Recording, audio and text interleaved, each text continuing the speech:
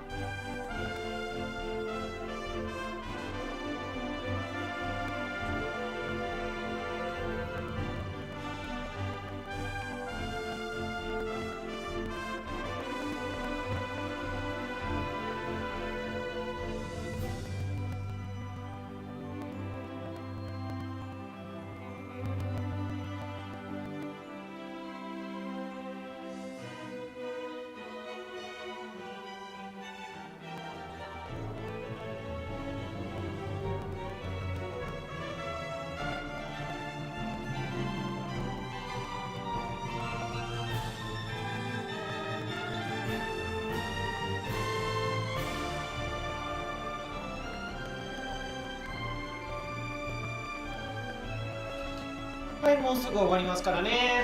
少々お待ちください。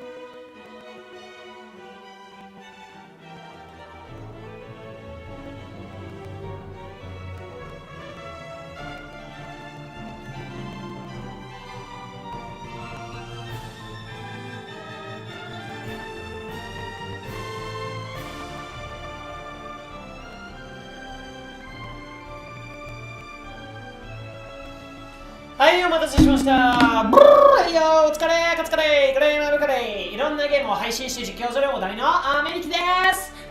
はい、今回はついにハイラル王国の世界に回帰してきました。ウォーゼルダ無双。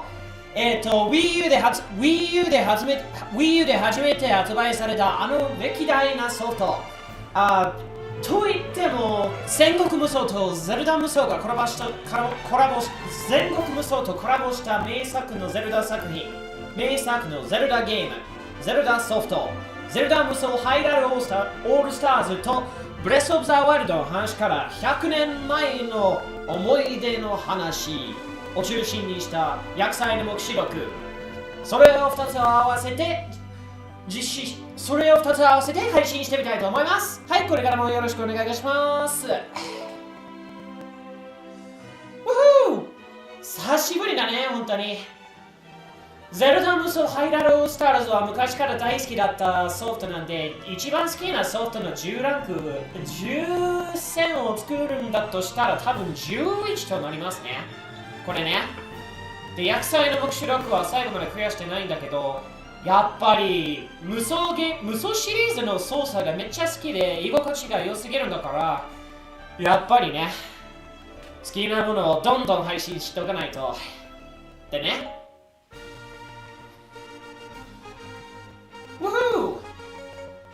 じゃあ最初はアドベンチャーモードだね。アドベンチャーモードを久々に探検してみたいと思います。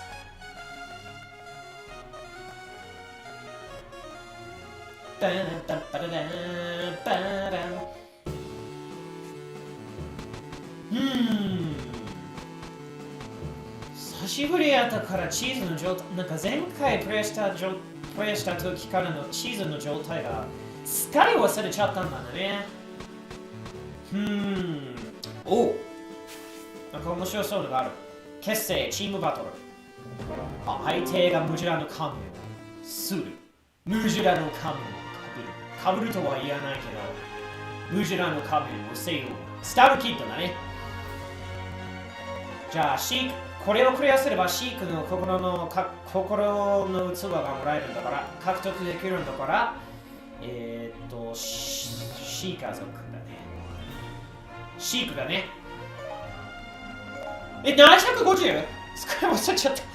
750の攻撃点とはすごい。すっかり忘れちゃった。やっぱりね。やっぱね。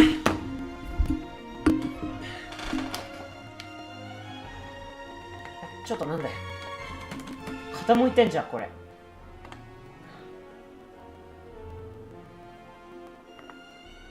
ちょっと傾いちゃうの、こ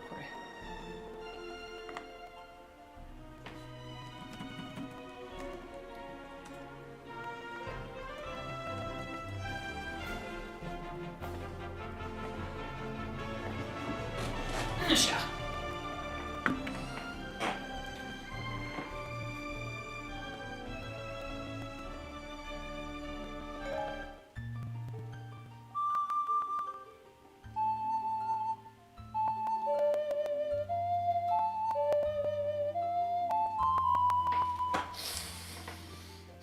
トップボトムズ、デックをヘッドウェア、アクセの5種類があります。それじゃあ、久しぶりにやっていこうじゃないか。ここはオイラに任せとけよ。オイラに任せとけよ。困ってる？手伝った方がいい？チンクルに、やっぱりチンクル、この場合はチンクルに加わっちゃったんだね。味方に転向、いずれのパートナーを選び接触せよ。クリア。スターキット 1G 離脱。やっぱり敵を回してくれるんだよね。なんか選ばれなかったキャラクターが敵として襲いかけてくれるんだよね。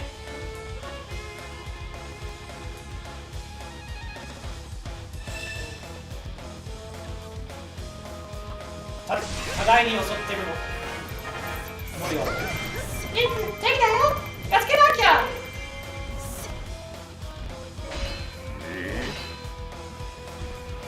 さあ、ガガットバイヤー。そう、ハンマーが弱点だろ、お前。よし。石鎧親分を撃破。石鎧親分を撃破。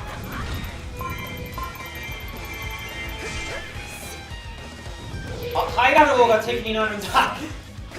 Boy, it's about time. It's about time you started playing this game again.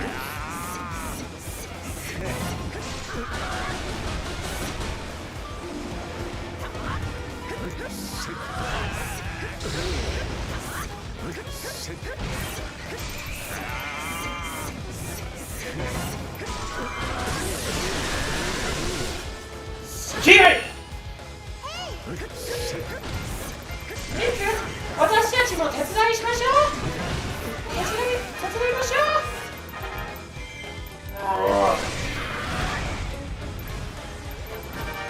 I'm bored. I don't think I can go on anymore. Now, if I'm going to get healed, if I'm going to get my strength back, I wonder what's for dinner. I wonder what's for dinner.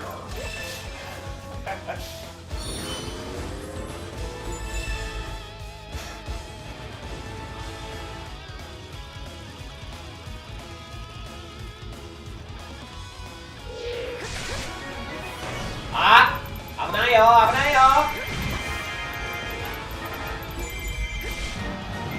スタルキッド強化。今度は闇の、そっか、ダークハイラル王が現れてきた。本人を倒して、やっぱりダークがやってくるんだ。本人を倒して、ダークが現れるんだね。そっか。光が消えたら闇の訪れか。なるほどね。光が消えたら闇の訪れだ。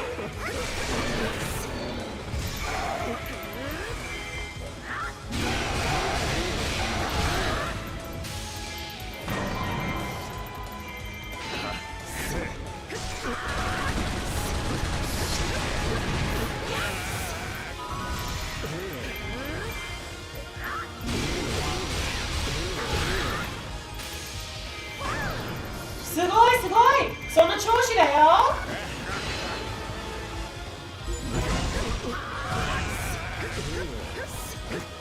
強化の準備してんのお前。く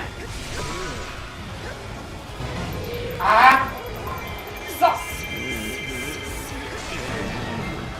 ギフトかよ。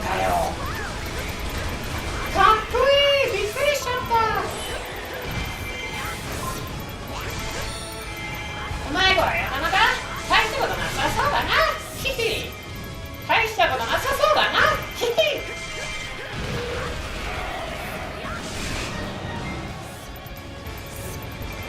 フレームギルド撃破。さあこの調子で進もうっていうシーンだね。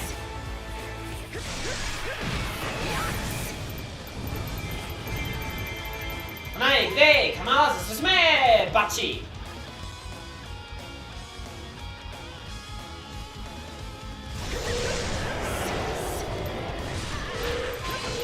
ちょっと相手違う。よし、これ隙ありじゃい。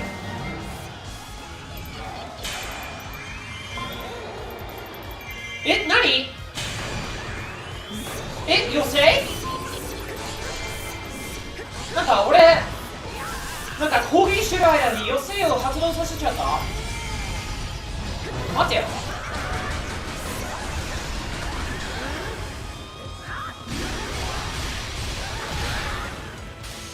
はい、ちょっと待ってね。今なんかちょっと家族が連絡してくれたんで。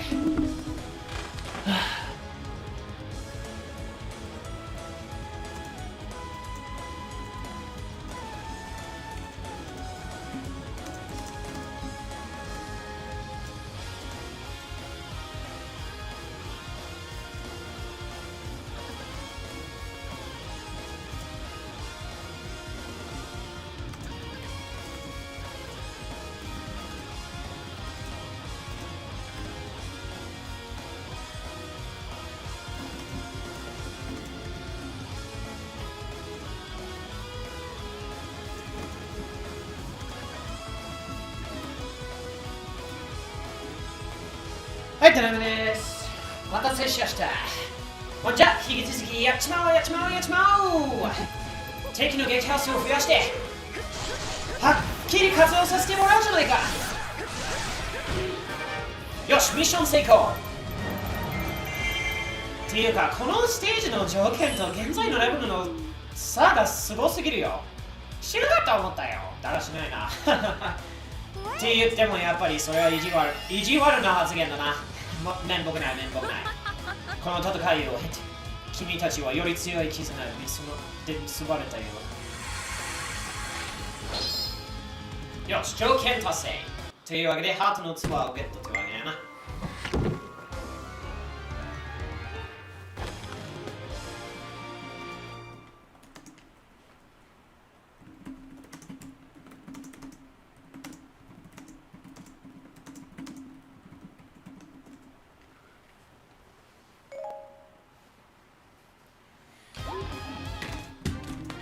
We won!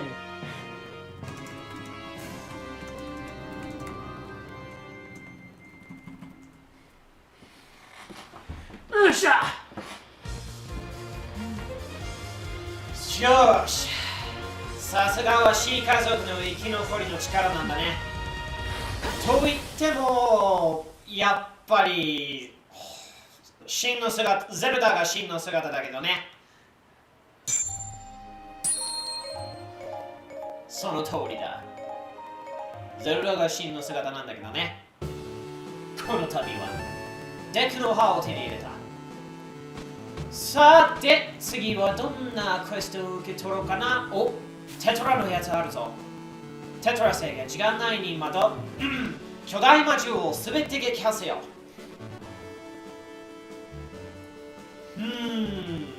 テトラの出番だね。ちょうどいい。なぜかというと、これテトラの操作が好きなんだ。水属性が気に入り派だからね、これ。訓練場といっても、それ以上は上げられるんだね。とりあえず大丈夫だね。テトラの状態。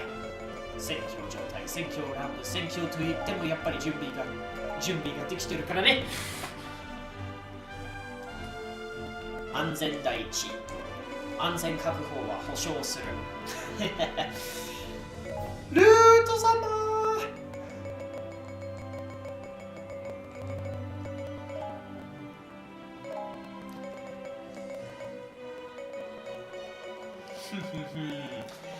じゃあ水属性のキャラクターもう一人はどうしようかな。水属性、自分が気に入りの水属性の活躍時間だぞ。じゃあ、Since we are doing the CDI thing naturally, I think it would be necessary to have the king. My boy, I appreciate you having me in your team. It's about time you started playing this game again. I thought this was your favorite game. Well, it is.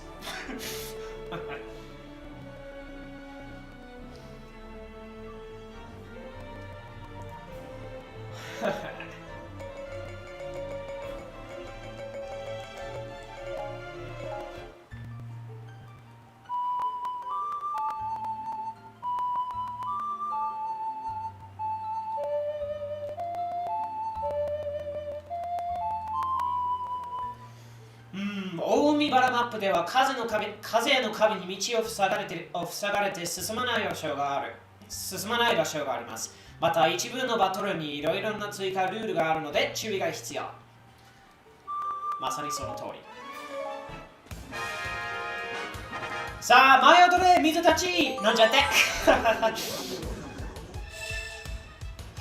この BGM 大好きだ。出たな。風のタクトの強敵 G クロック。そう簡単にはやっつけられないんだよ。危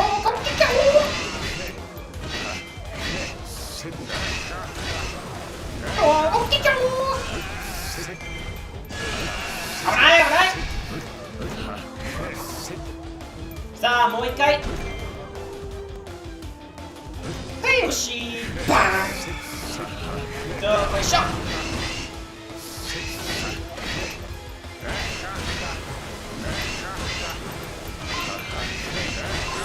弱点ゲージなかなか減らせないね。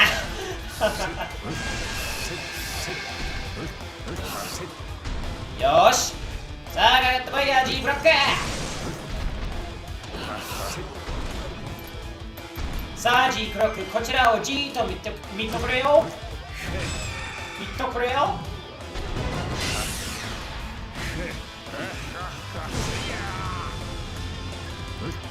よし、討伐完了。Hold on, my lord. Why, thank you. さあ、ルート様、そなたの出番ですよ。まずは輸送兵を助けてから。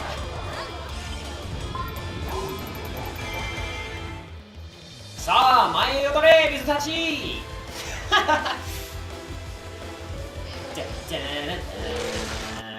熱くてたまらないよ。さあ、ほら！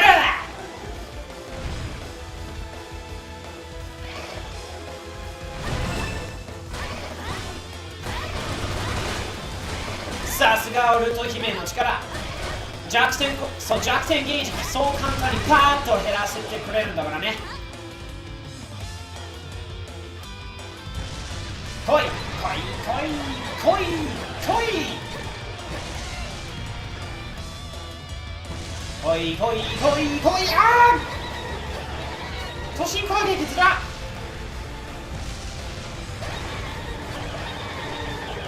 よいしょ。はい。また初めてなんだけど、繰り出してくれるの。いや、毒の沼はいいからさ。弱点攻撃繰り出して。いや、だから毒の沼はいいって。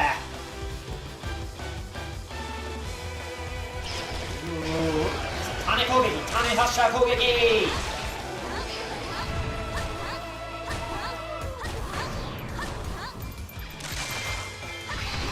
どうしたの？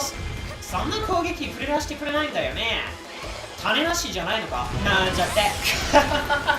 ちょっとひどいギャグ使ってしまった。ね、ごめん。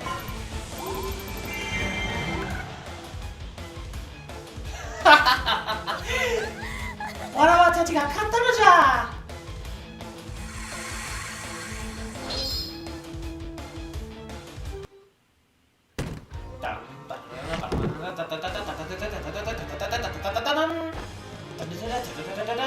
テトラハートの器確保。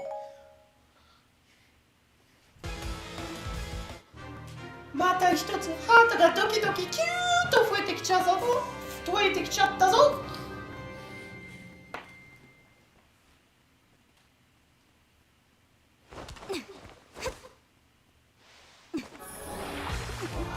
変わらず素敵な方ですね。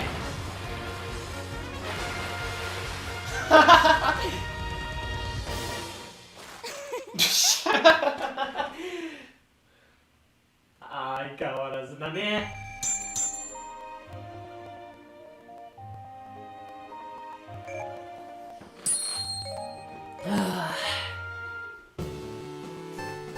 ダンダラダラ勇者の弓。そう、せっかくハートをゲットしてきたんだから、そのハートの指で刺さらないようにね。刺さってくれないでほしいよ、その指。指じゃないわ。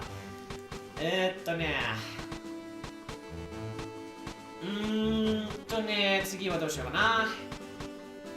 なるべくこのマップのクエスト全部残さずクリアしていきたいんだけどね。空いているクエストはどれぐらいあるのかな。あった一つ。敵の姿が見当たらない。探索してみましょう。どこだろう。あの石像のことじゃないの？顔の。それはなんて言うんだろう。ハンマーで大きなスイッチを押します。これじゃないわ。顔の形をした岩を。これだ。顔の形をした岩を持ち上げる。ピンポーンで、これはファイ専用のクエストだね。結界軍団を撃破せよ。そう、結界軍団を撃破せよ。了解。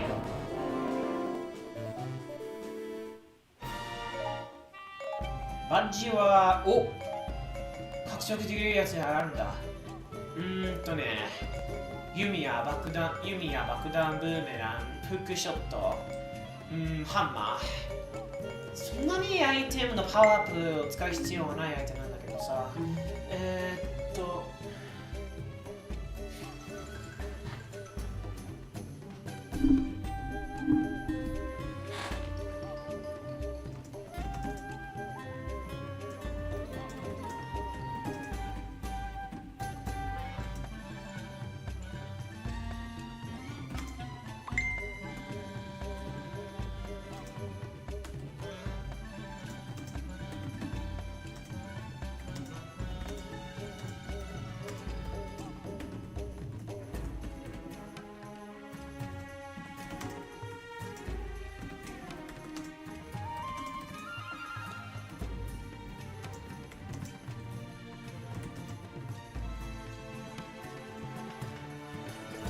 よっしゃ。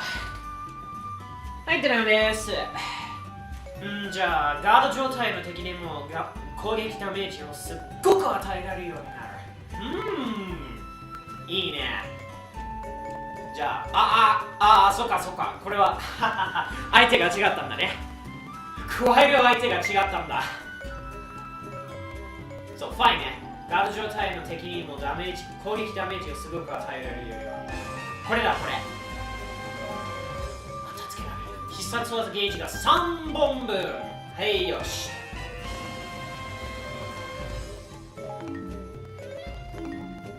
じゃあ、準備。待て。戻るつもりはなかった。待って。全然戻るつもりはなかったよ。ここひっくり返すから。マジで。戦場をひっくり返すもんじゃねえよ、ほら。我らはノ武士である。戦場を引き出すものは臆病者なんだ。なんちゃって。待てよ。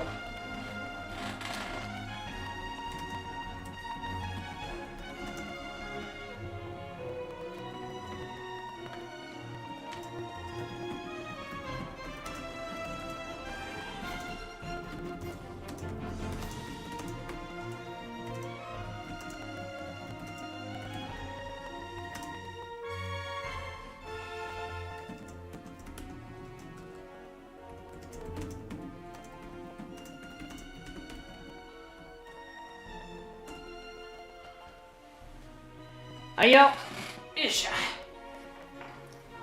さあ、やったるか。光属性。やっぱりリンクを使うとやっぱり神レベルの強さすぎるんだから。神レベルの強さ高すぎるんだから。使ってもやっぱりずるいような気がしてて。まあ、有利的な先行力なんだから。使いたくてもおかしくはないよね。いや、マスターソードはもう用済み。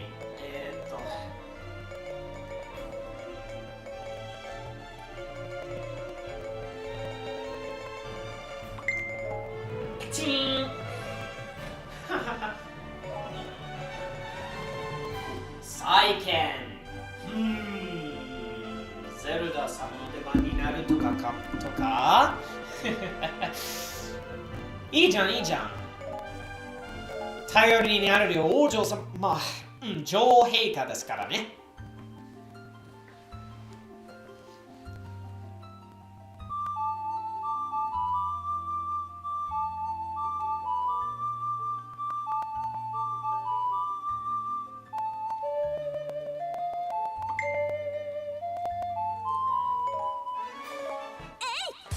さあ、やってみましょう。きっと勝てるよ。すべての結界砦を制圧しよう。了解。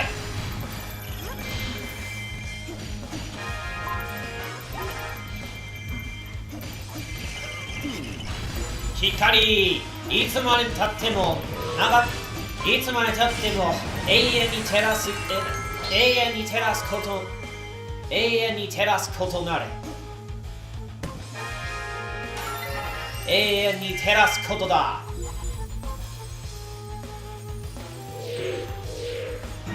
永遠に照らすことでやろう。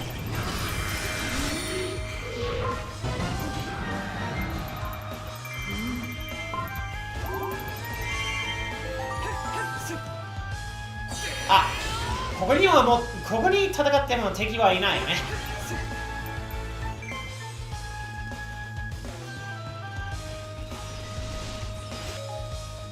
じゃあちょっと命令をつけてみよう。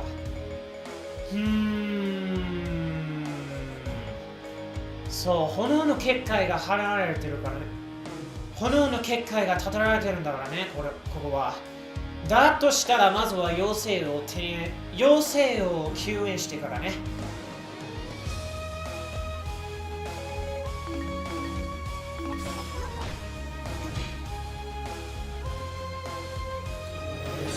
さあ、妖精大丈夫だよ、妖精ちゃん、助けに来たよ。よし、もう大丈夫だよ。さあ、結界を張れるように手伝ってくれる？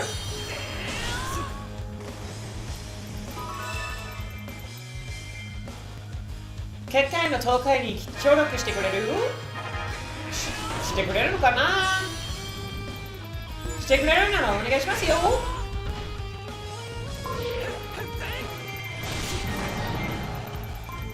はい。パンパンパンパンパンパンパン。じゃあゼルダ様は南の砦だね。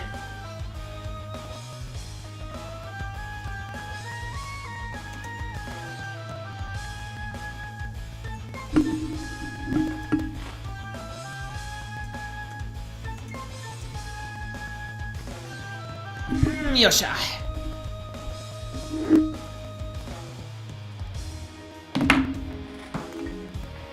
今日の人数が少ないね。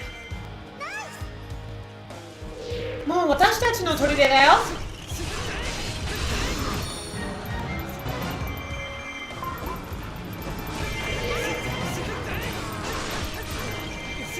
そう、敵を倒したよ。あ、弱点。よし。隙ありだ。さあ、ガガッと来いや。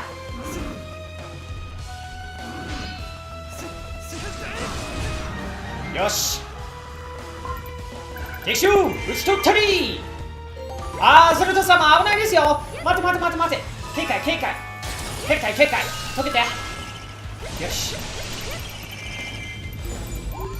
もう大丈夫だね。妖精の壺を使ってしまったね。参った。気づかないうちにやることだってあるんだよね。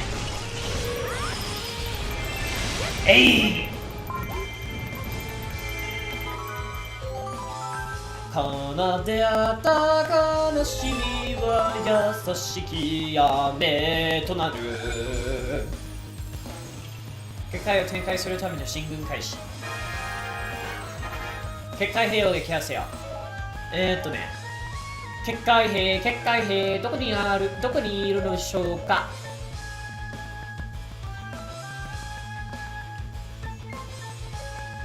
敵ながらも物扱いするのはやっぱり無礼なことなり。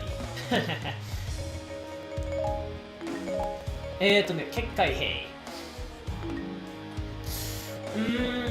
じゃあファイはもう妖精がいないね。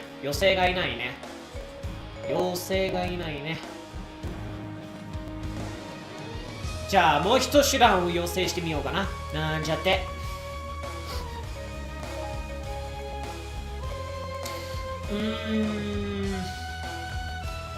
じゃあ一番近いのゼルダ様だからね。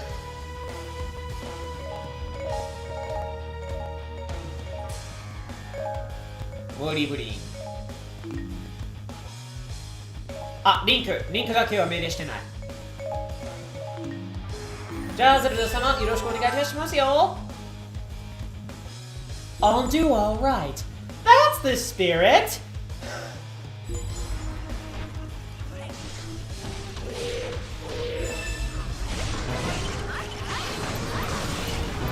あ、スキャリ。よし。ベスト隊隊長。これが一大事だ。そう。別動隊を呼ばれる前に別動隊隊長を撃破せよ。誰のこと？じゃあここも早くやっつけないとね。別動隊した。結界兵だ。いや違った。結界兵だ。こいつは結界兵じゃん。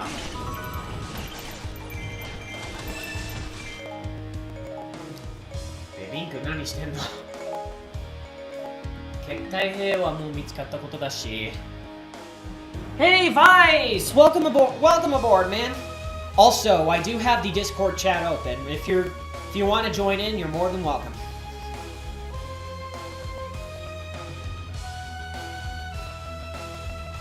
My boy, how you doing?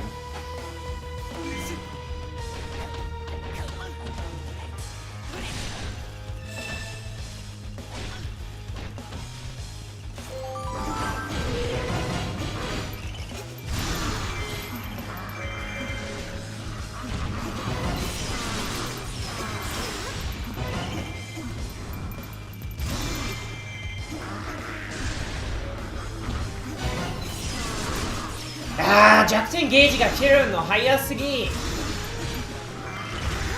こうなったら必殺技だ。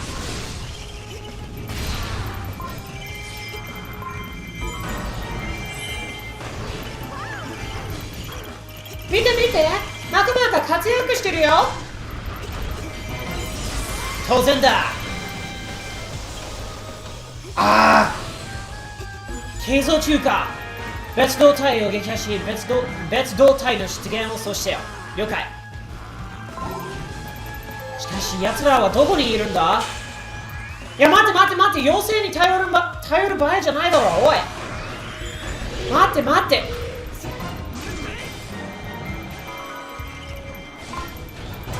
ちょっと別動隊どこに？別動隊どこに？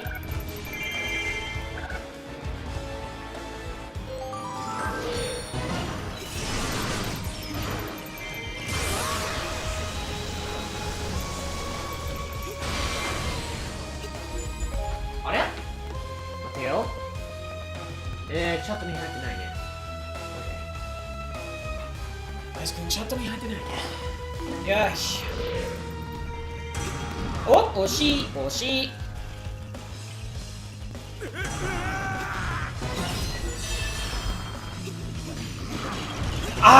読み込んじゃった。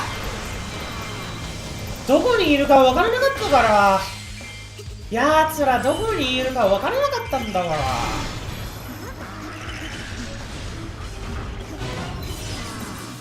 全く気づかなかったの。なんてこっちゃ。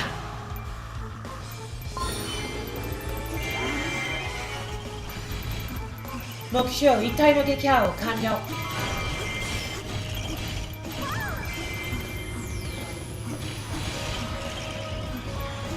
妖精がなくなっとる。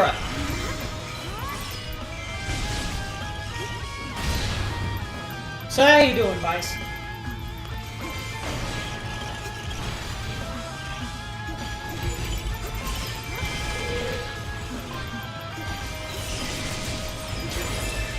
よし、もう大丈夫。おお、出てきた。妖精捕獲兵発見。さあ、妖精を解放しろ。よっしゃ。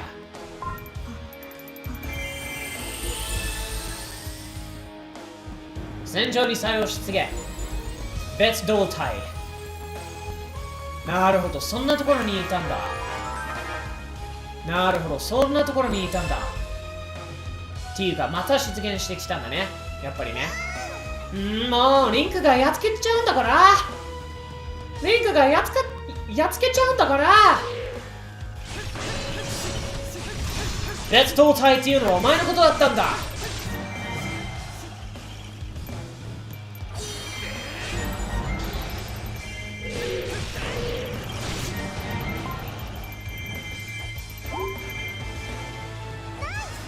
ナイス！リンクが砦を取ったよ。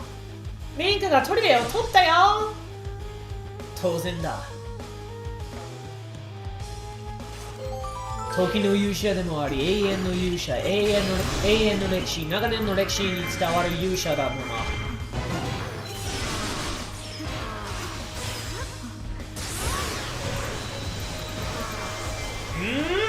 そりゃ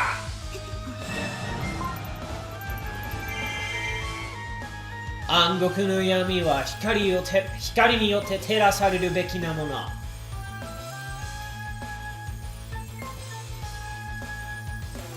まあ、光と闇は確かにちゃんとした融合が保たれてるんだけどね。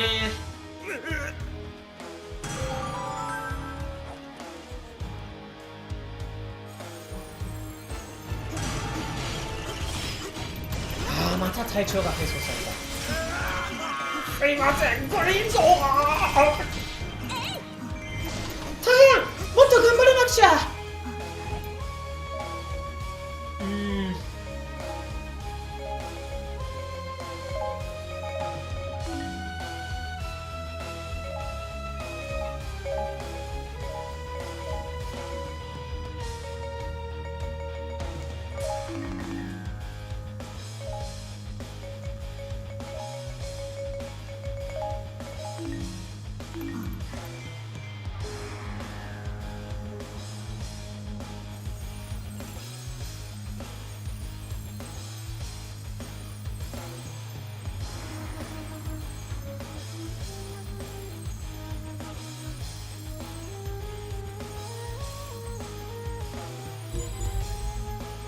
やばい、本拠地が陥落の危機。やべえ。いや待って、オカリの服じゃないよ。オカリの服前じゃないだろ。じゃあこうなったら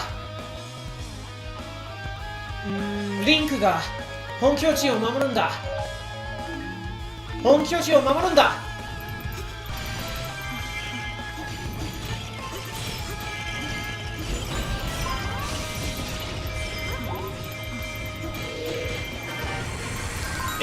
見事、ファイ君。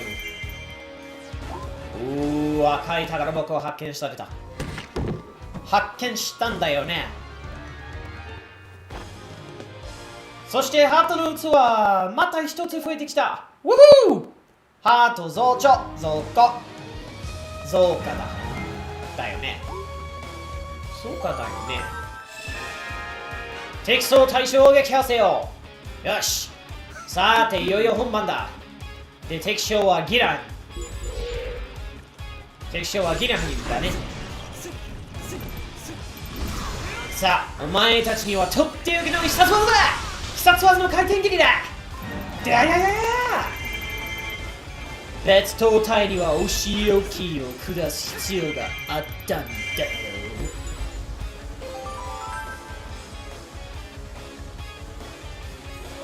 さてと、赤い矢印が出てるんだけど、モリブリンたちか。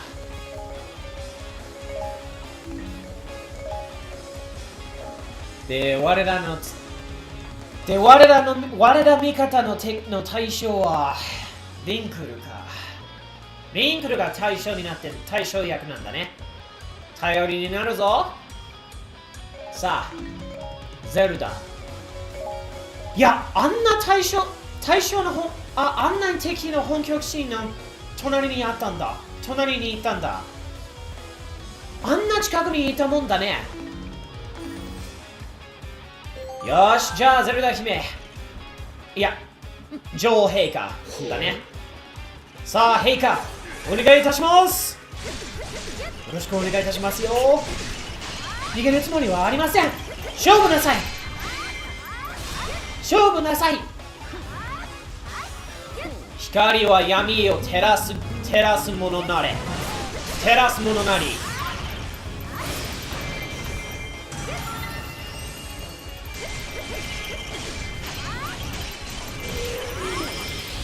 すや楽勝じゃん。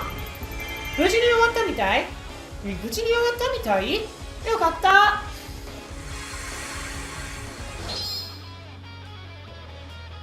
あれ？何？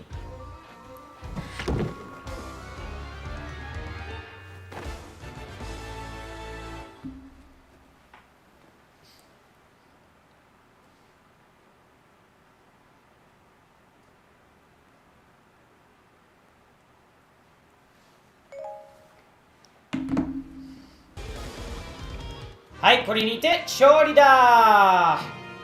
ハイラル王国軍団の見事な勝利なり。We won!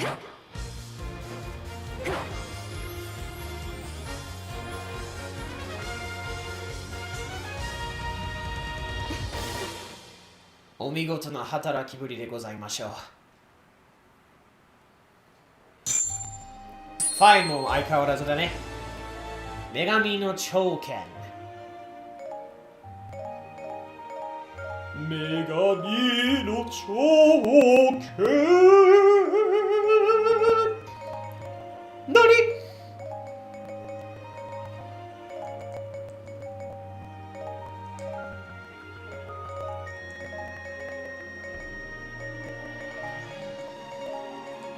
何？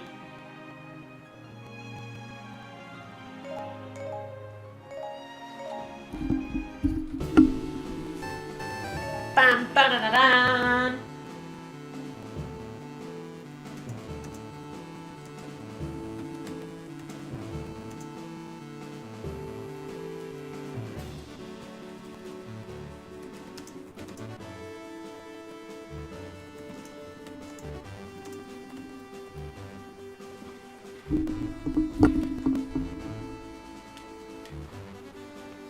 よっしゃ。次はこの果てな道にどれほどのクエストが俺たちを待ち受けているのであろうか。さあね、さあね、さてとさてとさてとさてとはてとさてとさてとはてと、おお、対決。小さき勇者といたずら小僧。いたずら小僧って言ったらやっぱりスタルキッドのこと指してんだよね。やっぱりいたずら小僧って言ったらゼルダの伝説のいたずら小僧って言ったらやっぱりスタルキッドやな、間違いなく。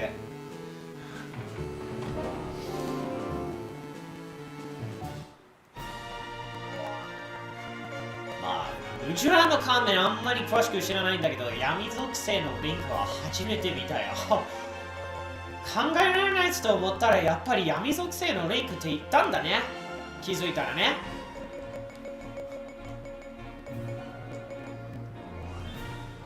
おったんやな。探索画面で精霊の楽器を使うとコホリンとそう楽器を使うとコホリンとマップ全体にいろいろな効果でバトルを有利してくれる精霊パワーが発生する。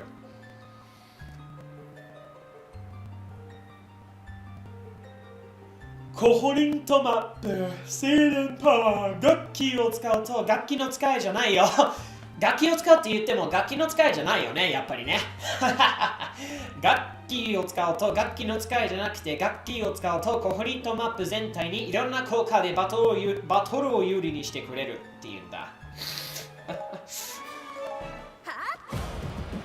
よし、みんなで力を合わせれば必ず勝てます。さあ、行きましょう。リザルフォース出た。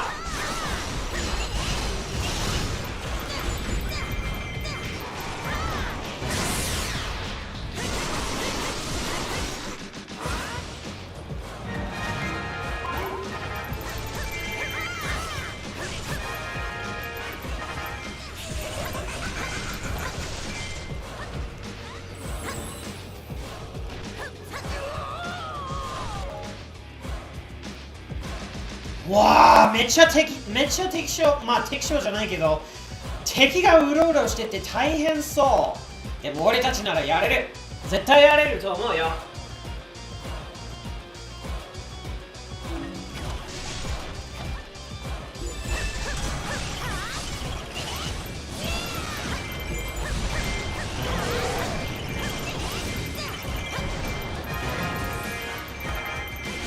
宝を脱出せよ。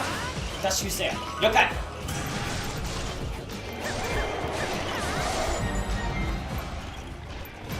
逃亡開始って言われても、逃亡開始って言った瞬間にやっつけられちゃったんだね。どんまい。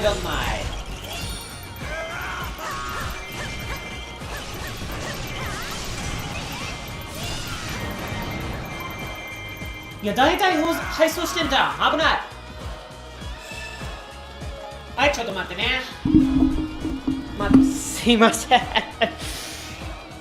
ちょっと待機連続で申し訳ない。待機連続で大変申し訳ない。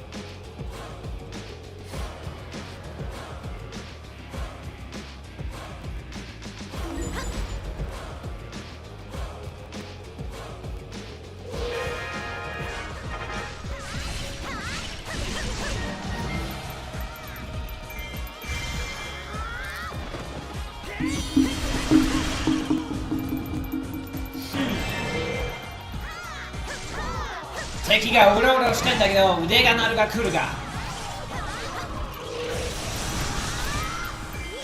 解き放てトライフォースの力。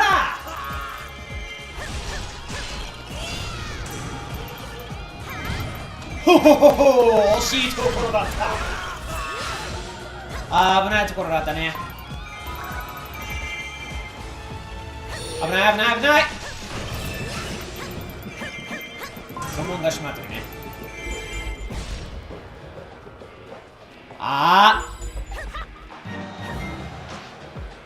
石鎧親分が来た。3人いるじゃん。3人いた。大丈夫、問題なし。一気に片付ければいいんだよね。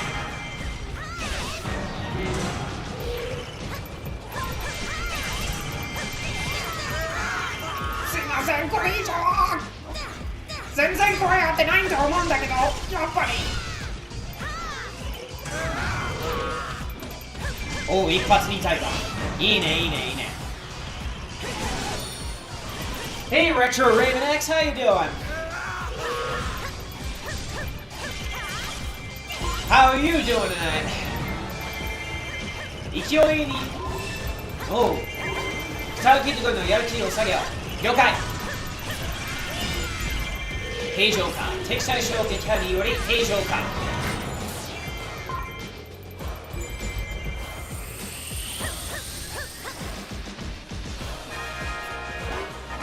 次は工場兵。了解。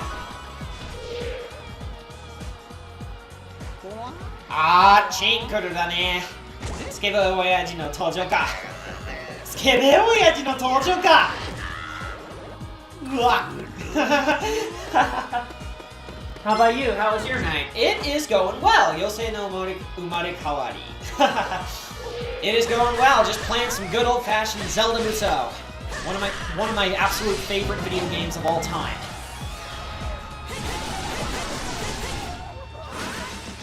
And pretty soon we're going to be switching over to Age of Calamity, as this is a double feature.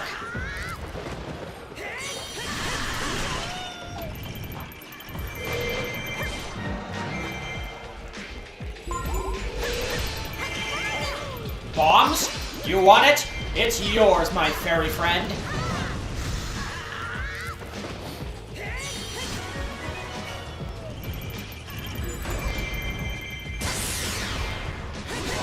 My favorite too. Oh, far out! Yeah, I've been playing this from the moment it was released on Wii U, ported to the 3DS, and then to the Switch. It's the game I just played non-stop. ルート様が苦戦してる？それは絶対させない。いやー、ルート大好きな俺は絶対許さないからね。そんなこと絶対させたりはしないんだよ。さて、ルート様はどこ？やばい。Got the other Hyrule Warriors too. Nice! What do you think of Age of Calamity, by the way? Have you played it all the way through? Because I'm going to be totally honest with you, I haven't yet. I'm doing all the side quests as I go along.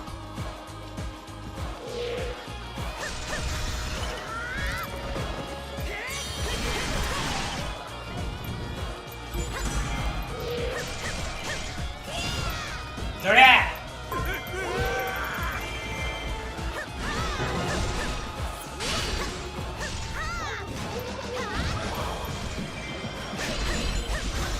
Sa, Ichigeki Hisatsu! Never beaten it yet because I'm doing side quest 2 because there is a tunic for Lincoln. Oh yeah, the tunic! Yeah, the side quests are honestly really addicting, especially with the fact— Uh-oh, yabai! Yuto-sama!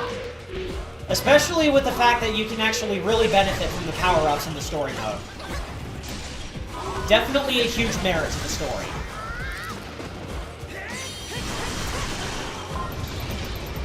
Beyond a huge merit. Oh, Senchura ga arawareta. Definitely a huge merit.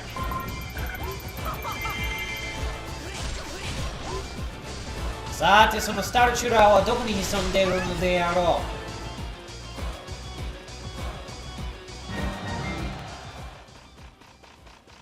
Ah! 聞こえてきたぞ。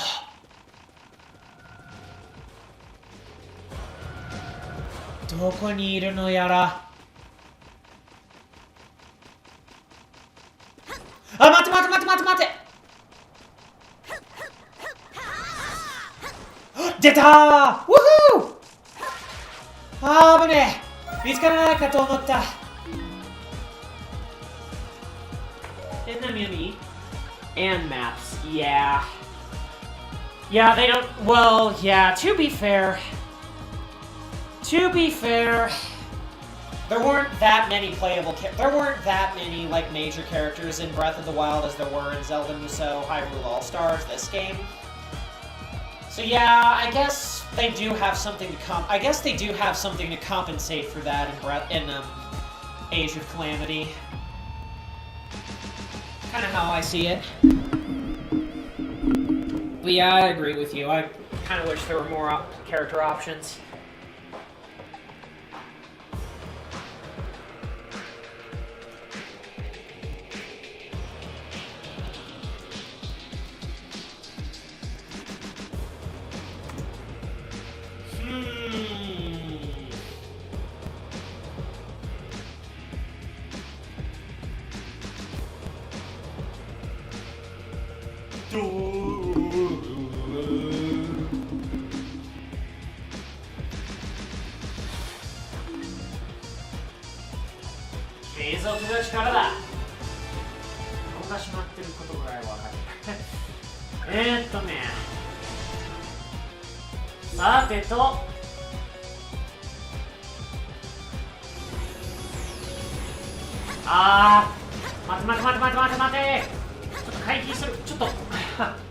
速が遅い。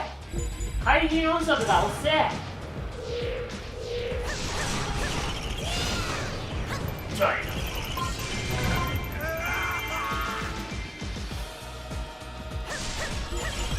Takes place before the game. Yeah, basically 100.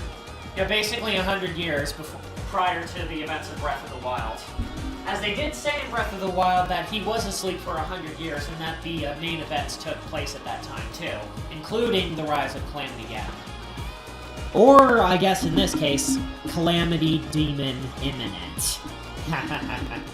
By Calamity Demon, we of course mean the unspeakable terror that is the Zelda CDI. I mean Ganon. Hey, Ryuzaki! How you doing? If you're up for it, or if you want, the Discord party chat is open, so you're more than welcome to hop in anytime. Same goes to you, Vice.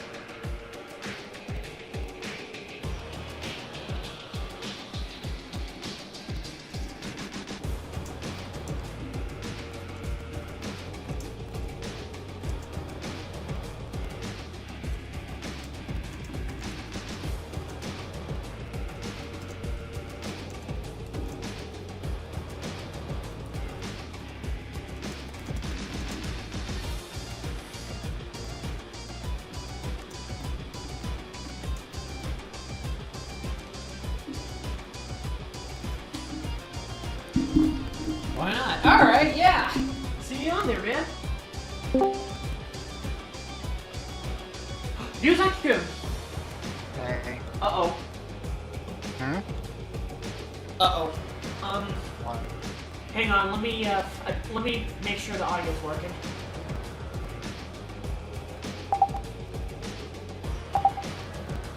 Can you hear me? Yeah. So. Okay, for some reason the audio's not turning on here. Audio's not turning on. How did we do this again?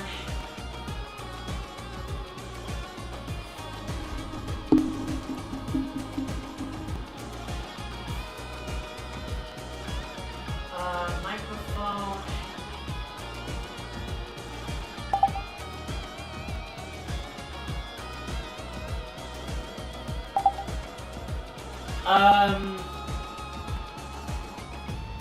Tell you what, let me restart the chat. Alright. If I can do that.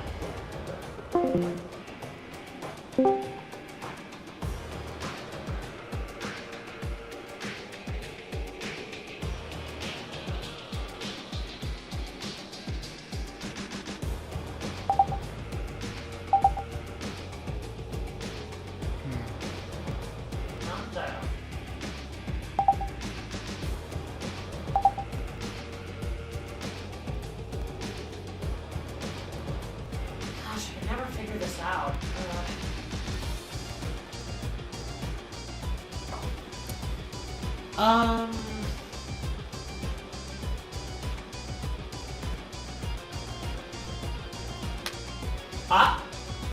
Nick? Or Ryuzaki? What? Oh, there you are. I can hear you now. Okay, I can hear you now, so let's see. Yep, there you are. Oh, there we go. Phew! So how's it going, man? I don't know. Annoyed. Huh?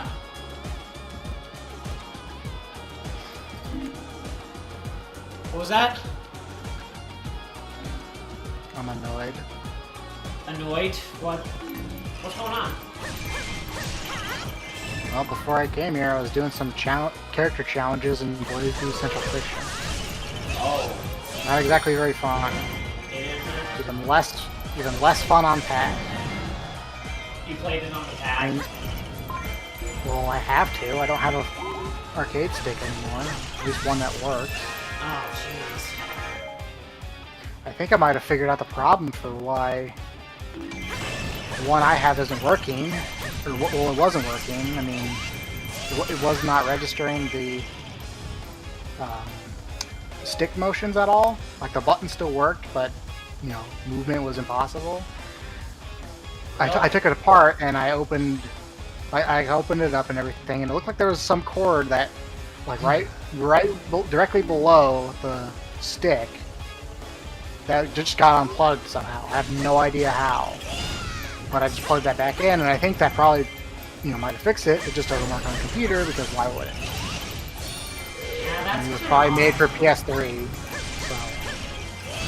Yeah, I've heard about Central Fiction, but like in terms of the controls go, and I just kind of heard mixed receptions. Like I know the game sounds great and all, but what about No, the controls are fine. It's just playing it on gamepad sucks. You just have to hold in such an awkward way just to make sure you can do everything you need to do. You gotta push A, you gotta push A, you gotta push A, you gotta push B. Sometimes you gotta push B and C together, and then you gotta push, quarter circle forward twice, D, and everything. It's just not fun. I'm not gonna lie, that does sound uncomfortable. I'm not even saying it'd be good if I had a fight stick, just to be comfortable. I'm fine with being terrible but comfortable doing it. I have no idea why. People say Devil May Cry games hurt their hands after a while. No, fighting games on a frickin' PS4 controller. That will murder your hands. God, my hands don't hurt bad playing Melee. Oh, sheesh. I thought playing Taiko Tachi PS4 on the PS4 controller was hard. But no. One, switches, but two, yeah, fighting games. For the PS4. Wow. Okay, now I do kind of want to play some Melee, to be honest. I've done that in a while. Also, while we're on here, should we tell the audience the interesting news we found about a certain Japanese dub of a certain movie? Oh god, that. Yes. If you want. Let's see. Let's check the comment section real quick. Okay, so Retro Raven made an interesting comment. Chaos Emerald, Shield, Power Up. You want it is yours, my friend, as long as you give me enough rings. That's a good one. I'll give you that one. Okay, so yeah, Retro Raven. You know how Ryuzaki and I are fanatics about celebrity Japanese voice actors? Well, Ryuzaki did some research today, and he discovered a very shocking cast selection for the Japanese dub of the 2002 Scooby-Doo movie. And also its sequel. And its sequel. Yep. So, Shaggy's... Well, wait a minute. It was Fred's Shaggy Freddie Prinze performed... Jr. Well, yeah. Fred's Freddie Prinze Jr. is played by none other than come on. Just lost it.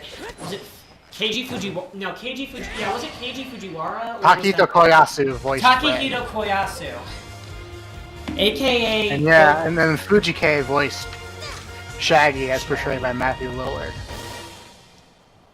That's an interesting choice selection, though. Keiji Fujiwara, God rest his soul, playing Shaggy. So to give you a background context, Takehito Koyasu is the voice actor who plays Bobobo, Excalibur from Soul Eater, and several other... We'd be here all week if we were listing Takehito Koyasu's roles, honestly. Yeah, he's got an endless amount of recognizable voices. And then Keiji Fujiwara, who unfortunately died last year of cancer. April 12, 2020. Yeah, that's last year, yeah. He voiced Axel from Kingdom Hearts. I think it's Viodio from Hunter x Hunter. I've never seen that before and don't really plan to. Hiroshi... There's also Brigadier General Hughes from Hagane no. General Hughes from Hagane no Renkin Jutsushi, Full Metal Alchemist. And he was also Reno in the recently released Final Fantasy VII Remake Part 1, which was unfortunately got to be recast, I'm afraid. That's not going to be fun. Yeah. Whoa. I'm sorry. Oh yeah, he was also what was it? Kagura Mitsuki from Blaze Blue Central Fiction, actually. Wait, he played Kagura? Yep, Oh, Kagura. damn. When I was doing like the kind of general tutorial, just kind of bring myself back into like the fighting game mood, I guess you could call it. Kagura showed up in like the very beginning and made me very sad. Yeah, just thinking about it, I know Kagura, and just... Still, it really hurts to know that he left us so soon. Oh, speaking of actors who left us too soon, we also made the discovery that... Yeah. Mizutani Yuko... She also played in the sequel of Scooby-Doo. She was in the sequel, alongside none other than the freaking god himself, Norio Wakamoto. Freaking Wakamoto was in the Japanese cast for Scooby-Doo Monsters Unleashed. I mean, honestly, that's a genius idea. Just let them bring such a voice actor on such a level as him and just say, just go nuts, dude. Norio Wakamoto. Chew all the scenery and go for seconds. Oh. I mean, you know the movie's gonna suck. You know the movie sucks. Oh, it does suck. Like, just why bother trying to turn in an actual like good performance? Yeah, it's basically it's basically many examples of a blatant shameless fan pandering. So, but you know. And it's so much so that, you know, when you see an actor, you know, that you really know and is really, really good, like, say, Norio Wakamoto or Keiji Fujiwara, that's just mind-blowing. I mean, yeah, it's genius to, you know, for a movie that's really that bad, it also makes it entertaining to have a really great voice actor, you know, just either chew it up or just take over the whole movie. Heck, wasn't that kind of the main critical praise for the Scooby-Doo films, was Matthew Lillard's performance as Shaggy? Pretty much. How well he played the character? Well, he kind of generally stood out above the rest. They were all pretty fairly accurately casted, but Matthew Lillard definitely stood out. And even more so to the point where he's actually the current voice actor for Shaggy in the like animated films and stuff. Yeah! And the TV show and everything. So, yeah, he definitely went above and beyond for that. Yes, and just going back to the first Scooby-Doo movie, I really think there's a lot in that film that a lot of the critics and audiences kind of missed on, you know? Because it mostly got negative reception, unfortunately. And yeah, it could have done without the flatulent jokes in the theme park ride, but honestly, it just felt like a Scooby-Doo movie that was actually trying to do something new. Like, it still kept the theme of, you know, going to a resort island or a certain area to solve a mystery. You know? It had the spirit of Scooby-Doo intact, when all is said and done. And even with Raja Gosnell, which is obviously a warning sign in the director's seat, despite that, I honestly thought there was some legitimate research into the Scooby-Doo series, too. Well, you can't forget it was written by James Gunn. James Gunn, yes, aka writer of the Guardians of the Galaxy movies. I mean, granted, I will admit, it's not the best film, but it really is severely underestimated and underrated than what most people say, I think. I mean, yeah, the visuals haven't really aged well, and it could, like I said, could have done without the fart jokes at the middle of the movie. But honestly, it was a fun film.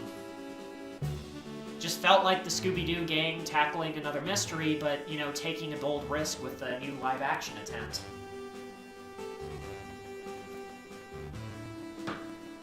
You know? And honestly, I wouldn't mind seeing that together again.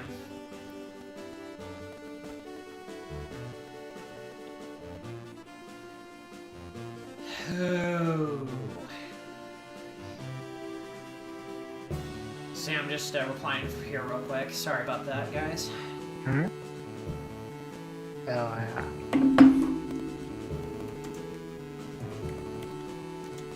It's my cousin.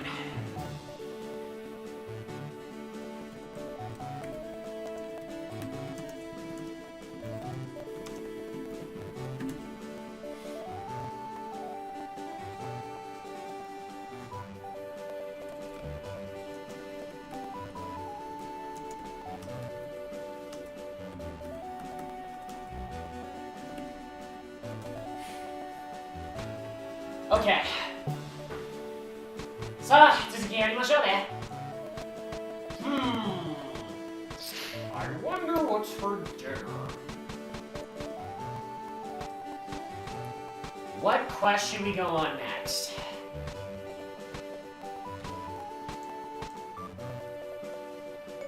Yeah, 正直言うけど、待って。Speaking of people left too soon, going to change it to a normal. Wait, what? Oh God.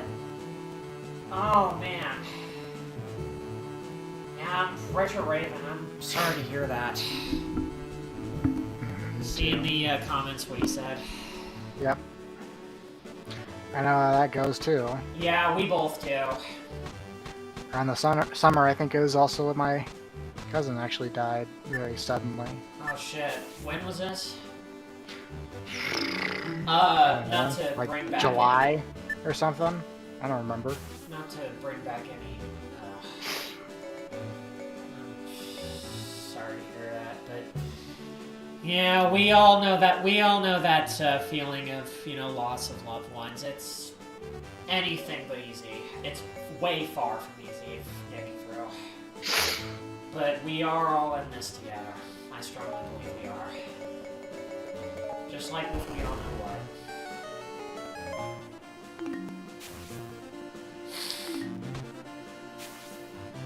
Oh.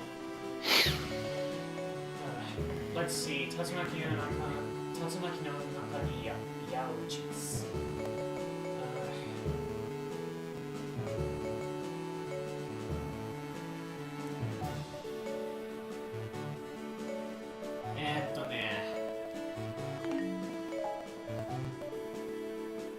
Something else I feel like we needed to mention. I don't remember.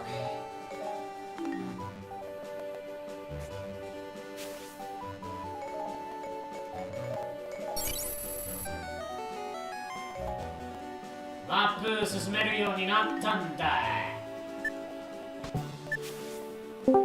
え、何？ Hmm? 誰？Vice! Vice? Hey! He's on mute. Oh, I think he's muted. I think he just wanted to join and maybe he's doing something. Yeah. Yeah, it definitely says he's muted. Glad he joined us. So shall we continue our journey in the world of Hyrule? Hey guys, There how you he doing? is! Hey! Well, there he is. I see you're working on the Wind Waker map, and you were almost done. You were almost to the big boss at the end of the map too. Sure Nice. as hell am. Mm-hmm. Playing Zelda Musou, one of my absolute favorite games of all time. Hell yeah, A classic amongst tons of fun. Truly a classic. My boys, So, let's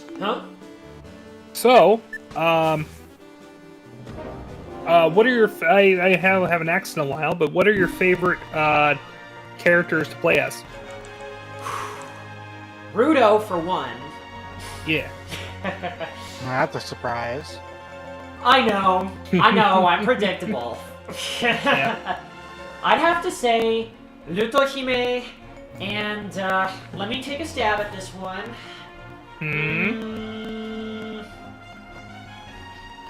Ruto, Tetra, Tetra.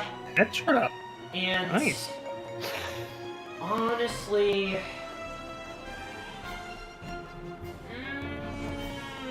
the most comfortable to play with, in my opinion, Zelda. Yeah. Just- Mike likes to play as Zelda as well. So yeah, I think my top three are Rudo being the #1 spot, Tetra, and Zelda. Nice. I personally like to play as Impa. Well, of course, Link, you know, but Linkle. Ooh, Twilight yeah, Linkle's also fun to play too. Twilight Midna. And Lana. Now. Oh, also Toon Link's fun too. Oh yeah. You know what? Should we put these two in there? Yeah, sure. Why not? Hey, I want to see your fairies. I haven't seen those yet. Oh yeah. My fairies. Let's see what we got. Fairy. Oh, this is all let's see what we right. got. Okay, the first one, yeah, you get. Cool. This is Terumi. Oh, cute. Seraphine. Oh, wow. Yeah, I have that one too on my game. Oh. Yep, I named her after the fairy that accompanies you in Final Fantasy XIV Shadowbringers. Oh. Yep, she looks very similar to that. What's her name? Feyu. Ooh. Now that's a very fantasy style name. I like that. Yep. This is Crystal, named after one of our longtime role players. Aw, she's cute. A little bit of a gothic look. Nice. Ariella, based on the daughter of one of my roleplay characters. Aw. The Oh, eldest she's daughter. pretty. Yeah. Loira. Oh, I have that one. I named her Mavis after after one of the central figures in Fairy Tail, who looks very similar to that. Yep. Oh, her. Okay, I think I'm not that familiar with Fairy Tail, but I think I've got the gist of the character. Foamy, she's brand new. Oh, you know what she kind of reminded me of? Who? Sailor Mercury. Oh, yeah, now It's that funny. you mention it, she does also- have yeah. kind of a similar style haircut. Yep, also she's water attribute, so it works. Makes perfect sense. You know, she also makes me think of what Navi would look like in a close-up form like this. Maybe. And then Kari, named after another major character in my roleplays. Oh. Yeah, that's super goth. Nice. Wanted to That's make awesome. her the vampire type because that's her type of character, so... Nice. Alright then. Pretty good.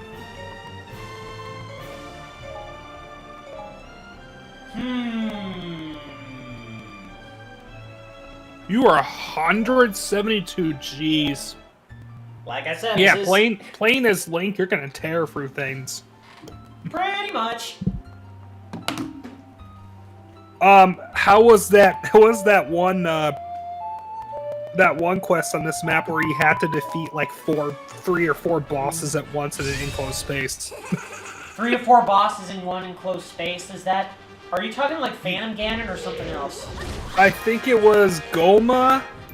I think one of them was Agarok, Goma, and Manhandala. All in like a little enclosed space area, corridor. It was a tough one. Oh man. I'm not sure. I might have come across it along the way, but I'm not sure. Oh, you're using the Lulu look from Majora's Max.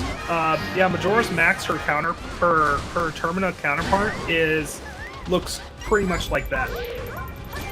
Naturally. Uh-oh, we've got bomb chews coming around. Oh boy. We've got ourselves some bomb chews, my boys. Bomb? Oh boy. You want it? More shoe Hey, specialty bomb chews. Somebody's been ordering from More Shoes Hut. Hey, I gotta ask though, before you did this, did you use the hookshot, a hookshot item on that square? Yeah.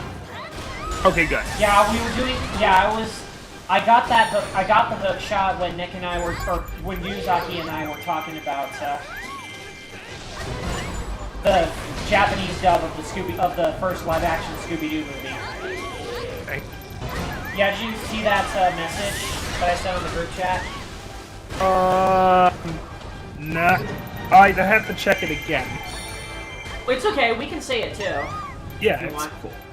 Takehito Yeah, frickin' Koyasu played Freddie Prinze Jr.'s Fred. Wow. Huh. This is the guy who played countless roles, including Excalibur from Soul Eater and Boba Bo in Nurari God. Oh my god, Excalibur. Yeah, remember, Takehito Koyasu is Boba Bo and Nurari. Bakane! Excalibur! Excalibur! Pretty much.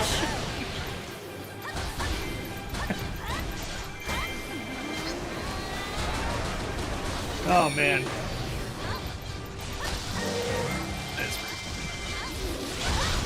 And the late Keiji Fujiwara, aka Axel from Kingdom Hearts. And Axel from Kingdom Hearts, Lieutenant Colonel Hughes from Fullmetal Alchemist Brotherhood. Yep. And Miodio from Hunter x Hunter played Shaggy. Nice. Uh-oh. Wait, Jibaku? Yeah, be Oh, careful. crap. Yeah, these last 3 missions get a little intense. Yeah, I was kind of half paying attention at that point. Yep. It's cool. It happens. Okay, let's plan this one out. I got a question. Where did you get that costume for Naruto? I honestly don't remember. I think I might have gotten it from either the free mission. It was definitely from the adventure mode. I'd have to say either. Yeah. Probably the Ocarina of Time / Majora's Mask adventure map. Okay, so the Majora's Max one. All right, I'll have to check that out. I'm yeah, the surprised vast majority of the characters get their costumes from the games they're from on the maps. Yeah. That they're. See what I did there? Yeah. I'm kind of surprised they didn't do an Ocarina of Time themed adventure map on this game. No, they kind of blended. Ocarina of Time with Majora's Mask. Make one big collaborative adventure. Yeah. As far as the the content you get from the maps are. But as for like the overall layout and how it was played, that is definitely Majora's Max all over the place. Because the premise was the same, to seek out the 4 giants and then use their power to stop the moon. Yeah. Poor time right now. So I was actually kind of impressed with that adventure map. And I'm also really impressed with how they handled they structured the Wind Waker one, because it actually follows almost the same, a lot of the same layout and pathways as the original Wind Waker game. Yeah, that's really awesome that, Yep. like, with the contributions that they're playing to the original Zelda games with these maps. Mm-hmm. Make fans die happy. Yeah. Also, by the way, I'm becoming a huge fan of Avatar: The Last Airbender. I'm definitely late to the party here, but I've been watching it a lot lately, and I am almost done with the final book. Holy crap. I need to keep up with you, because How far are you? I believe I am on book 2. After... Earth. Yeah, book 2... Well, I think I'm... like... trying to remember. I think it was...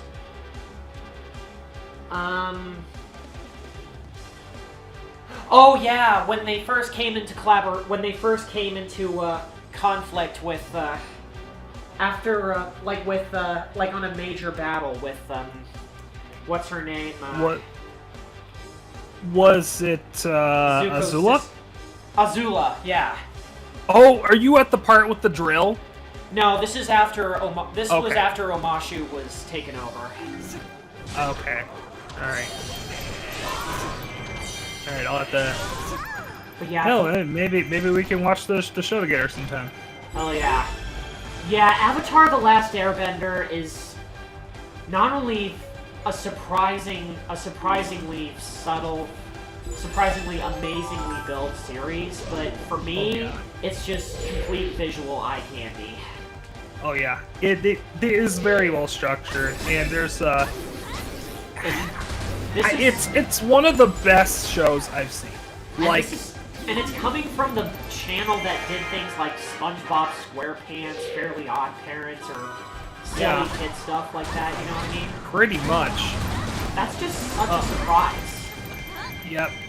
There's a lot of love put into the show.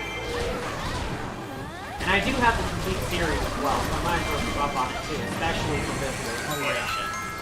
Oh yeah. And creative.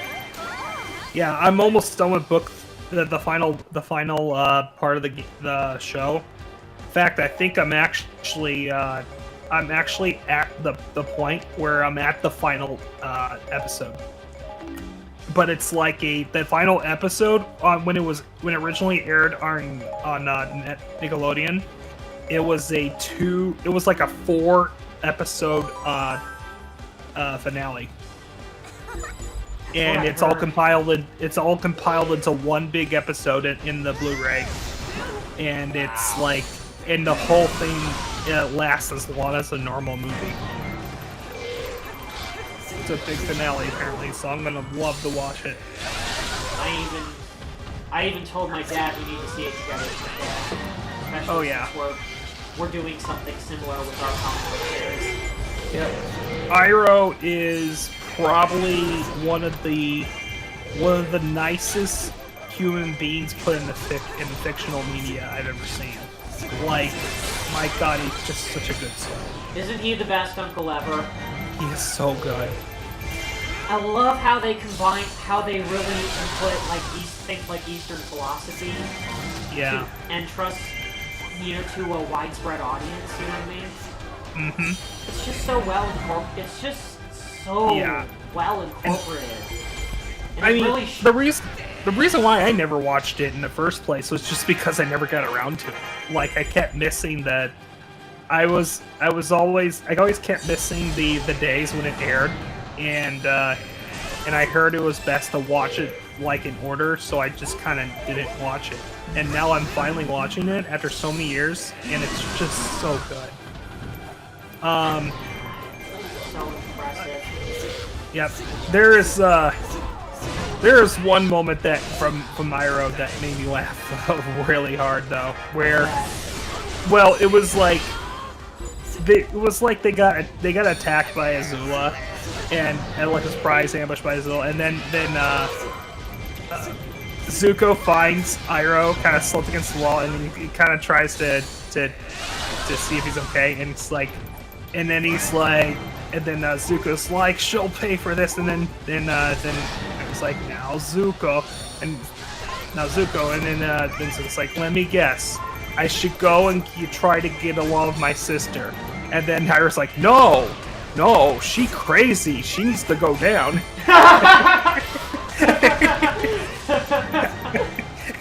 Now that's subtle comedy. I like that. God, it's such amazing quality. Can't say that enough. Yeah. You know what? That settles it. Next time I meet up with my dad, I gotta introduce him to the series. Yeah. I introduced him to the Castlevania series. Oh damn! I watched that, and that show is brutal, but awesome. It's very well done. It looks fantastic. Look, I don't play that many Castlevania games, but I played some. But when I heard a remix of Bloody Tears play at the end of in the big fight at the end of season, I think it was either season 2, I believe, when they stormed Dracula's castle, the inner gamer in me went wild, because that was just really cool for them to do that. It's called Bloody Tears? There's a song in the Castlevania series, a famous one called Bloody Tears. And it's one of the most iconic songs in the series. And they did a remix of it. They played a remix of it during the big siege on Dracula's castle at the end of season 2.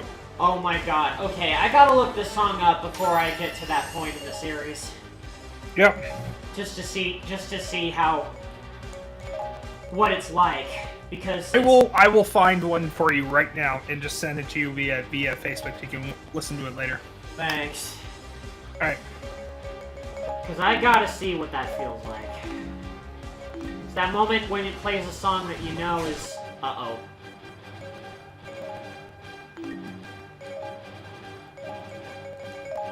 Mate. When there's a song that you know that's like either iconic or that you really know in the series, and then it plays a hardcore, epic remix of it, in either later in the game or in an adaptation. Yep. Oh, man. Let's see here. All I can think of is, can you imagine them doing that for the next Sonic movie? Oh my god. Like, that would be imagine, pretty cool. imagine an epic version of either Open Your Heart or Live and Learn for the final battle. God, that would be so damn cool. Can you imagine that? That would be pretty cool, not gonna lie.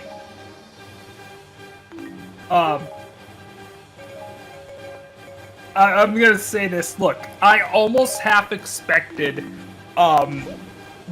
Craigman, as I like to call him. Jim Craigman.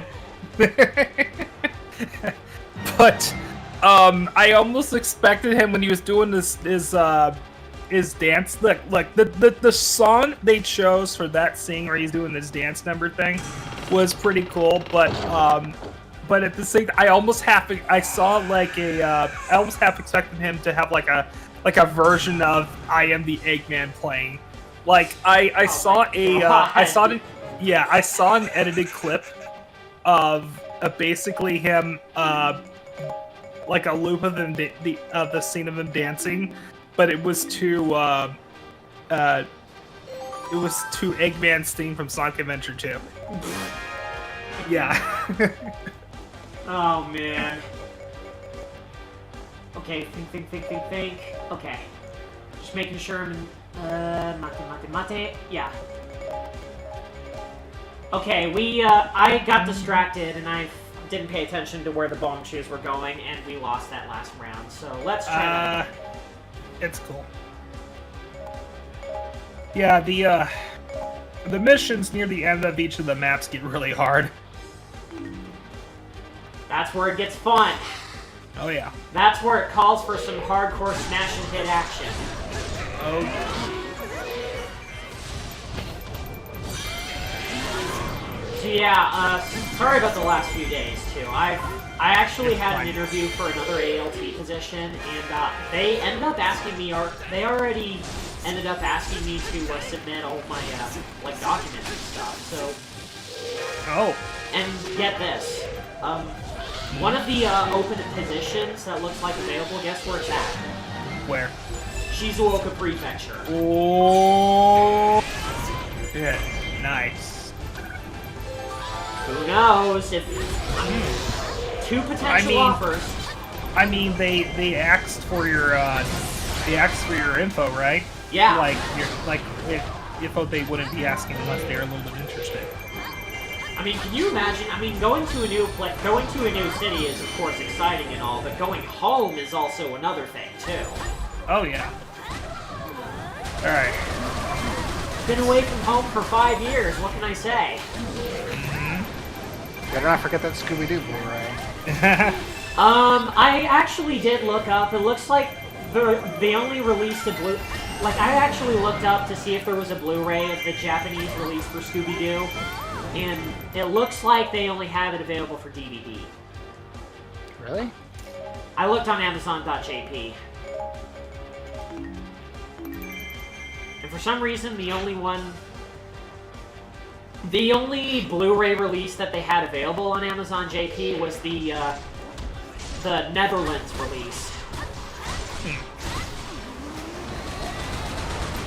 Yeah, I would honestly be objected to getting the either the Blu-ray or the DVD version of the first live-action Scooby-Doo film.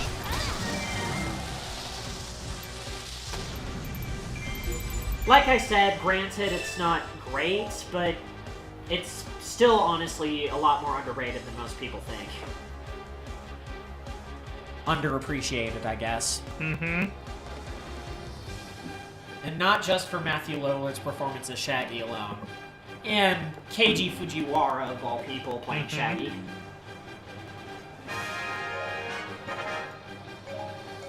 But honestly, it still felt like Scooby-Doo at the heart. You know, with the cartoon physics and the whole mystery aptitude thing. Yep. Yeah, it basically played like the old 1970s Scooby-Doo cartoon, and I think even Raja Gosnell and James Gunn did their research. They even put... Well, James Gunn is a fan of the Scooby-Doo cartoon. So I'm going to send you, for later listening, a video I found that has a compilation of all the different versions of Bloody Tears from the Castlevania series. Thanks, man. All the different songs, all the way from the NES to, like, the present. Thank you. And I gotta hear what this sounds like. And then I will also send you the Castlevania show version. Thank you. Yeah. Alright. So yeah, I just thought I'd say as well, I'm still planning on doing Kingdom Hearts tomorrow. You guys still be down for that? Yeah. Thought about it, and I think it's about time we got back to some of the streams that I've been neglecting to continue. Yeah. And that includes Ocarina of Time. Yes. Oh, yes. Oh, goodness. Bombs, you want them? They're yours, my friend. Somebody's been ordering the jackpot from Morshu's hut today. Sorry, Morshu, but we're not gonna let these bombs destroy our territory. Well, then again, this is sacred land.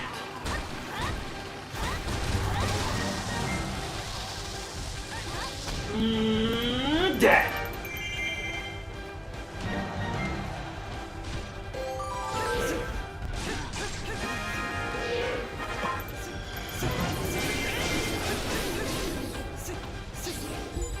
Oh, by the way, did you guys see the thumbnail I made?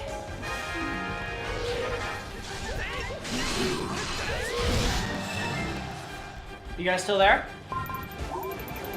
I'm still here. Oh, okay. Just making sure that the audio mic didn't go off.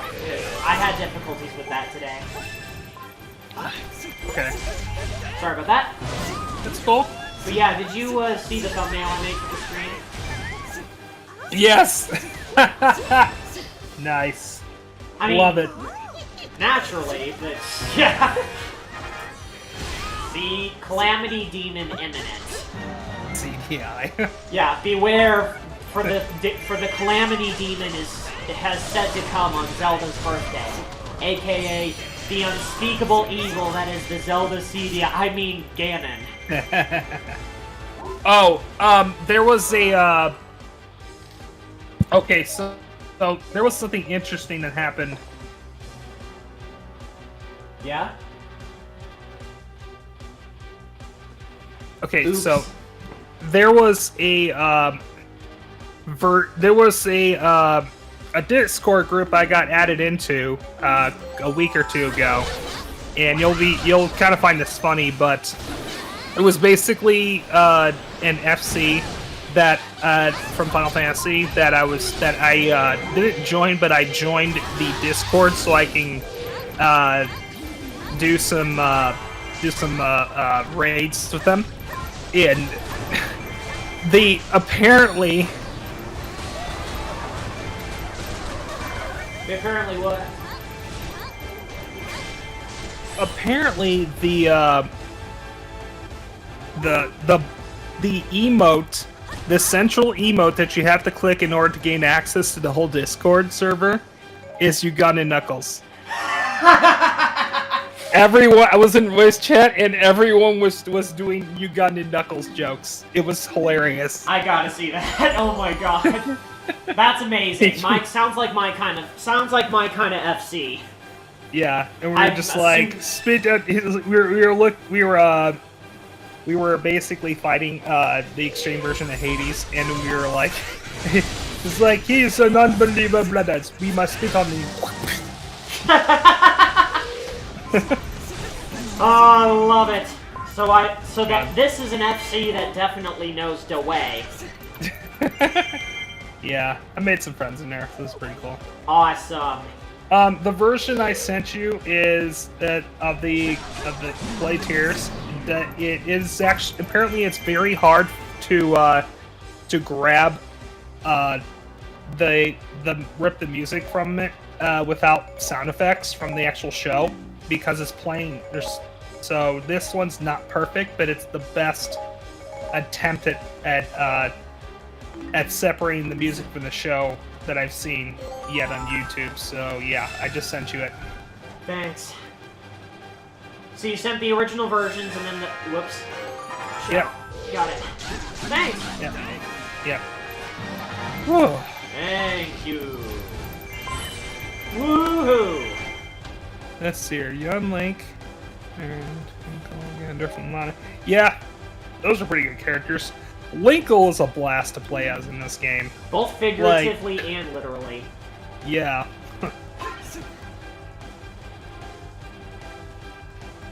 She really is, no matter what weapon choice you use.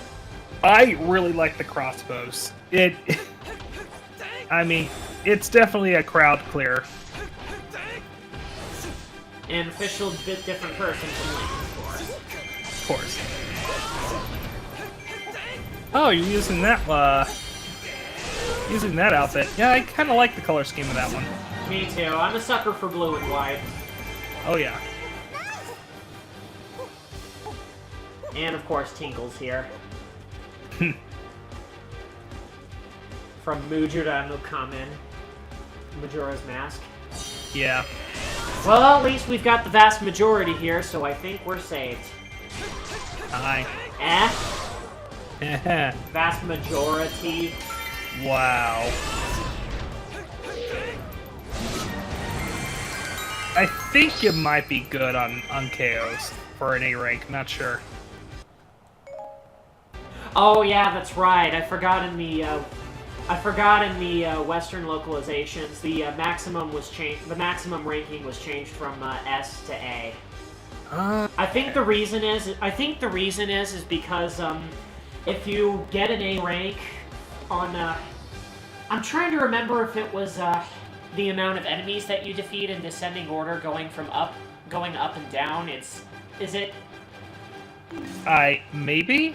I'm not sure. But yeah, if you get an it's a peculiar small choice, but But I think whatever. the reason is because if you look at the ranks going from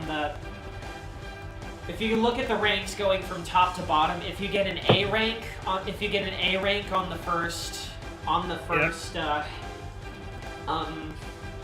what's the word on the first I think it was damn. Are you talking about the conditions? Conditions, thank you. Yes. So yes. if you get an A rank on the first conditions, but get an S rank on the next two conditions, it reads as... Okay. See what I mean? Yeah. Ass. Very funny. That's why I say every time that happens, aw, come on, game, don't be such an ass. Alright, who you fighting? Midna? Alright. Yep. Oh, true. But yeah, I honestly think to be honest, the true form, the Twilight Midna there, like kind of a spoiler for Twilight Princess, to be honest. That's the only downside of this game. That's the only downside of this game, that some character choices are blatant spoilers for the end. Yeah, I kind of figured this was Midna's true form. Despite that really, beautiful appearance that she has, she still maintains the very masculine dialogue. Yeah. Honestly, I think that suits her, considering the whole Twilight, light and darkness. Yeah. Like, visual, so it's like, for Midna in this case, it's like visual, like very feminine visuals, but also masculine and dialogue. See what I mean? That kind of still, well, she, went from like a smart-ass, smug imp to that. I mean, of course she's not. Her personality's not going to change. I know, but I'm just saying from the usage of both personalities also fits the whole Twilight theme for her. Oh man, that dragon right there. Yeah, that thing was probably one of the better dungeon bosses in Twilight Princess. Really? Yeah.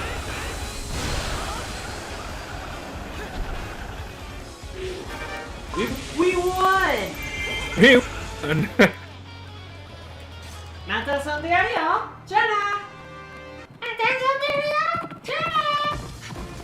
Trying to do I'm trying to do Skull Kid's impersonation. Oh, see what I mean? That wasn't enough. Come on, game. Don't be such an ass. Dude, wait till you get the rank 4+ weapons. They deal a ton of damage. I've got some. Really? But yeah, see what I mean? I think that's the reason right there why the censorship for the Western localizations would change it. Would make the highest ranking A instead. Eh. No, that's funny. Wait though. a minute. A rank. A S rank. So yeah, it turns out the first condition was the amount of the kill count. Yeah. Okay. Yeah. I gotta admit, it's kind of dumb, but damn, you didn't get an A rank then. I mean S rank then. It's okay. On the whole thing. I honestly thought 1500 was gonna be the S. Would be sometimes it's a little iffy sometimes on the requirements of certain missions. Come on, game, don't be such an ass. Wow. Gotta love making that joke. I swear, if I make a top 10 favorite games list as a video, I'm gonna input that joke in somehow. It's like, I enjoy this game very much when it's not being an ass. Something like that. Yeah. Okay, Dai Kessen Tenku ni Somishi Kyo Tenku ni Somishi Kyoen o Gekaseo. Defeat the giant shadow that is lurking in the clouds. Lurking in the clouds. Loking. What do you need to advance on this one? Loki. Yeah. Okay, so that was definitely Linkle on the S rank requirement. Mm-hmm. If we get S rank, we get a what was that? It was a heart container. Heart container, and then and then Toon Link. Yeah, that's Toon Link. He gets there is a treasure chest that contains a heart for Toon Link. Mm-hmm. All right. So Linkle for sure. Yep. I don't remember. I think the last two characters that are unlockable are Toon Zelda and Yuga, which is the villain from the big bad from Triforce of the Gods 2. Link Between Worlds in my area. Triforce of the Gods 2, yeah. Yep. Okay, tell you what, I'm gonna use the restroom real quick. Alright. すぐに戻るからね. And I'm gonna get some water while I'm at it.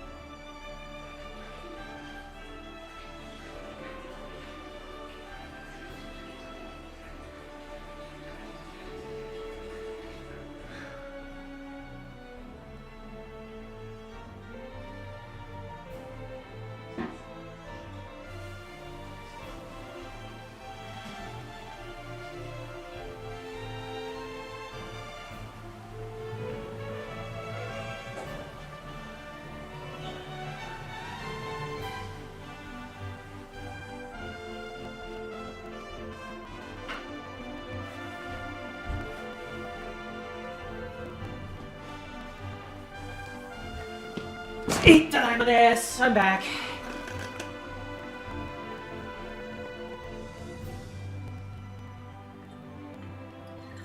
Alright. So, on a different subject, what games has everyone been playing lately?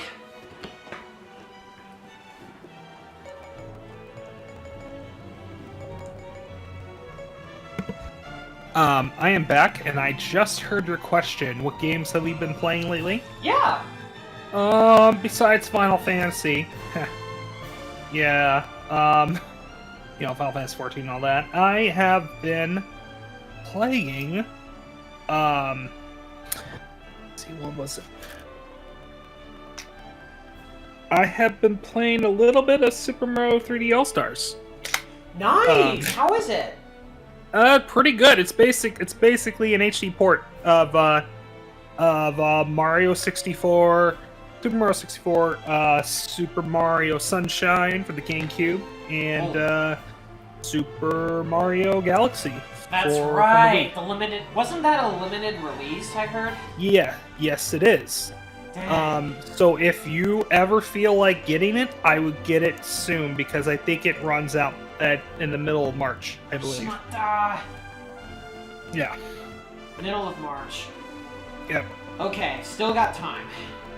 Yep. Who should we have as the third player? Because we've got fire, light. We're going up against the darkness here. Let me see.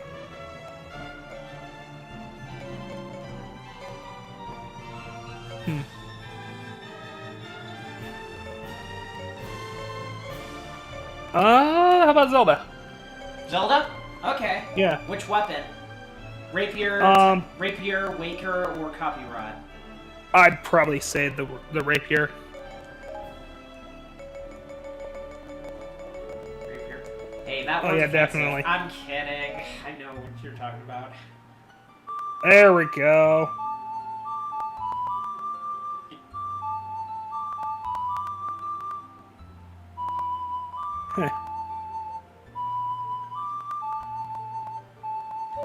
Have you done the other Zelda Musou yet? Age of Plant, Yakusai no Mokushiroku, I have not yet. We're Okay. we are Sorry going to do about a that. mix of the two. Yeah. One of my favorite characters plays. Oh, I really like the music that plays. I really like the music that plays in this this particular Field? field though. Like it was definitely a good music to play for the final level of the story mode.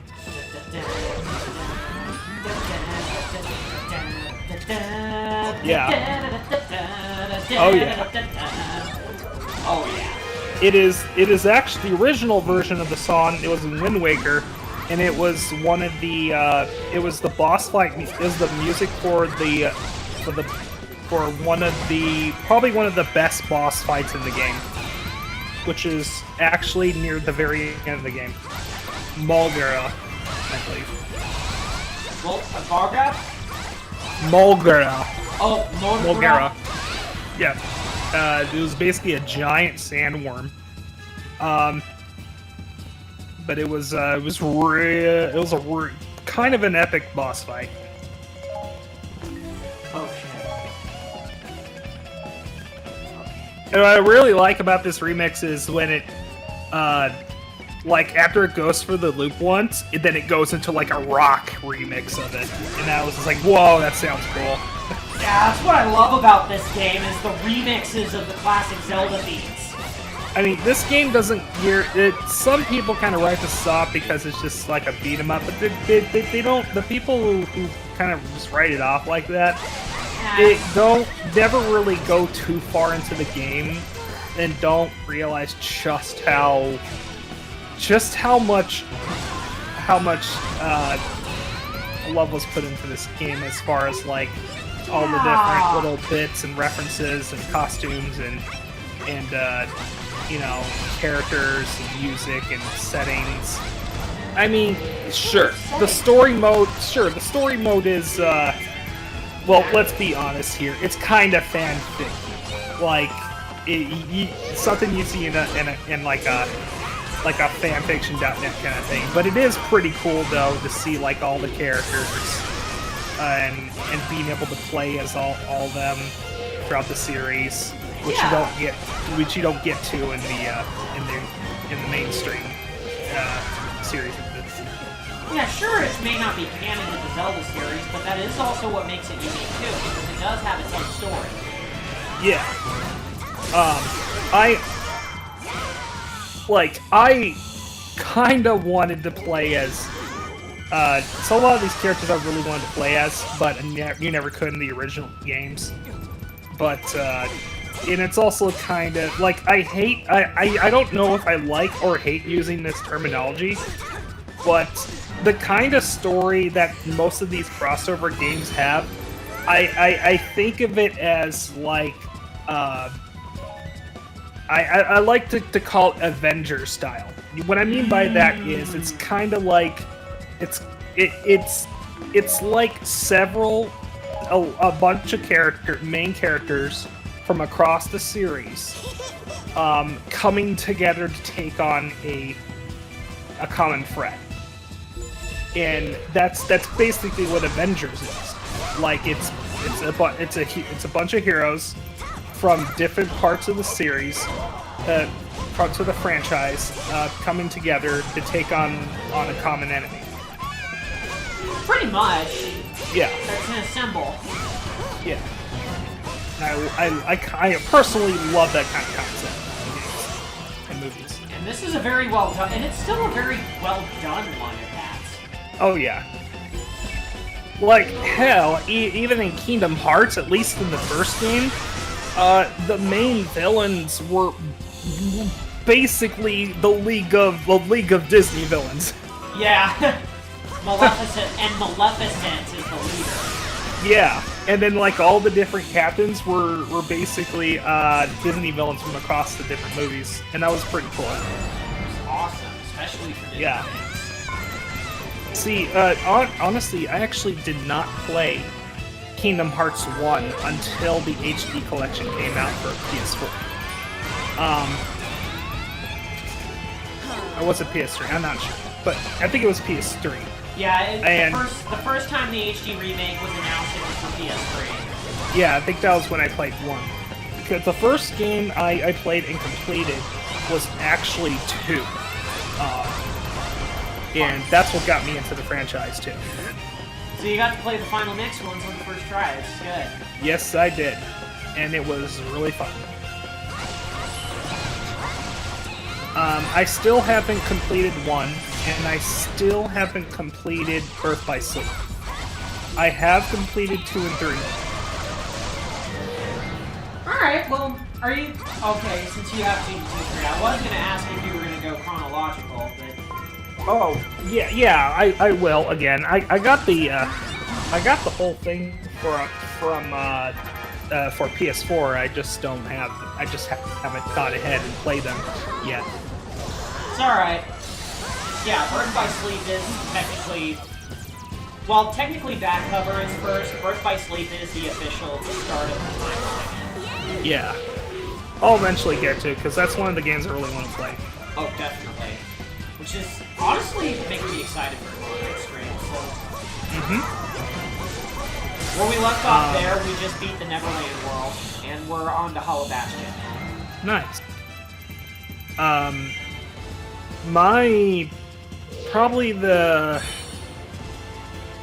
Wait, are you talking about 1 or Birth by Sleep? 1. We already completed Birth by Sleep. Okay. Oh, Hollow Bastion? Oh, you're getting close to the end, I believe. Kind of-ish. Close, yeah. We still gotta go through the first part of Hollow Bastion and then steal the keyhole at the second one. Yeah.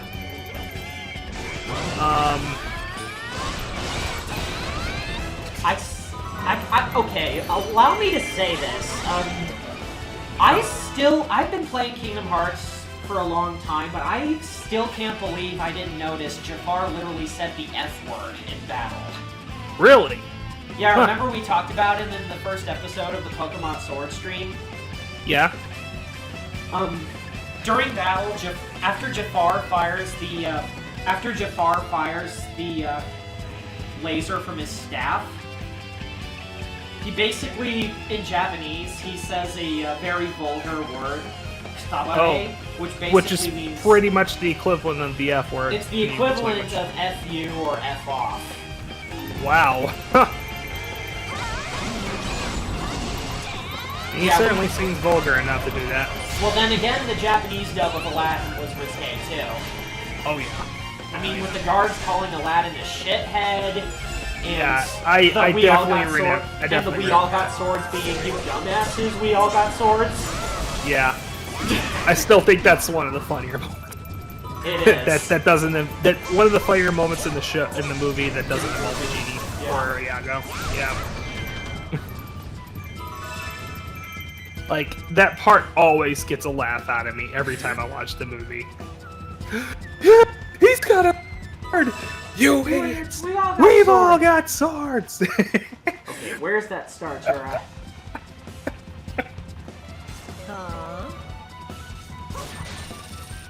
Still like how it just goes from in the dub, it's like, you dumbasses, we all got swords. That's just, wow. Kind of steps it up, but... I think one time I actually saw a, well, since we're talking about that and you're playing Zelda Musou, I think there was one time where I don't know where, I forgot the name of the video, and it's probably long gone by now, but, because Disney copyright and all that, but there was an animation I remember where it was basically a bunch of moblins chasing Wind Waker Link, Toon Link, and it was basically to the audio of that exact scene where he grabs a sword and he starts swinging it wildly, and the moblins are like, "He's got a sword! You idiots! We've all got swords!" Oh god, is it? So they basically reenacted the scene from Aladdin? Yes. That's awesome. And Wind Waker, Toon Link was Abu.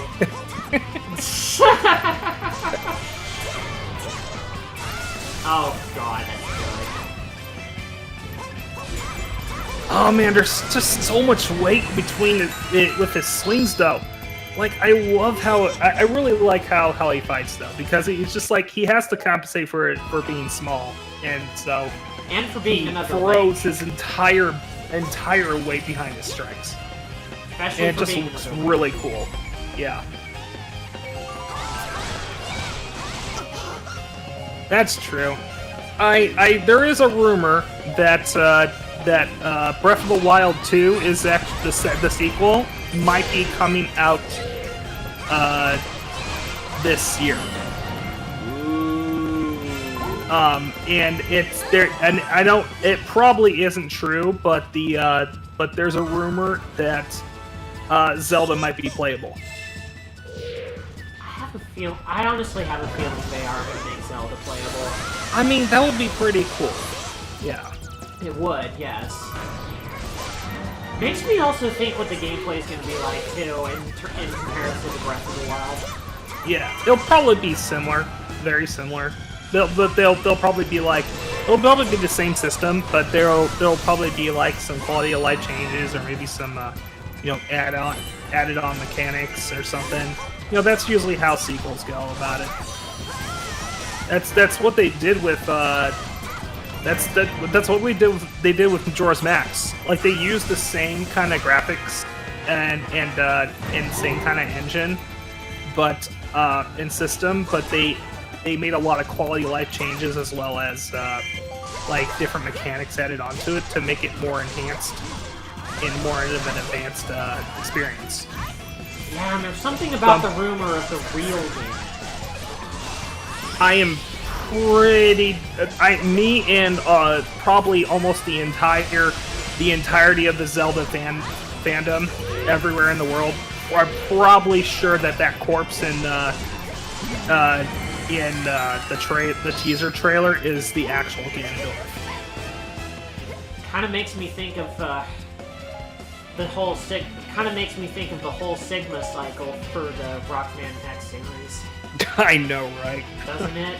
Like, turns out, like, all this time, the Ganons that have been fighting after all this time were really just, you know, constant, like, resurrection-esques, but the real one has been... Pretty much. Yeah. Either hidden or dead this whole time, like, hidden or somewhere this whole time. Yeah, I think this might be the exact same Ganondorf from Ocarina of Time. Like, he has the Triforce of Power, and he's pretty much immortal at this point. Almost. But yeah. Ooh. People are thinking either it's going to be like a definitive final confrontation with Ganondorf, or there might even be like a redemption story for him. Considering how it's supposed to be the end of the timeline. Yep. It's gonna go either way. Yes. I'm anxious to see what happens. I mean, it's interesting because at the end, it's interesting because in Wind Waker, you find out that Ganondorf in that game isn't exactly as evil as he used to be in Ocarina of Time. Like, he has some sort of regret for all the crap he pulled.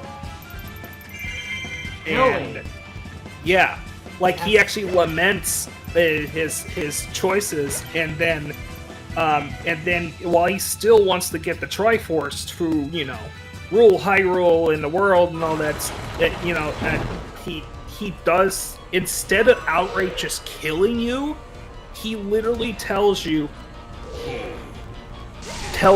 that he does not want to kill you, and he does not wish to kill you. He only wants the Triforce so he can have his wish realized. He's basically softened up. And then when he gets screwed over in the end of the game, that's when he snaps. And then all of his sanity that he regained just becomes lost in that instant.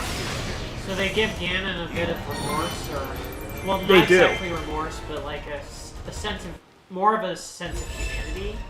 Yes. Sympathetic. Well, no, not pathetic. No, he's sympathetic. Yeah, a little bit. Yeah, and you're just like, oh. I mean, in fact, the actual reason why he wanted to invade Hyrule was because his people, the Gerudo, were living in an environment that was very dangerous and was killing his people.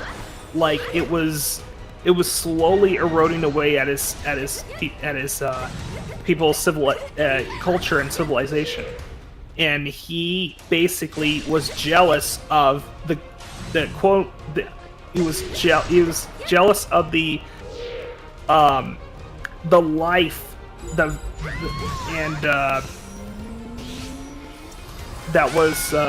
was happening across Hyrule in the mainland, and that's why he invaded in the first place. But when he got the Triforce to realize his vision, something changed in him because his heart was not in balance.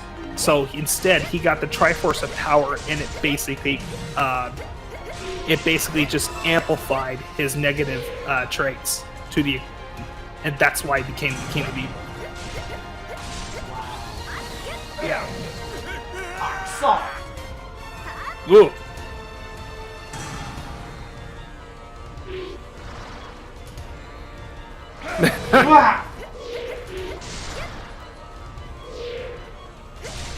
Yeah, we're basically fighting Phantom Ganon.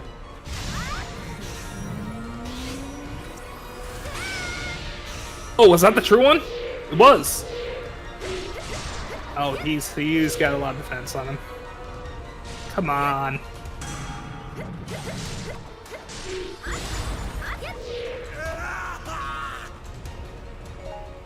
Wow, is he gonna stop doing that? Yeah, I don't know what that is. He keeps spamming that. Yeah. Oh my god. Oh, いいよその攻撃。Yeah.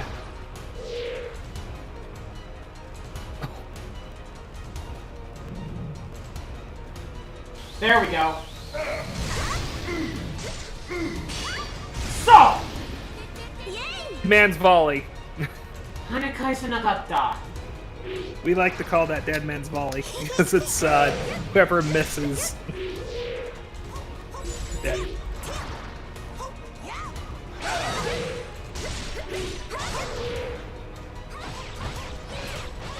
Oh, here we go again.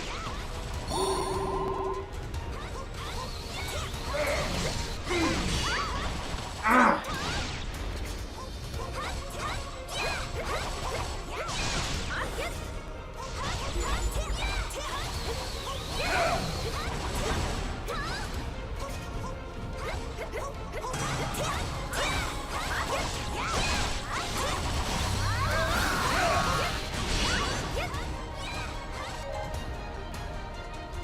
$121 damage. Yikes.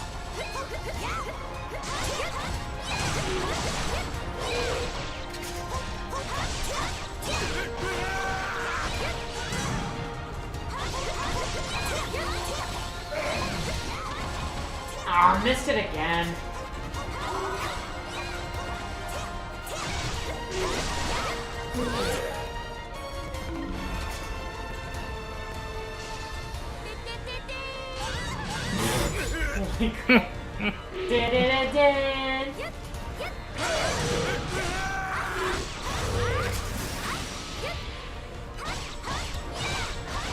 Okay, tell you what, let's do this mission again. Yeah, it's a tough one.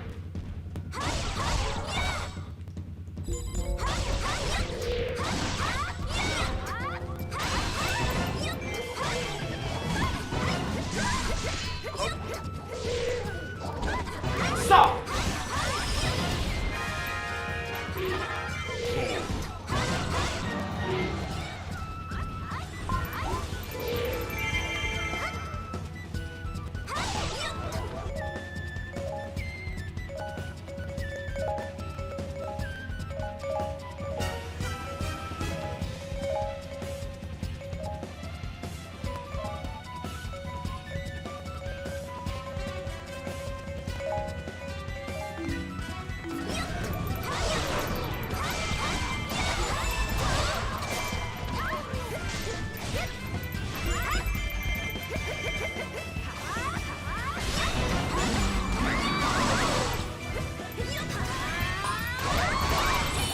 Yosh!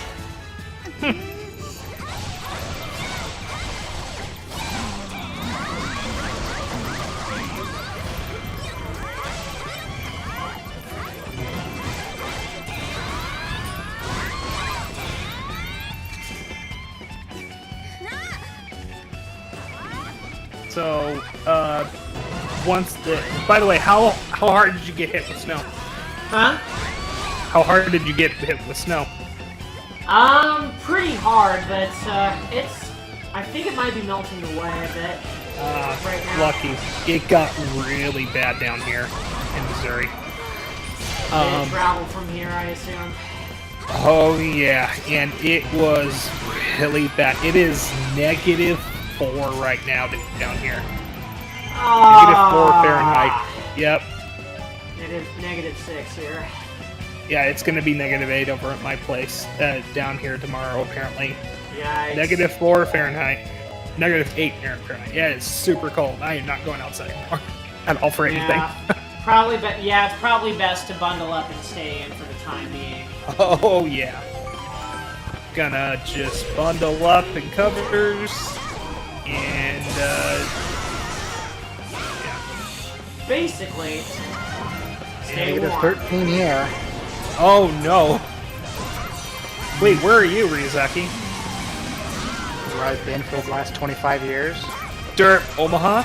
Yeah, we're basically... -13 in Omaha? Jeez. Yep. Let's get down like -18 as cold as tonight. That's Jeez. Omaha for ya. That is super low. What is going on? That's our weather for ya. Oh yeah, the Midwest is. Not even the forecast can predict our weather.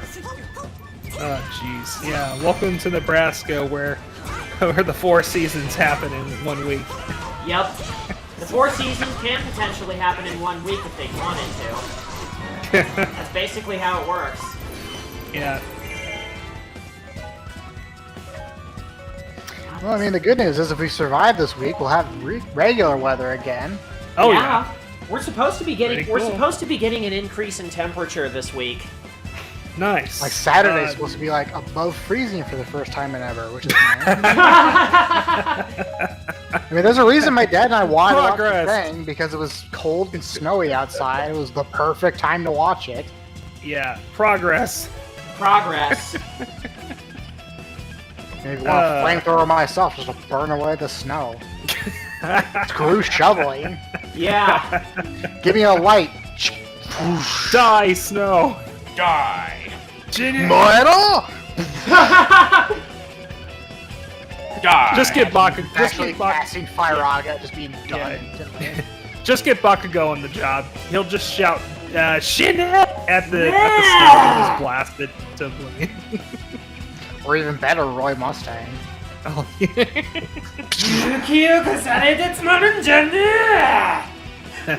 That'd be Bakugo right there.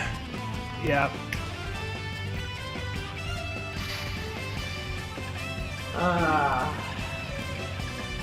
Let's get rid of this. I wonder if there's ever been a clip of Shinichiro Miki as Roy Mustang doing the miniskirt line. Oh my god. I mean, that was not him in the 2003 anime. That was Toto Okawa. No, that was a different actor. So I just wonder if there's ever been like a convention or something that Shinichiro Miki happened to be at, and someone asked him to do the miniskirt line. Shinichiro Miki took over Roy Mustang in Brotherhood. In Brotherhood. Yeah, I get it.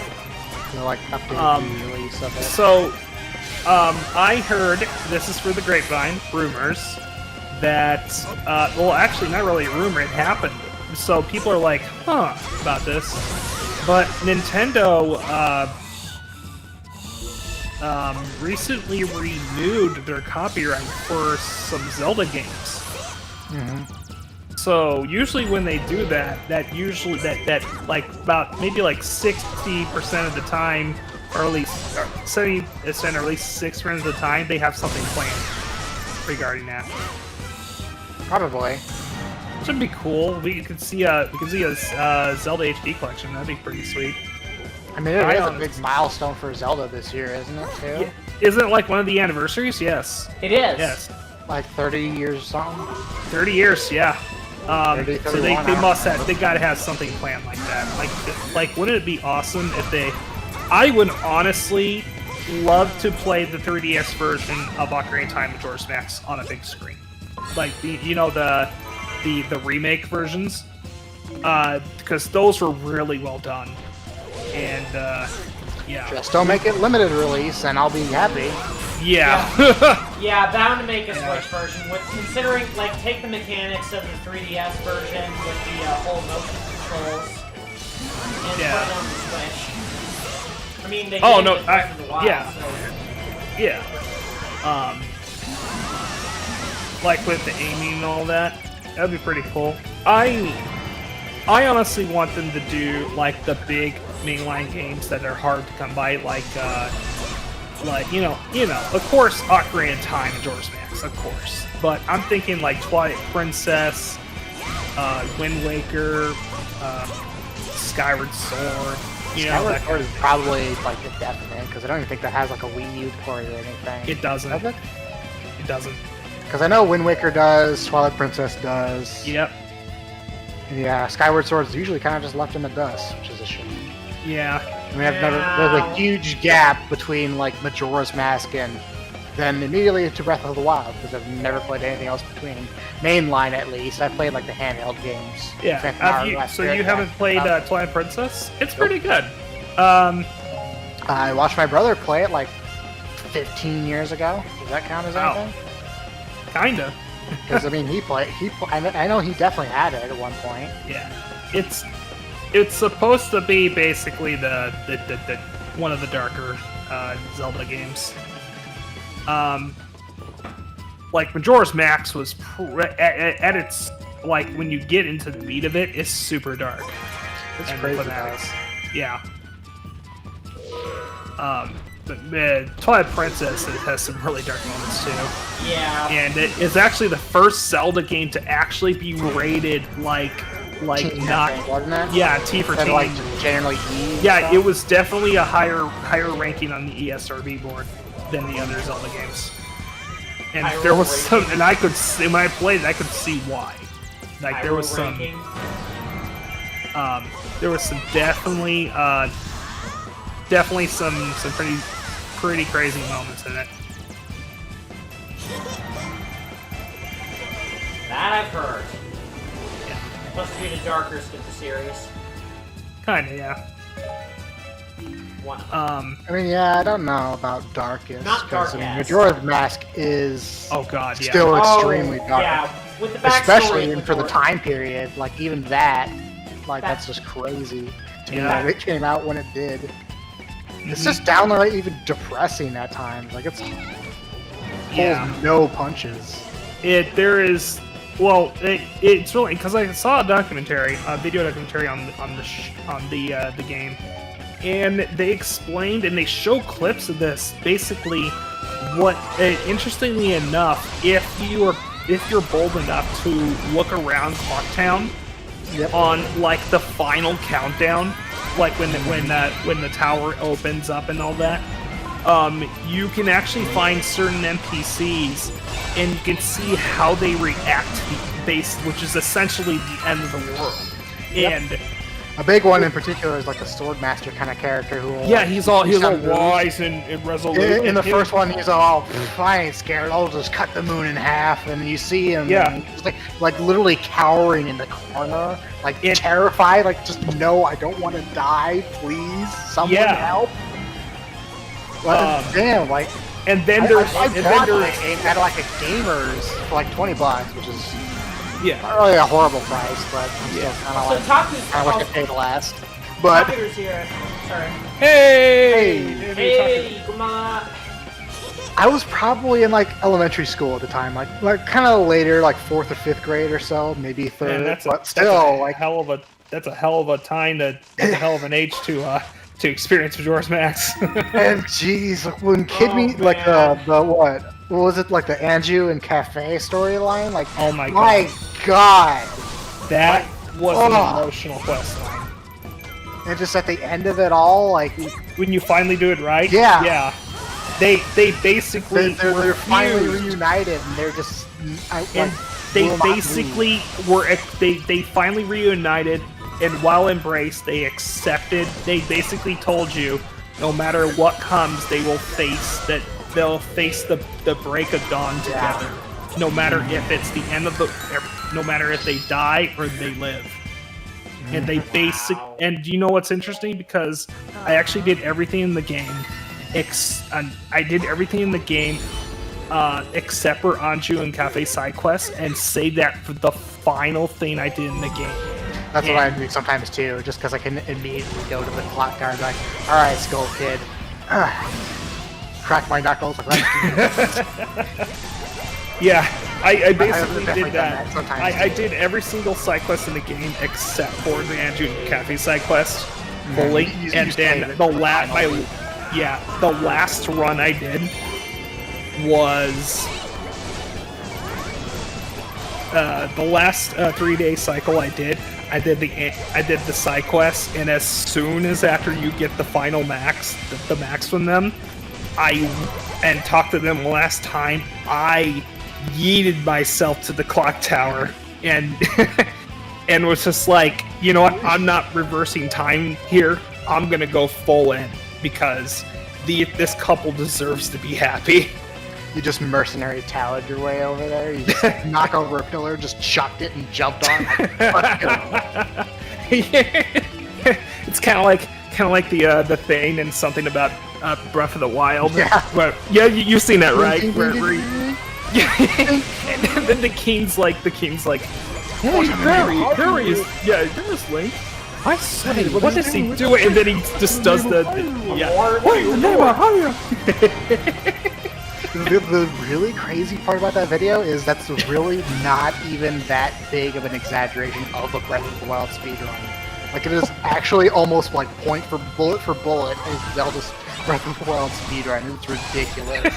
And then you put it in a funny haha animation. Yeah. It just gets even more hilarious. I mean, it is obviously like super sped up. I think the record is something like 26 minutes or so, and that video's only like 5 or 6 minutes. So some stuff's obviously, kind of cut for comedy and all that. But yeah, like it goes over all the key points. Yeah. The shrine order and everything.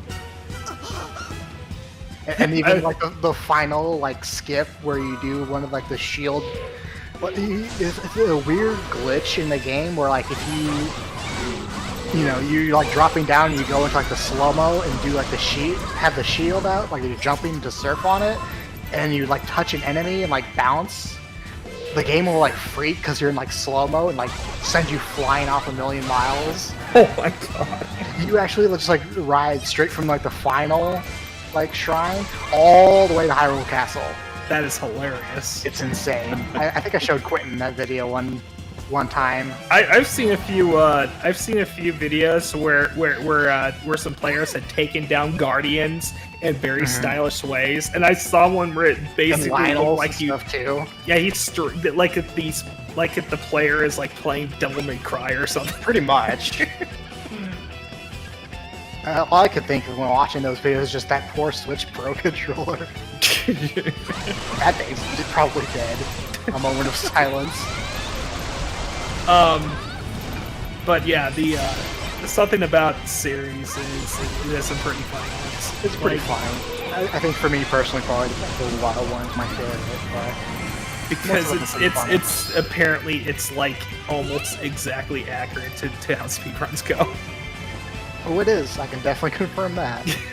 I just find it kind of hilarious. And then they got that one part and proves certain parts of the video that Quentin, you've seen the video, right? Yeah. Remember the excuse? Yeah. Is that the...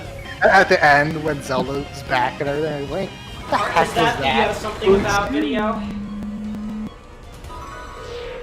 And then he uses the stasis non-Zelda and flies away on her.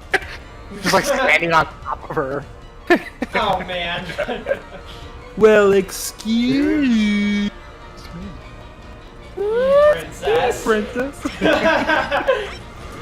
I remember that. That was out there but funny. Yeah. Another joke I'm really fond of is when he's at the first shrine getting the first ruin on the Sheikah slate, and it's just that. Yeah, and it takes forever to download the thing. Yeah. That's exactly what it felt like my first time playing. I'm like, okay, that's enough. I would like to go back to playing the. And then Link's just like. And then That's what it feels finally done. It's finally done, and Link's just a skeleton there sitting. That is exactly what it felt like my first time. Oh man. I think my other favorite video in the series. Two of my other favorite videos in the series was there's a few. There's 3 or 4 other ones that I really enjoy. He has a lot of them. Yeah. But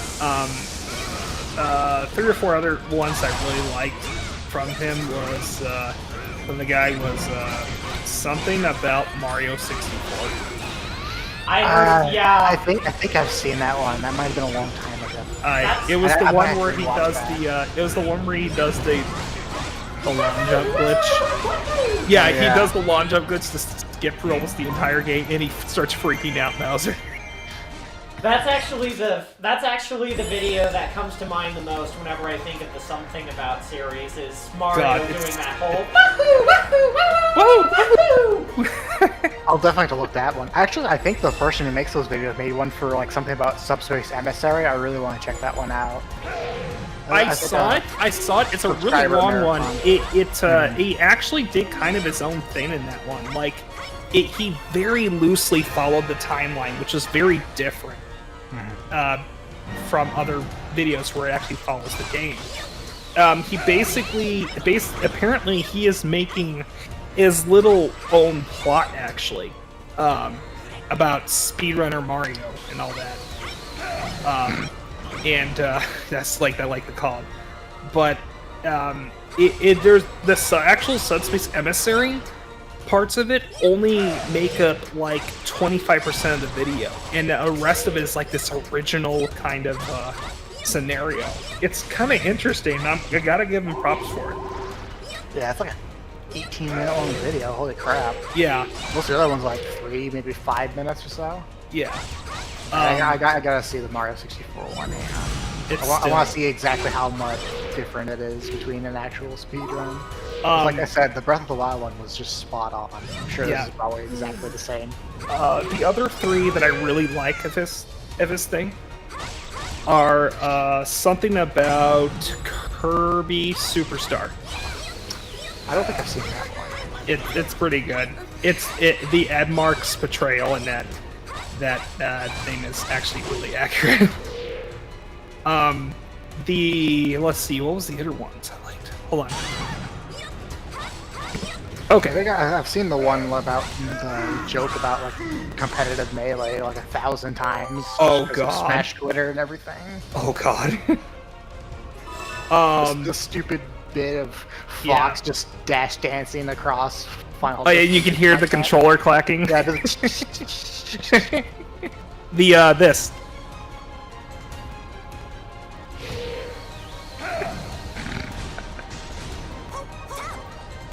Did see the something about for Super Metroid, Yoshi's Island, and the Super Metroid one was interesting because it actually lets you choose. It was like there was actually 2 separate endings you could choose from. Yeah.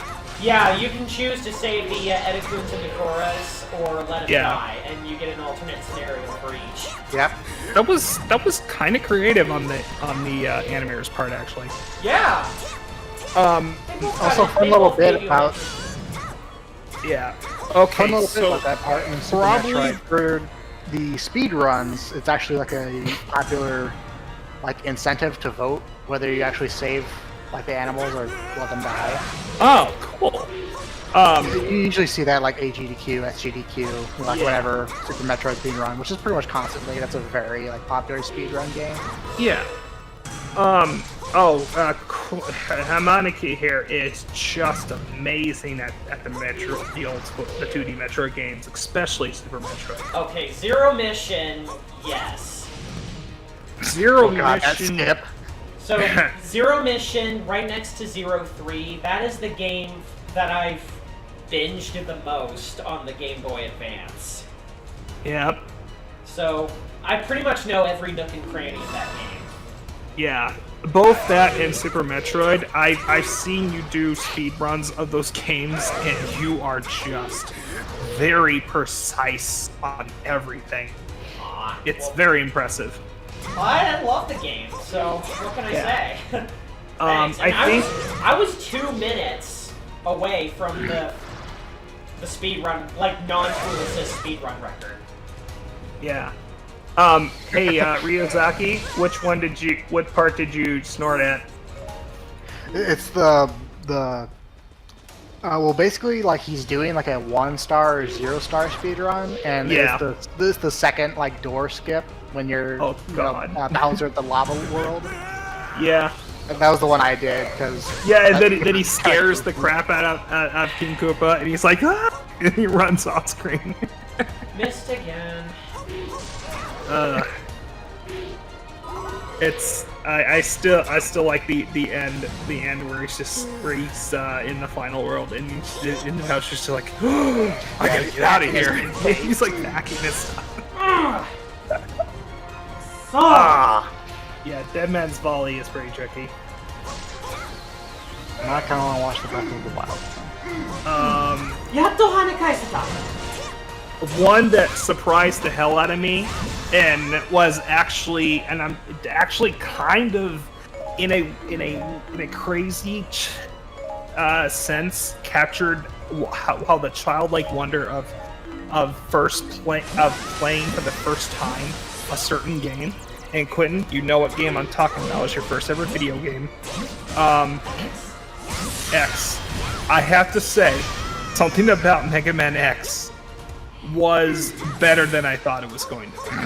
Having Vava entirely supported by heavy quotes for TM2, for one thing. I thought honestly we laughed would at be that one. fighting mad. And then once you get like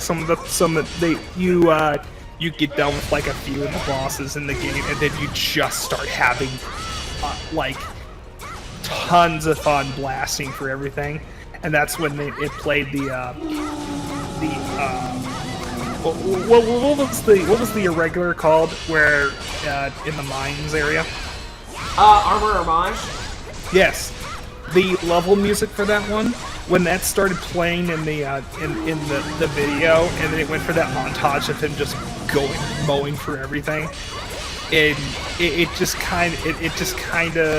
basically how it feels to go through the game when you start getting the hang. You just start having tons of fun. Yeah. It's actually one of my favorite songs of the game. Mine too. Yeah. The other one that has a legacy is Mandriller's theme. Oh yeah. Okay, so speaking of that one, Yeah. oof, damn, he is strong. He keeps spamming that spin attack. It's just really Yeah, annoying. it's best to back off when you think he's going to do it. Because that thing tears. It's when you get near the end of this map, it starts getting really difficult. But that's the thing, it's the challenge. It took me quite a few tries to get through this part. But I think one of the surprise favorite moments for me was... Oh, by the way, you're going to have to use one of the Wind Waker batons for that. Baton. It's not in your item list. You're going to have to grab one from one of the squares. Baton. Oh, Tuxtel. Okay, got it. Yeah. Yep. You're going to have to do a mission with that supplies it.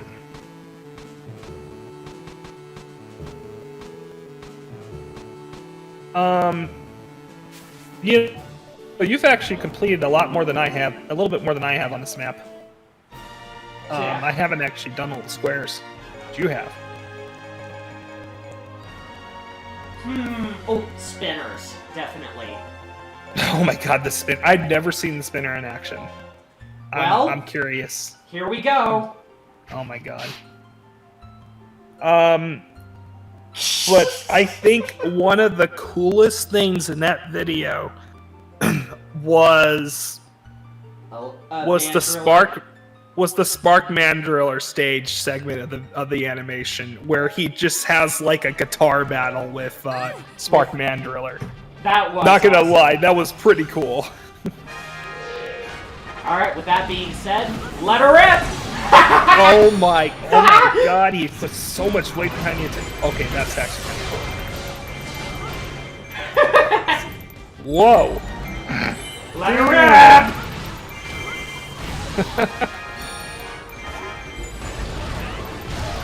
Okay, I'm gonna have you try out that weapon style at some point. That's pretty damn cool. Ooh. Oh, you can set up different spinners around the field. That's cool. Yep. Don't mind me, I'm just going out for a little spin here.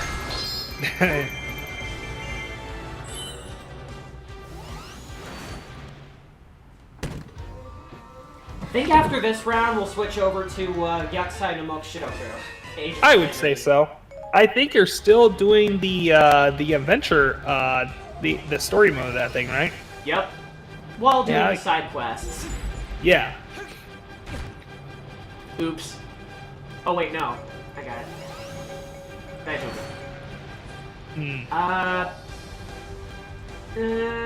Nope. Okay, yeah. Whoops. Wing it here. How about that, that Super Sentai parody, in DBZ Abridged? Oh, God. The Ginyu Force was a parody in itself. Yeah, and then they did series, this, but they did it Abridged just kind of took it the extra mile with the theme song and everything. Oh god, something about Kirby and the Amazing Mirror. Oh, The Amazing Mirror. the only Kirby game I never finished.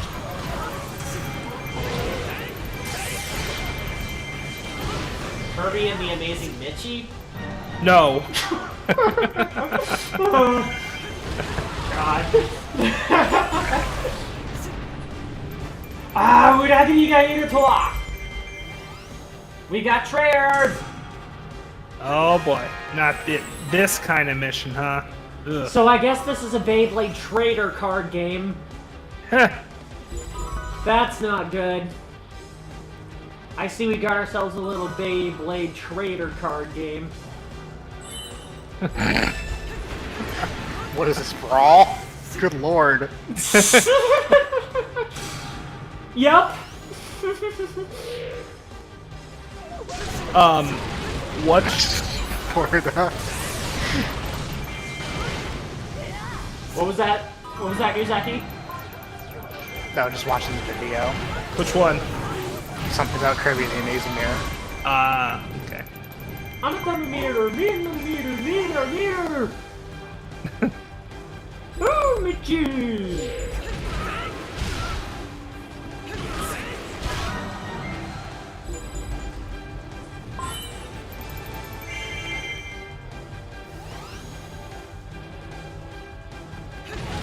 You spin me right round, baby, right round, like a magnet, baby, right round, round.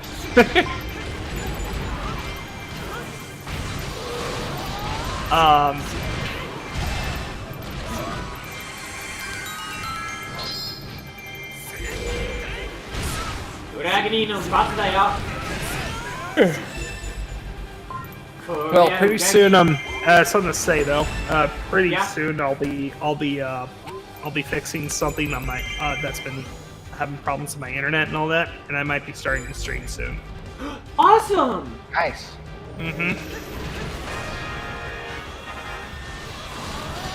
Just gotta wait for this weather to clear up over here. So once you get the internet issue set up, what game do you think you want to stream? I have no idea. I have so many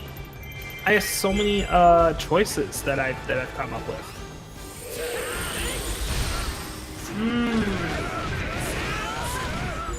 I mean, I'm still continuing my Persona 4 Golden playthrough I've been putting on hold for a while I've been trying to fix things.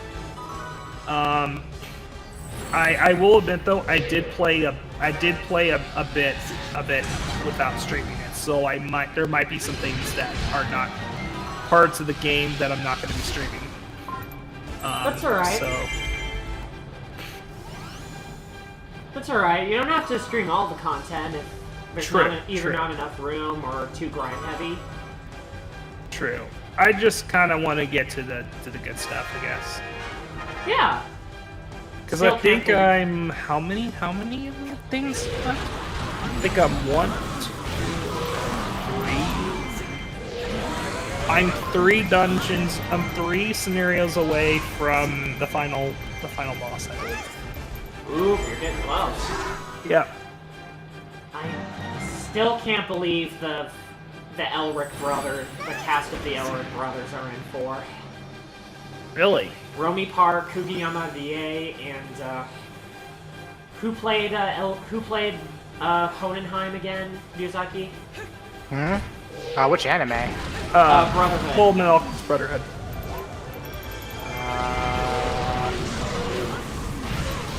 The guy who plays Inuyasha played Kuma.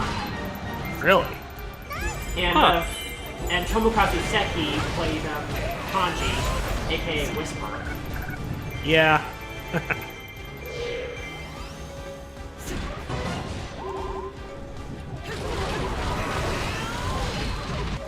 Yeah, I'm gonna look that up real quick. Brotherhood was Unsho Ishizuka. Ishizuka? Yep, Ishizuka Unsho. That's right, I remember now.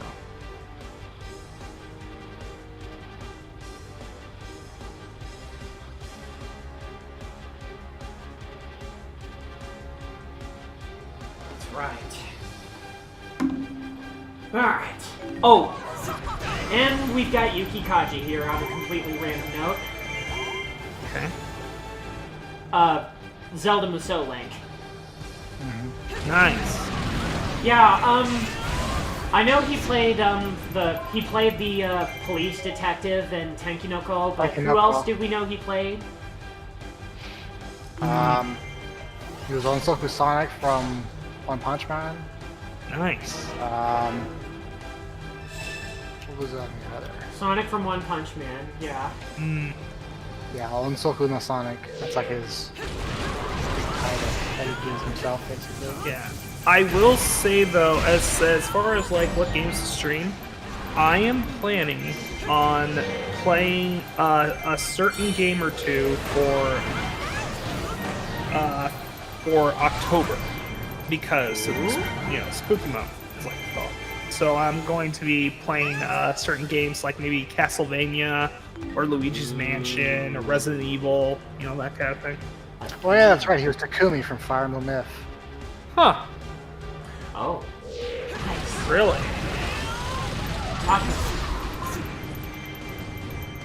Oh yeah, wasn't he also from Yokai Watch? What? Hmm? In the movie, wasn't it? Who the hell? Which one? The first one, I think. Yuki Kaji? Or was it the second one?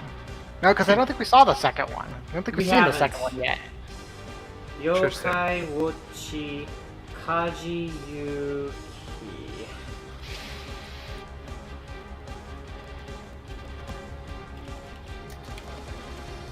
Oh, I got a list here. Fuyunyan. He played Fuyunyan. Fuyunan, that's it. Yeah. Wow. Yeah, Vice. Yuki That's Kaji, pretty who cool. plays Zelda Musou Link, also plays Fuyunyan in the Yokai Watch series. Nice. That's I So, remember games that Toro, I have been Shoto. So games I've been thinking of playing here for streaming, besides Persona 4 Golden. Yeah. I'm thinking of, let's see here. I got it all here. For Switch, Wii U, Wii, and GameCube, I'm thinking of doing Super Mario 64. I've already done it actually, so I probably shouldn't scratch that. Super Mario Sunshine, Super Mario Galaxy, Super Mario Galaxy 2, Super Mario Odyssey, Fire Emblem Three Houses, Golden Deer Route, Super Bros, World of Light, Nuzlocke, which is basically for that game. It's basically if you lose a mission with a character, you can't use that character anymore. Classic. For the rest of the campaign. Yeah. Astral Chain, Bayonetta 1 and 2, Paper Mario Thousand Year Door, Super Paper Mario Origami King, Xenoblade 2, Pokemon Sword. I might actually do my entire save actually for that. But keep my Pokemon in bank though, or home, so I can keep them safe.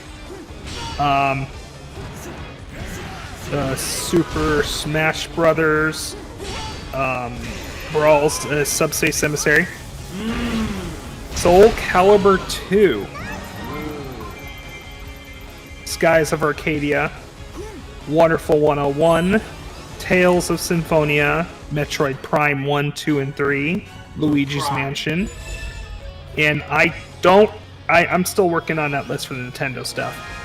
But as for PlayStation 4 and all that, I'm probably thinking of Persona 5 Royale, Assassin's Creed, one of them, I don't know which one yet.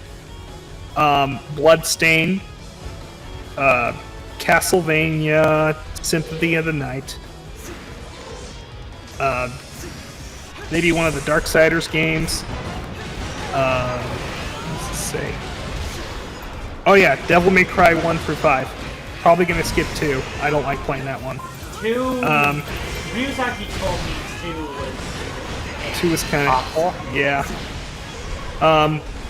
Dragon Ball Z Kakarot. Oh yeah. I might not do that on like recording stream because there are some moments that play certain songs that might get me in trouble. Yeah. Yeah. But especially the final boss. Yeah, but for if you're gonna stream it from the PS4 share, wouldn't they like block the sound automatically? There's actually a lot of stuff blocked on Kakarot for PS Live. Yeah. There's some games I might have to go for for the capture card in order to do that. Let's see here. Final Fantasy VII Remake.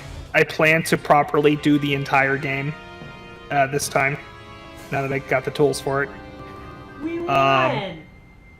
Nice. Jump Force. I might do some. That'll be some multiplayer matches between me and Mike. He likes to play that game. So do I. Yeah. Marvel vs. Capcom Infinite story mode. Spider-Man PS4. Mega Man X Legacy Collection 1 and 2. Full support right here. Yep. Mega Man ZX. Yes. Yep. Ratchet and Clank. Biohazard, aka Resident Evil. Prop 4, 5, and 6. Maybe the remakes, if I can get a hold of them. Most of the Shantae series. Sonic Mania, Soul Calibur 6. SpongeBob, Battle for Bikini Bottom, Rehydrated, Tales of Vesperia, Taika no Tatsujin, Ooh, yeah. The Messenger, Ultimate Marvel vs. Capcom 3, Uncharted 1 through 4, Yakuza 0, Okami, and I'm still working on the list, but that's pretty much what to expect. Now that I think about it, there are some other games from the Wii U that I'd like to play. Or something like that, but from other consoles. But I think I probably maybe play the Sonic games, the 3D Sonic games as well. And also, I don't know if I should hold off on it or not because I don't know what Capcom has planned. But I'm thinking of doing the Mega Man Battle Network games. Yes, especially since how much that plays into your childhood. Yeah, that's pretty much what Mega Man Battle Network is to me as Mega Man X is to you. Yes. So I definitely definitely would recommend doing the Battle Network series. Yes. I'm probably gonna do 1 through 3. Definitely. I don't know about 4 or 5. Might do 5. I'm not sure yet. 5 was supposed to be really big. Like it had the two separate versions, Yep. Team Blues and Team Colonel. Yep, and you can also play as the different robot masters because they basically form they basically form like a hero team to take on the bad guys in that game, and you can play as all of them. Let me tell you, it was pretty damn cool to play as Shadow Man.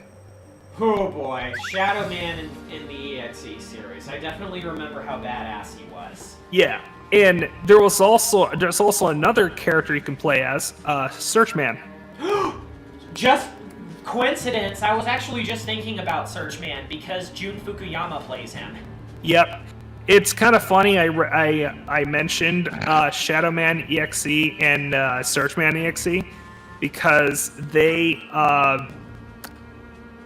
actually those two are those two correlate to each other because in the actual show, Searchman is actually the one that kills off Shadow Man permanently in that show. Deletes him. Yep, he's the one. Searchman's the one that deletes Shadow Man. Yeah. Wow. And he does it from like he does it by just sniping him, and that's like his thing, right? But he does it from so damn far away. Like he's like, I think it was like that they said it was like from 6 servers away, and he just headshots him on point. I'm like, whoa. Man. Now I'm thinking of memories of the TV show again, too. Really Especially wanna the start opening watching. song, Be Somewhere. Yeah. God, that's such a nostalgic song. Yeah. I'm actually trying to see if I can find the show anywhere because I want to start watching it again. But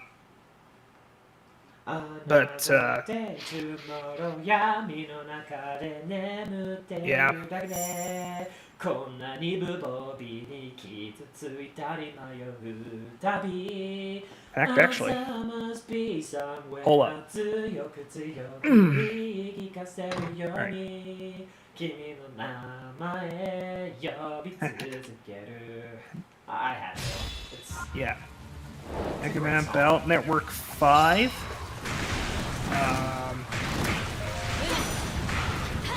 Guess who we're playing as? Huh? Ooh. Rude. Yeah, her weapon style, her gameplay is very wild and chaotic. Like it's almost to the point where it's kind of actually hard to control her sometimes. Well, yeah, I mean, with Patricia, with her controlling Patricia everywhere, basically. Oh yeah, her as a... she's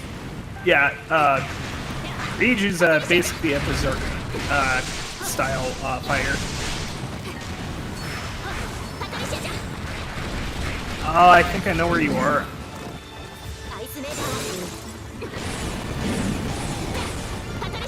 All right, I'm actually trying to look up which each version of that game, that particular game, had for teammates you can play as. Let's see here. Yes. All right.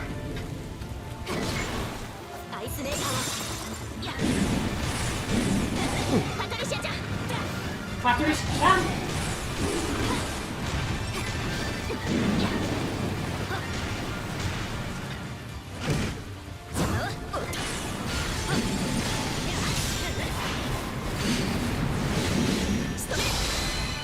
Ichigaki Hisatsu.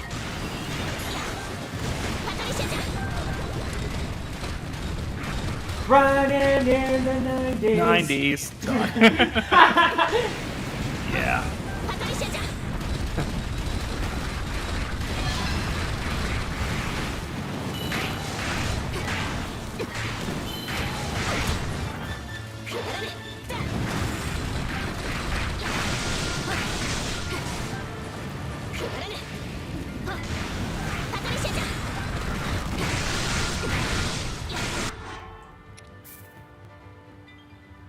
Three段までできる。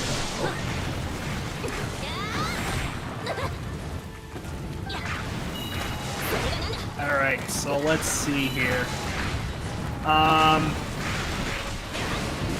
Where's Team Proto Man? Okay.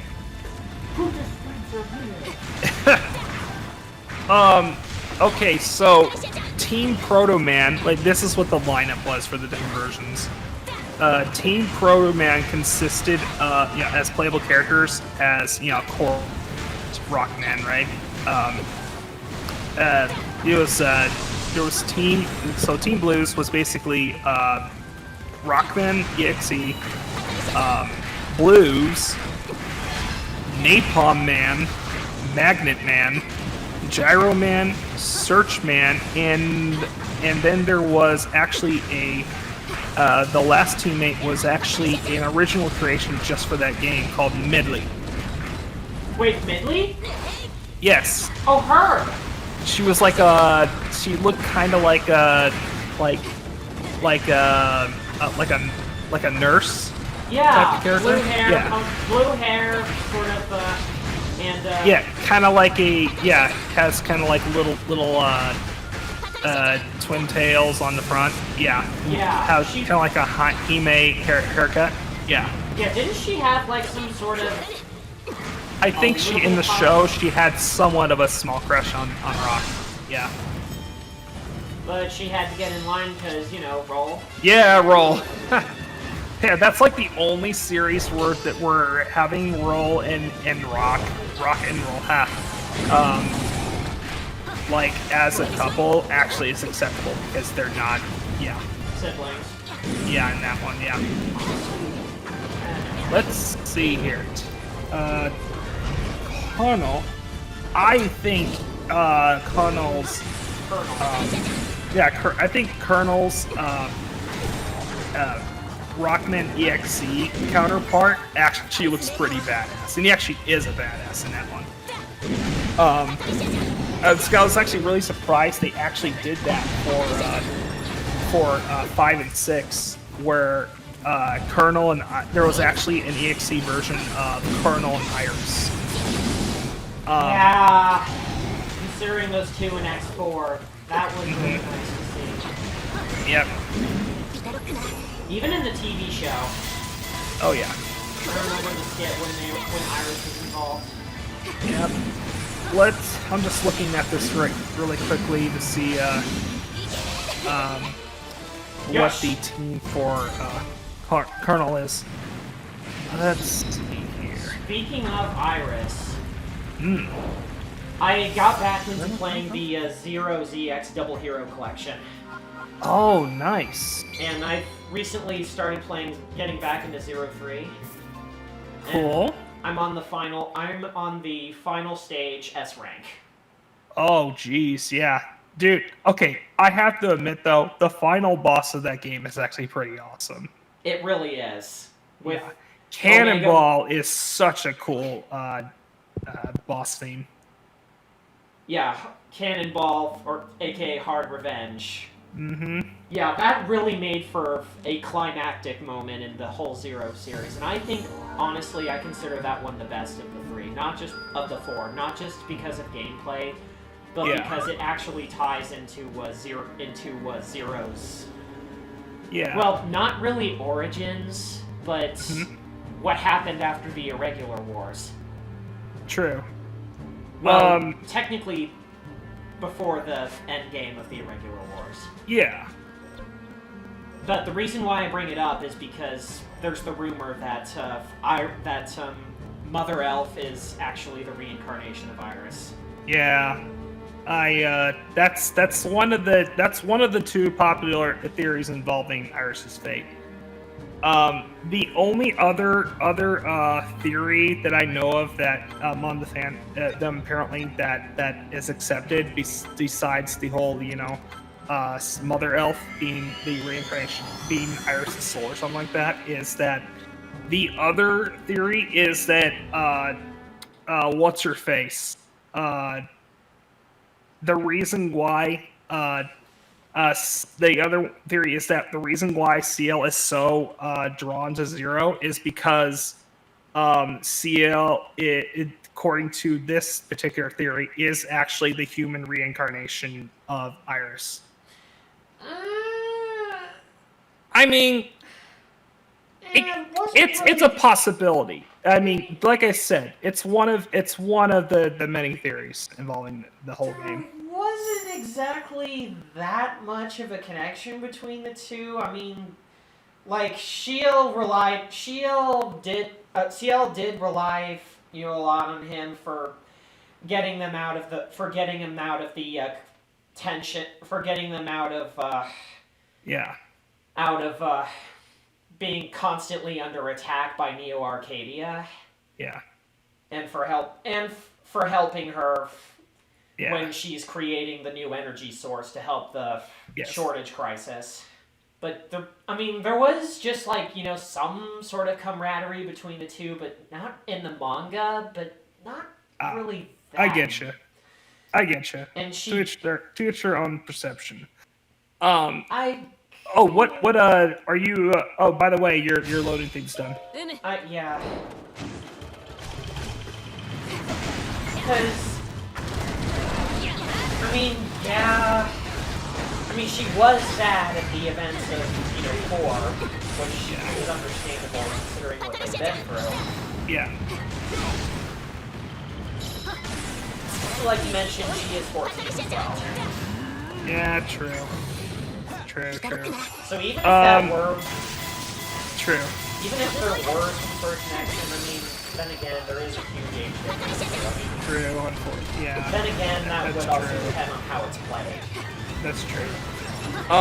Hey, to not change subject, but I found a list or picture really of Teen Colonel's lineup, and it is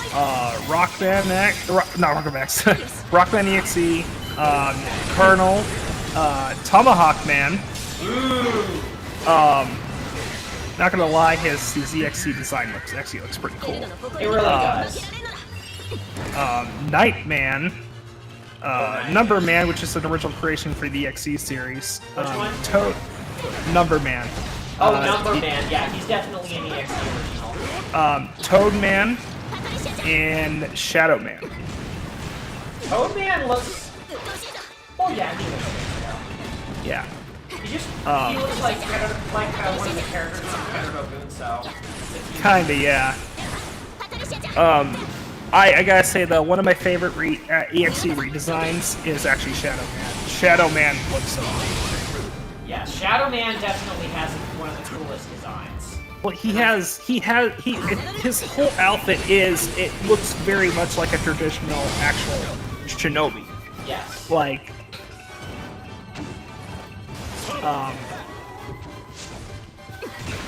but he is also one of my favorite boss fights in the second game.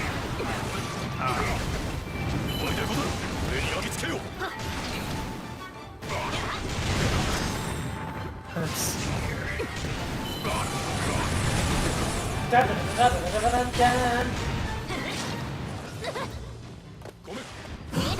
Oh, nice Kaiji! Interestingly enough, he only appeared at the very end of 4, but there actually is a EXE version of Duel. Duel? How do you say it? Huh? Duel, the robot from 8 or 7, what the original series. I'm not sure which one. Are you talking about Duo? Yes, Duel. Duo. Duo. How do you say it? Duo? His name is Duo.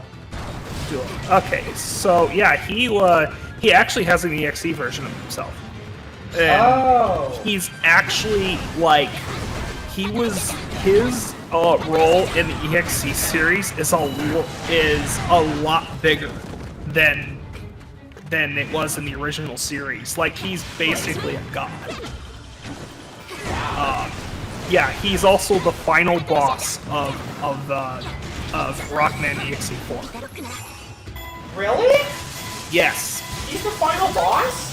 He's the final boss, and it's I actually the design is really different, but it's still really cool. I'll have to find a picture of it. Holy crap, though. I mean, especially as someone who played 8 a lot. Oh yeah. Let me see. That is Alright, let me find a good picture of this. He definitely looks different than all the other. In fact, actually, he kind of looks akin to almost like a Transformer. So a lot more here. Yeah. That's surprising. He definitely got a drastic redesign, and I gotta admit, it's actually kind of. Like, is he a villain or is he? What is he? He's an omnipotent. He's literally an omnipotent god program that is basically linked to a comet that is circling for the stars and is on a crash course for Earth. Just like almost just like an ape. Because he came from outer space too.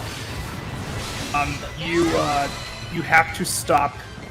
You have to prove to Duo that that the Earth is worthy of existing. Yeah. That's smart.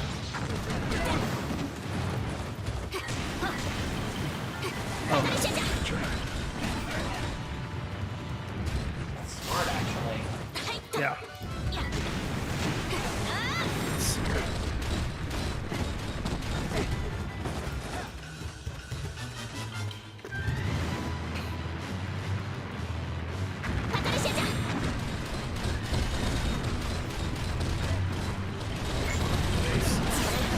Whoa! Yeah. Some of the scenarios in the XE series are really out there. It borders on really ridiculous at times, but there's still some cool stuff. No, but it does have solid writing from what I've seen. Yeah, it's the EXE games are not as serious as one might think. They're actually are many times really silly, but in tone. But but it's definitely a decent action RPG. I also heard that in the what's it called? What was it? Network transmission? The one where it goes 2D format like the original classic. Oh yeah, I remember that. Yeah, Zero was in it. Apparently there's a Zero. Yeah, and he doesn't exactly have a heroic role in that one. Well, then again, Zero was created to become the ultimate killing machine too. Yeah, it follows that kind of thing. In fact, there's actually a fan art of the EXE versions of Zero, Colonel, and Iris, but it's like one of the scenes from X4, but it's like done with the EXE animations. So that was kind of a cool thing I found. All right. So, what are your favorite characters to play as in this game? Definitely Impa. Ah, Impa's fun. Too much fun. In a good way. So you might. So, what do you think of Koga? Koga. Oh god. He's Oh a joke. He is. He definitely gives off.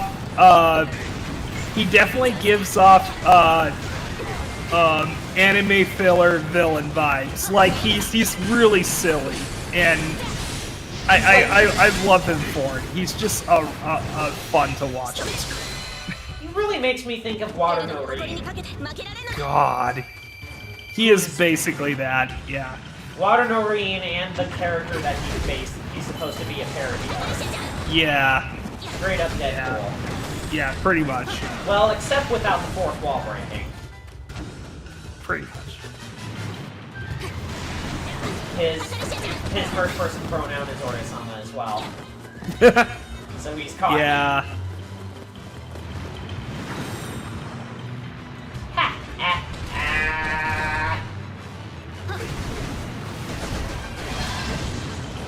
Come on. Patarisha-chan! どんどん敵を倒してこい! I'm gonna send you these pictures. Running out of time. Huh. She uses Patricia as a parachute.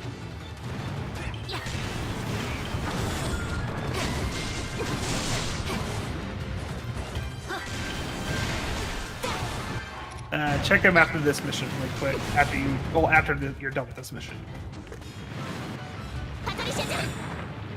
Got it. How you doing, Ryuzaki? Well, it's almost 1, so I think I'll probably call it for tonight. All right, man. All right. You have a good night. Okay. Yeah, man. I'll see you on Wednesday. Or actually, if you're up, I'm still doing the Kingdom Hearts stream tomorrow. Yeah. I make no promises for that. I'll try. Cool. I'll try my best to tune in for that one. Okay. But yeah. Did you still want to regardless. continue Haikyuu for Wednesday? Huh? Did you still feel like continuing Haikyuu for Wednesday? Definitely continuing Haikyuu. Oh, I really want you to see the season finale for season 1. I'm into it, and I want to see more, so yeah. I can't wait. Especially with the... Yeah. Also towards the end, Miyu Itino's character, Sugawara, gets a really good, like, episode or two. I can't say much more, unfortunately, because obviously spoilers, but yeah, that'll be something to look forward to. Definitely look forward to it. I'll see ya. See you then, man. You have a good night's sleep. Alright, take care, Ryuzaki. Yeah, crap. We ran out of time. Oof. Yeah, that one's kind of tough, actually. Oh, there's Oh, wow. Okay, first off, yeah, Duo's definitely bulkier here, but second, yeah, I definitely remember this. I mean, you could probably try to win. I mean... Oh, boy. We spent too much time fighting the commanders. True. Yeah, this one's kind of tough.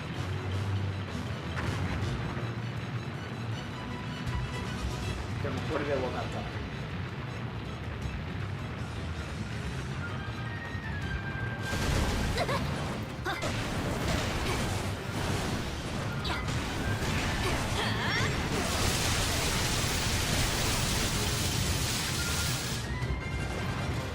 ギリギリだわこれ。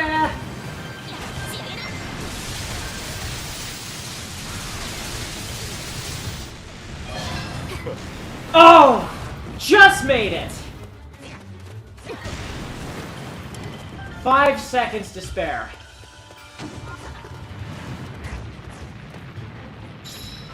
Really? Oh. Holy shit. Nice. ギリギリ間に合った。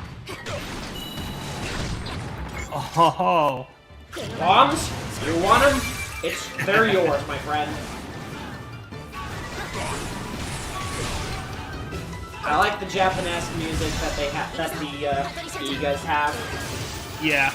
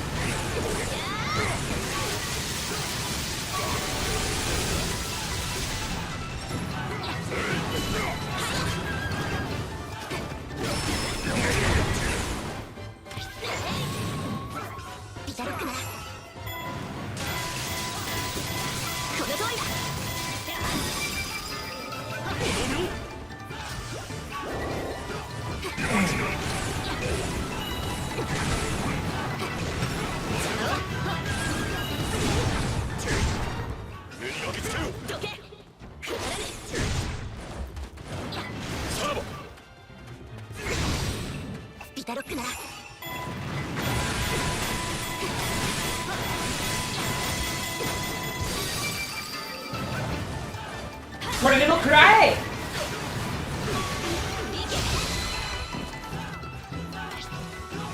What?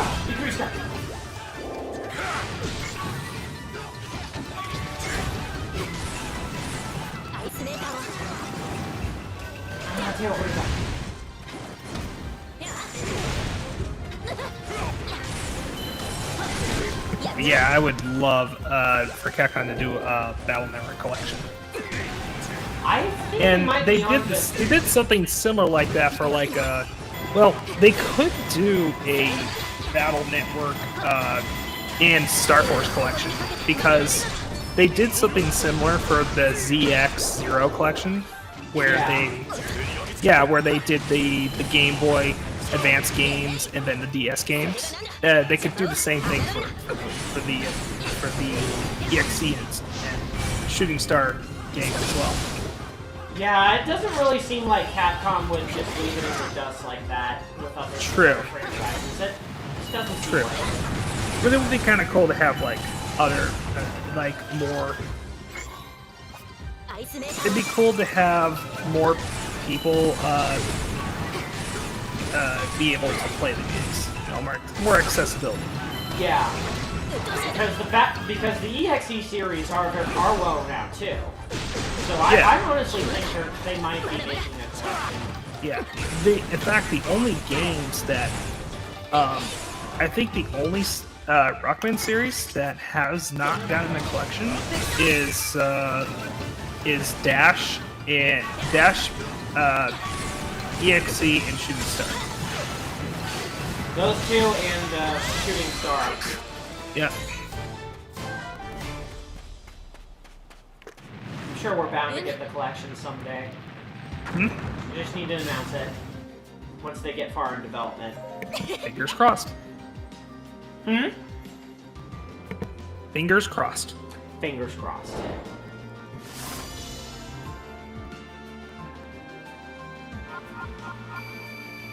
Whew! That was a rough run.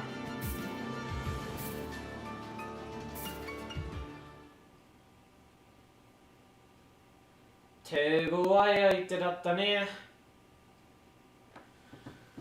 Whew!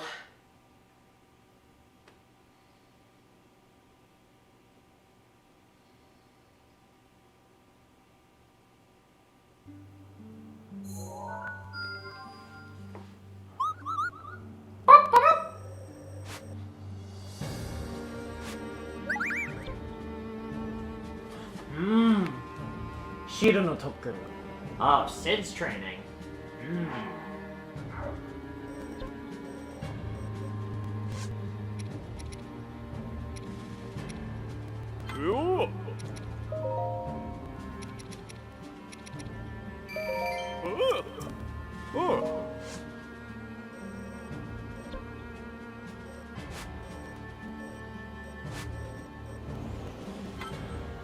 Now let's try Sid out. 早速食べようじゃないか。うまいぞ。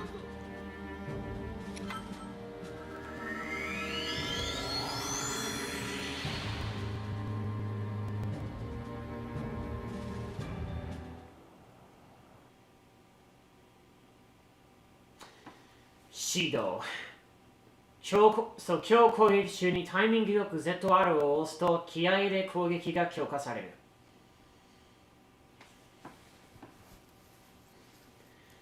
If you time it right, you can unleash powerful attacks, and an increase in attack.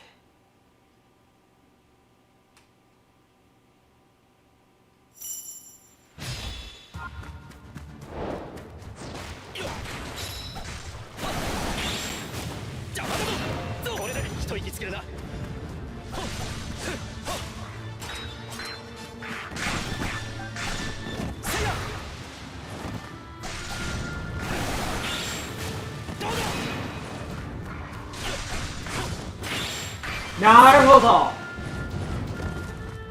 Timingが分かったかも。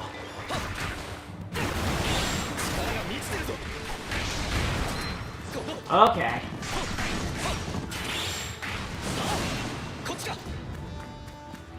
Alright, the rest is just a matter of practice.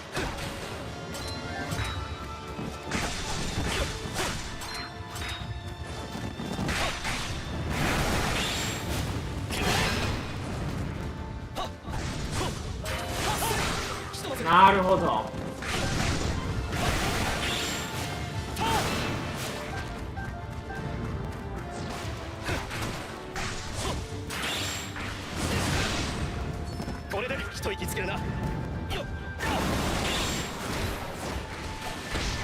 Ah! 間違えちゃった。タイミングミスだ。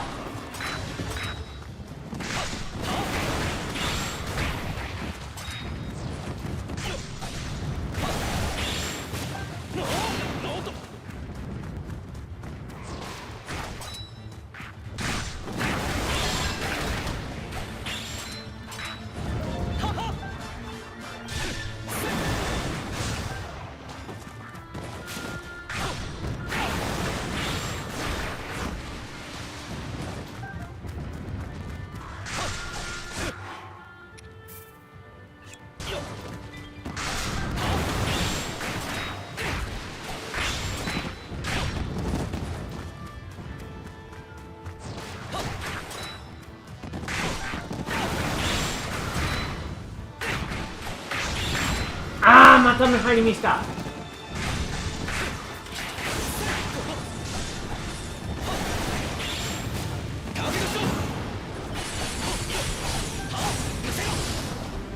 Set's playstyle is interesting.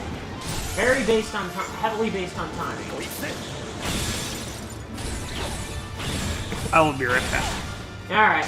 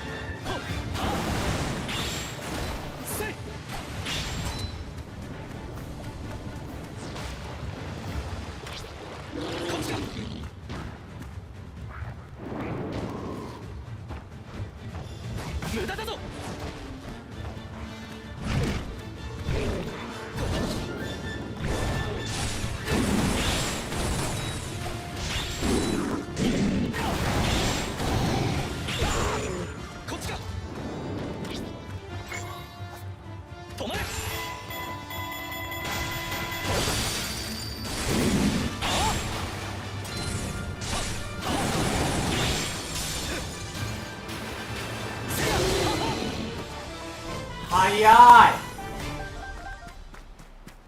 すげえなこれ。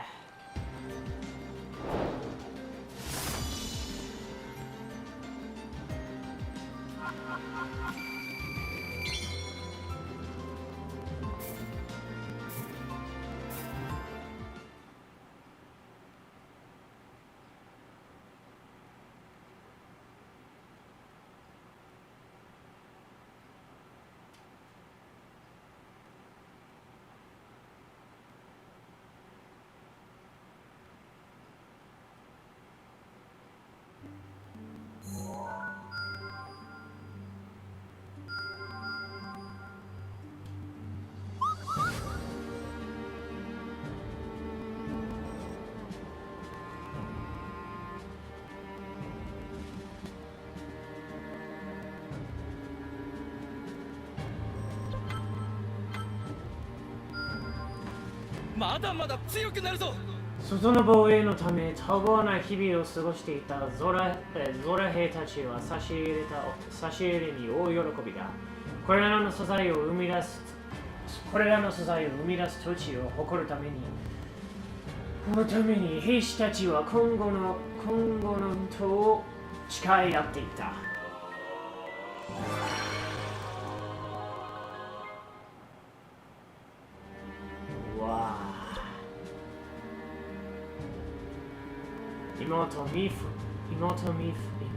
そう、アニメファンの元まで。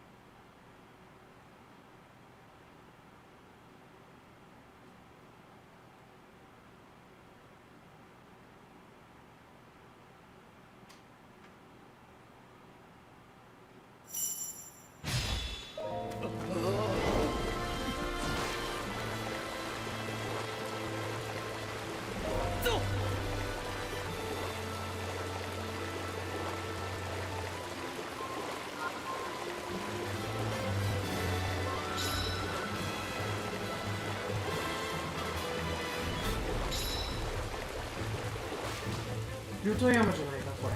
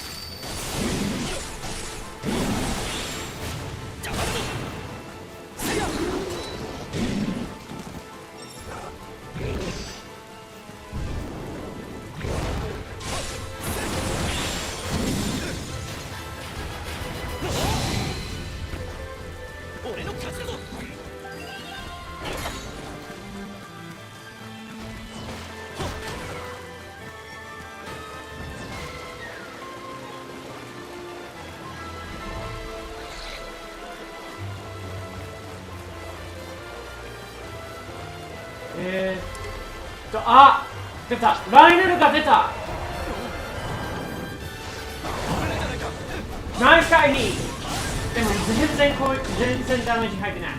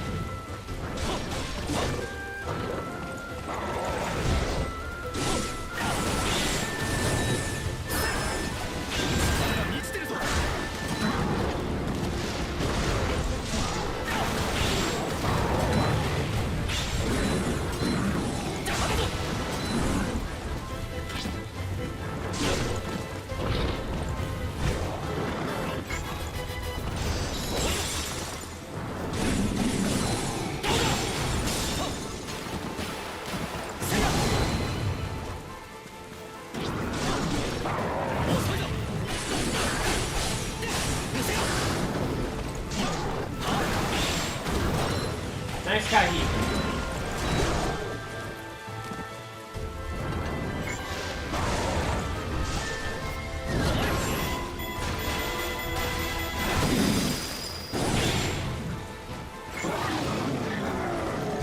俺の全力見せてやるぞ。容赦はしないぞ。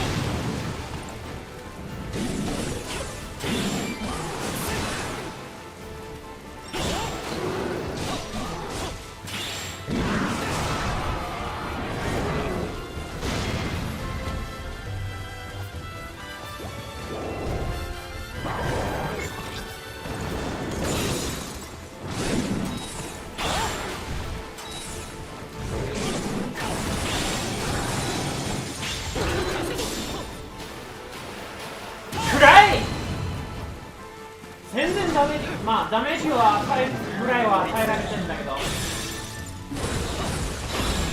さすがはライデンの力ってことがね。危ないじゃないか。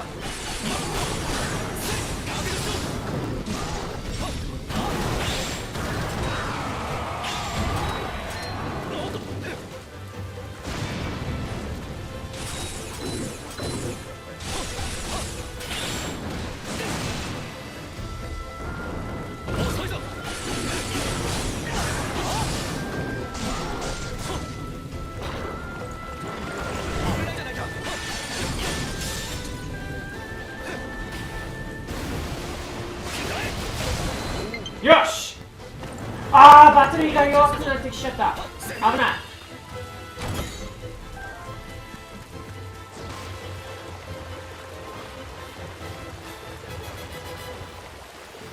まあ結構やり込んできちゃったんだけどね、今夜。こっちか。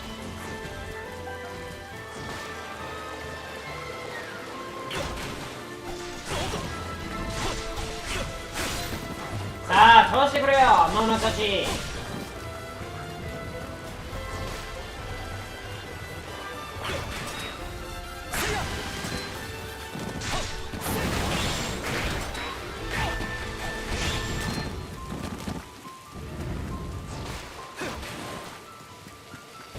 来いよ。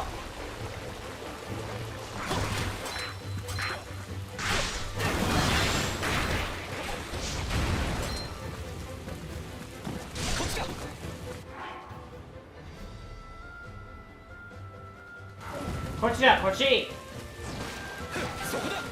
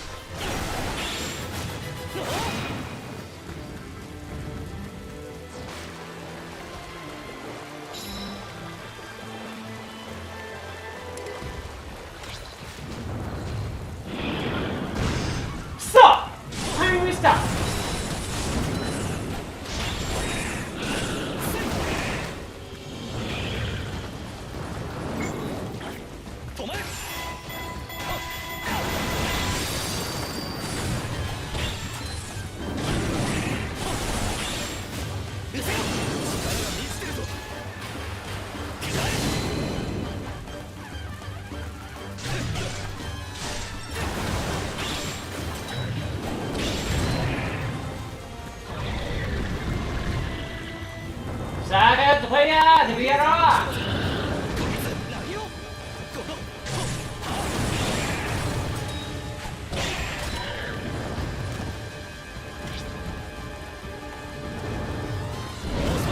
よし、甘い。おお、おかえり、高木さん。あった。なんだ、待て。回避ミスった。回避ミスった。よし。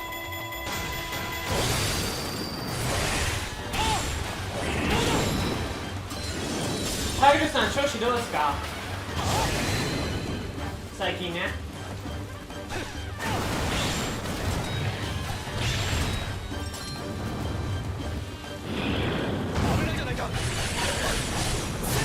危ないじゃないかって言っちゃって。I am back. Welcome back. You look Takeru.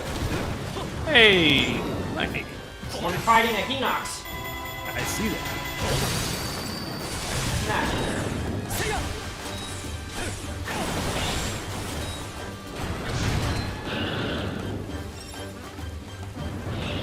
Hold your fire until you see the eye. And she breathed fairy. No! Tastes like a dialogue. Perhaps just one more. Uh-oh!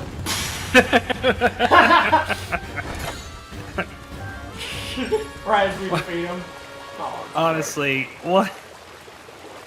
So I once saw a video of someone who modded the Wii U version of Breath of the Wild, and it basically replaced the Hinoxes with giant Shreks. What?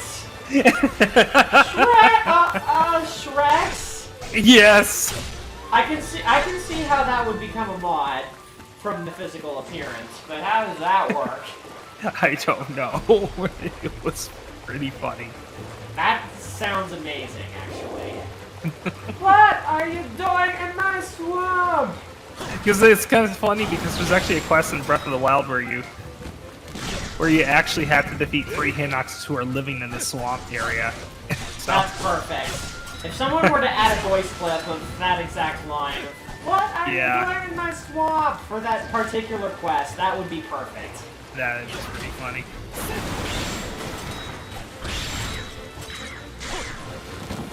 Freaking funny. Yeah. さあ、ルトの里にたどり着いてきたよ。あー、また来年だ。Bombs?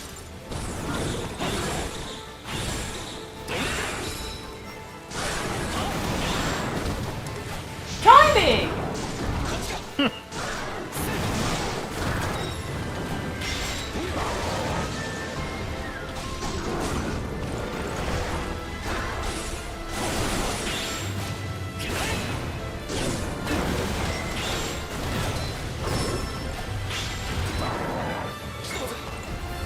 Axel! Timing missed. 間違えちゃった。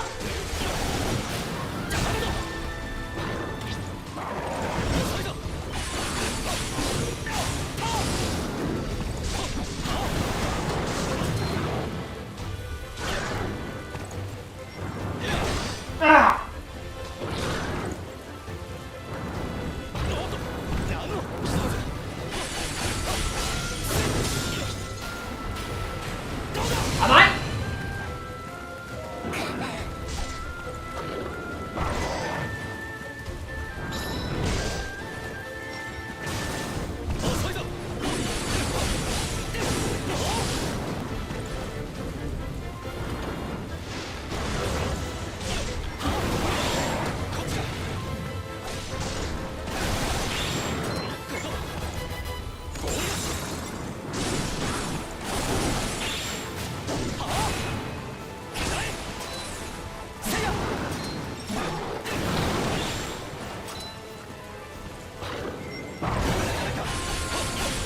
Yeah, this gameplay is interesting.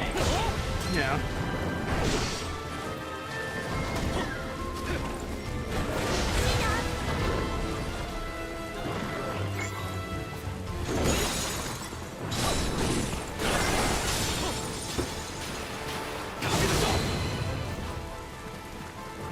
Beef is here.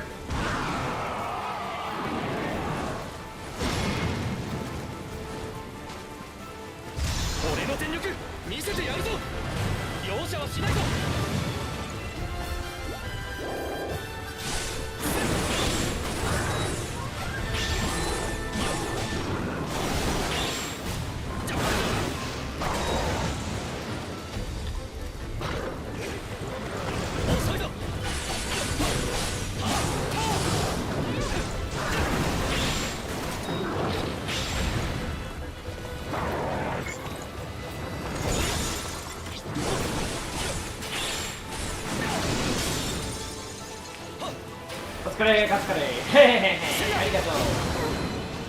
Boom!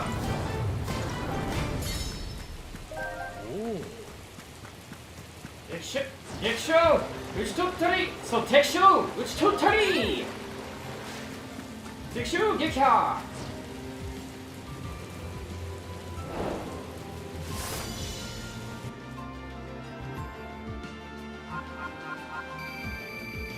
God, it's fun.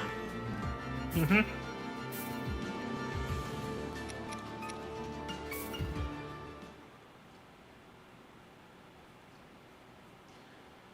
Whew.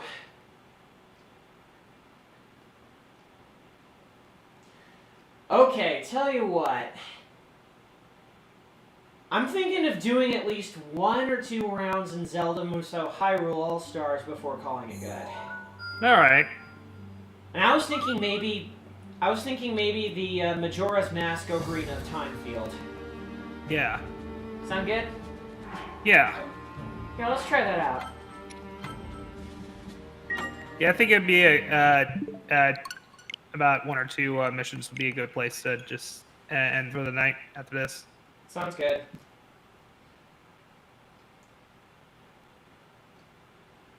So, 今、come on. つなぎ直してんだ。Oh. スクリーンなくなってるんだね。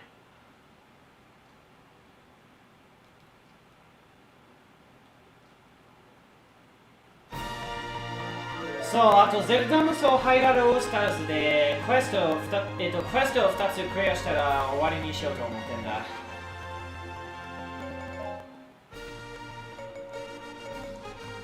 タルミのナップ。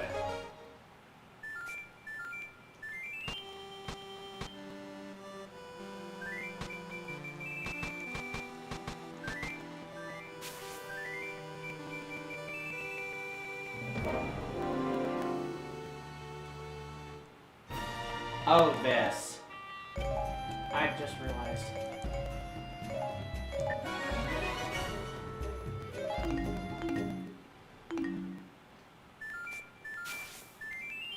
Ah, Maria. Yeah, this one's kind of a tough one. But let's try it anyway.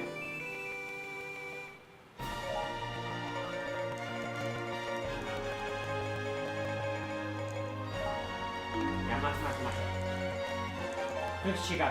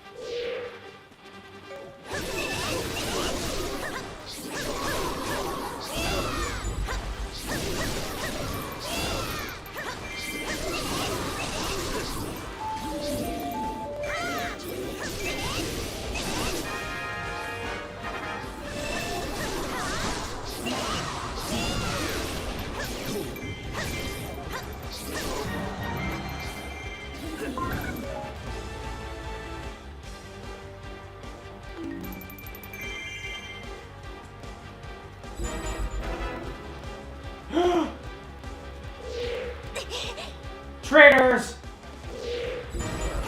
Oh, jeez.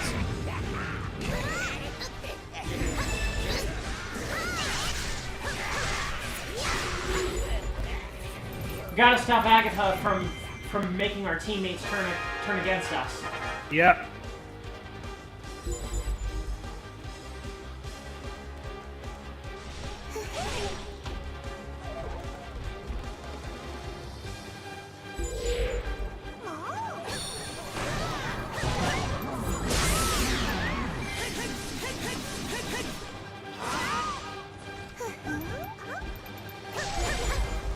誰が弱虫なんだよ。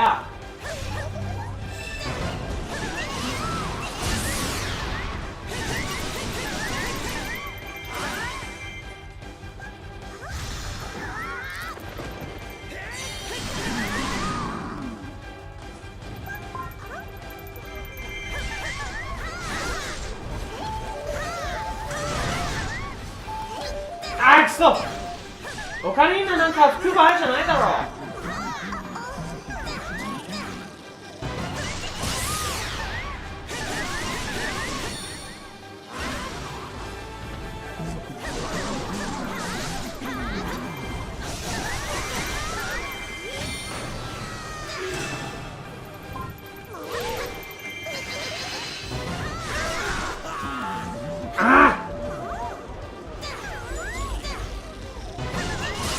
よし。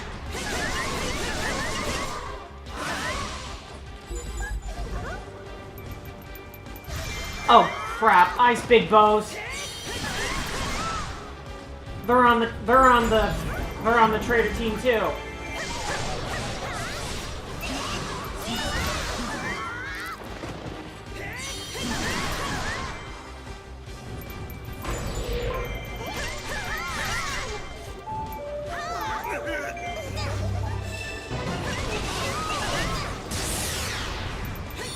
Alright, Agaha's good. Agaha はもう大丈夫だね。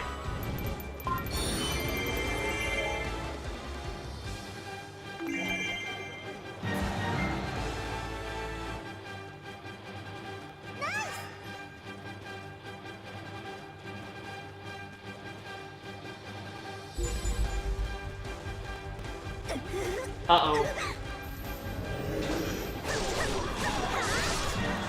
Zelda! Zelda が苦戦してる。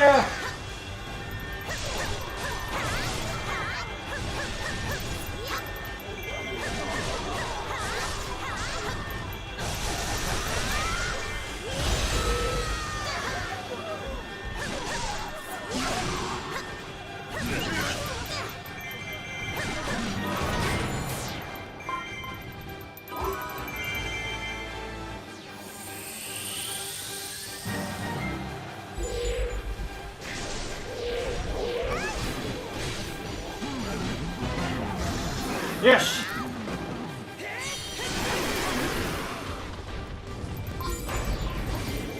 Oh no!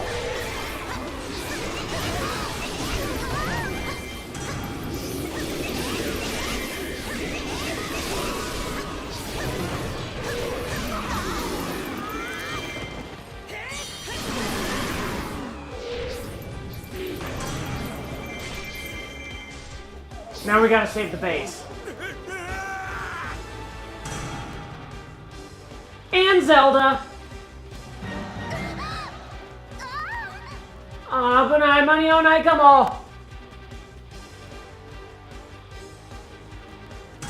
間に合えるかな。間に合えるかな。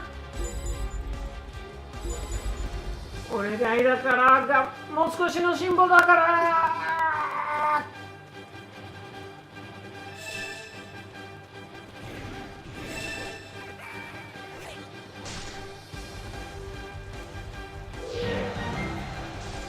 ああ、間に合った。よかったよかった。ヒュー。ああ、やられちゃうこともあったよ。マジで。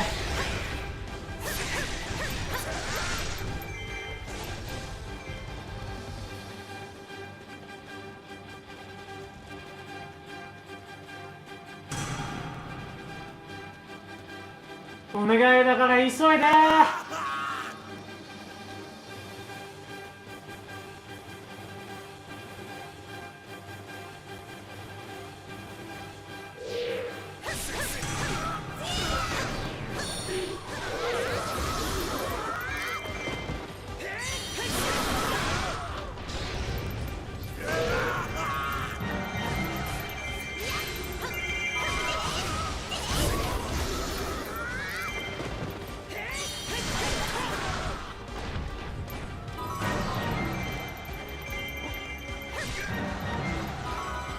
裏切りの罰なんだよ。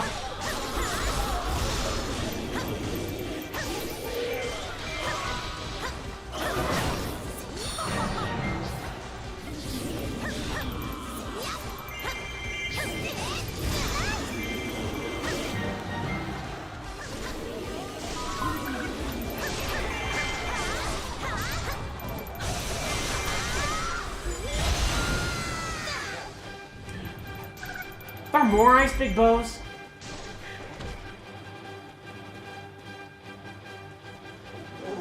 Hanyu wa sasenai yo.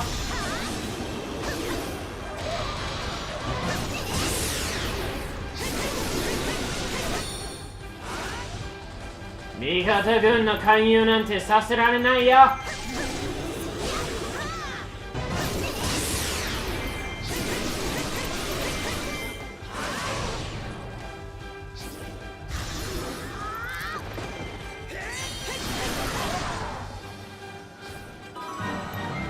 よし。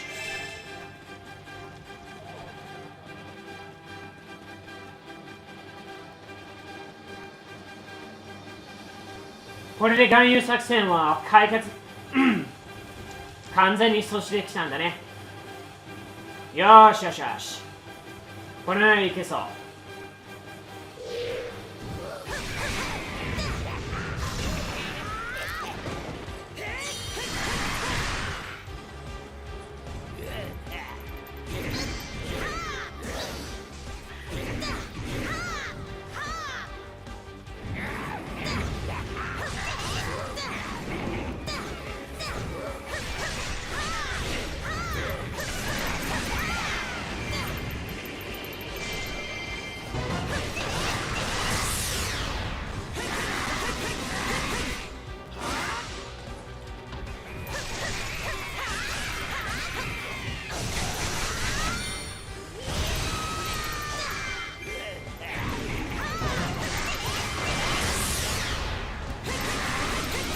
負け合ってるよ。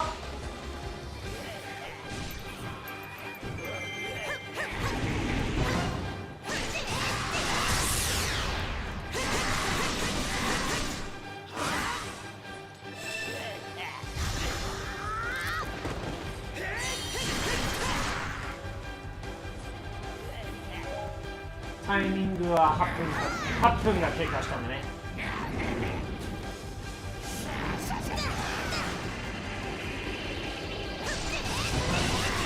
タイミングがやってきた。あ、大丈夫。あと一撃。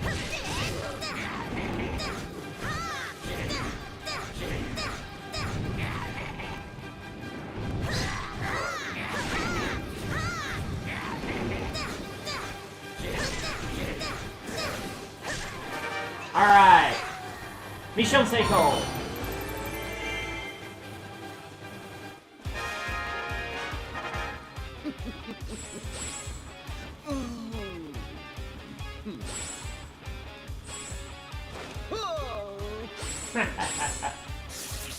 うわ、キモい。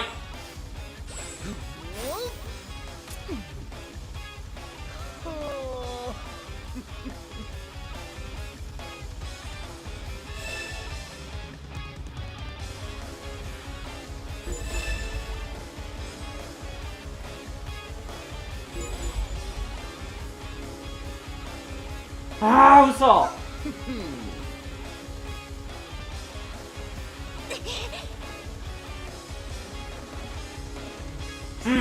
こちらって役目を果たしてみせるからね。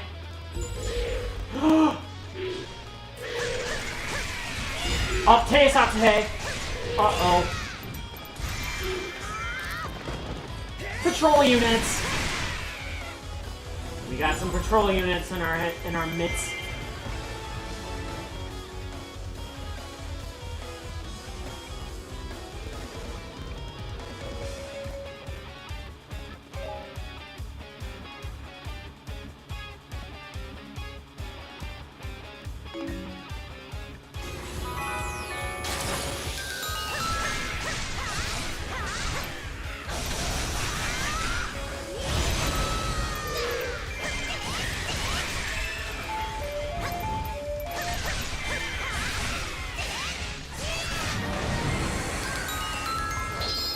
よし。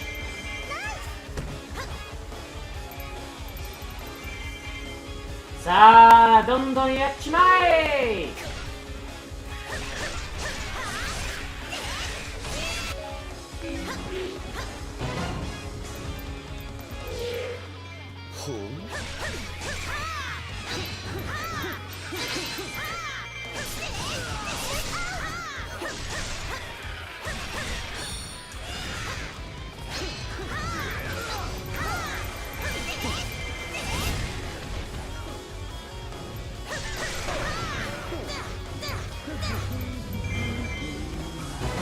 甘い。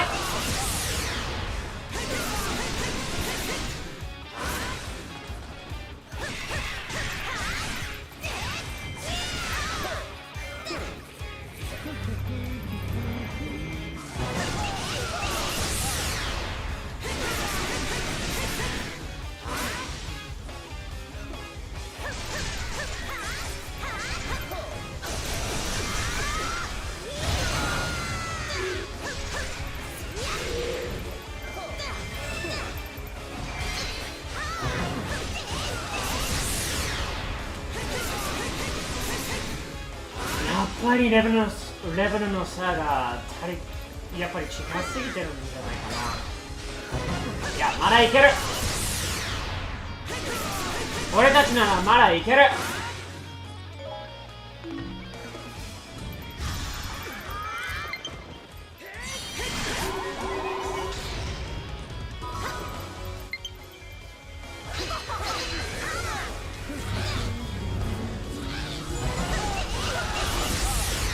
Oh no! Patrol units on us!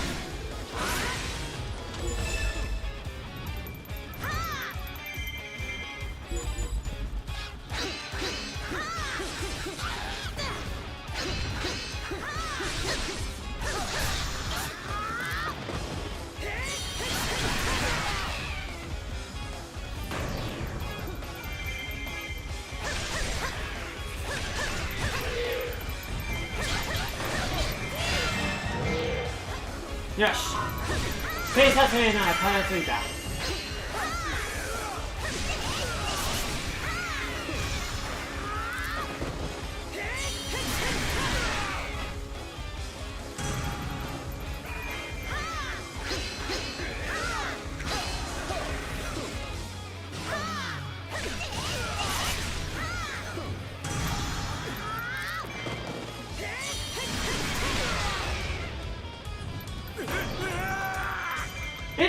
あ、消えたかと思った。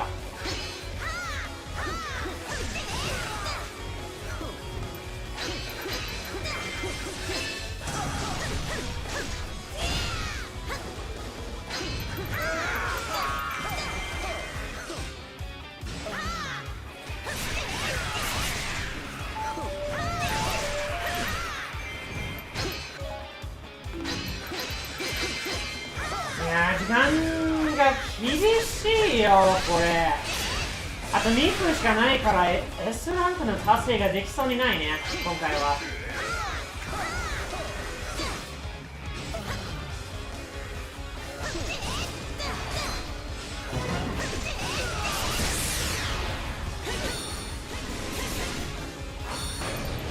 よし、ギラミン撃破。ギラミン撃破。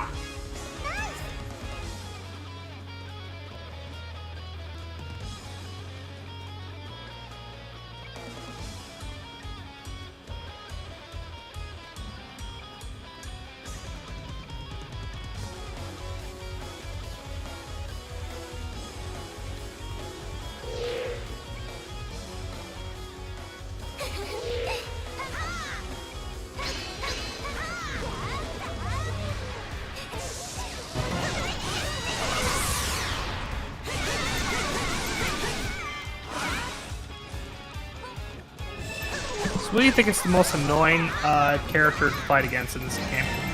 To fight against? Yes. Definitely the sealed being. Yeah, From that sounds about Skyward right. Sword. It is same sentiment as Skyward Sword, actually. Yeah, just Especially when his HP is half and when his stomps start becoming more widespread. That gets annoying, especially when it's a higher level.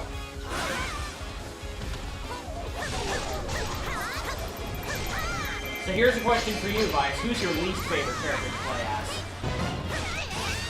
Least favorite character to play as? Yeah.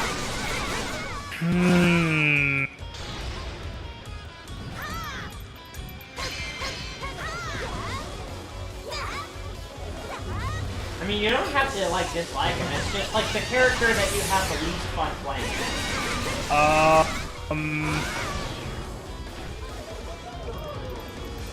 Tough one. I would have to say,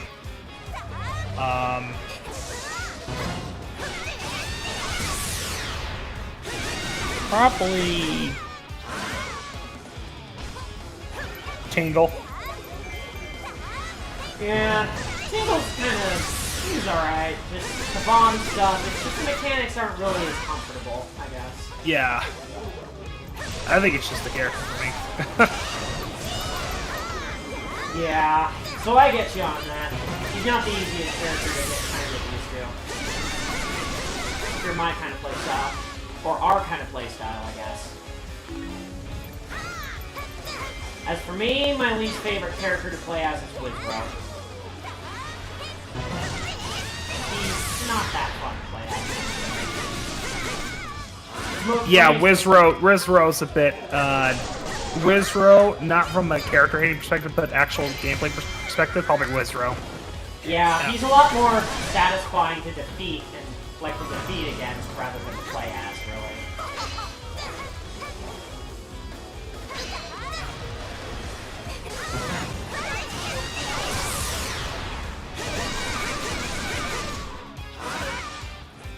Yeah, we're definitely underleveled for this one in order to get a nice rank timing-wise.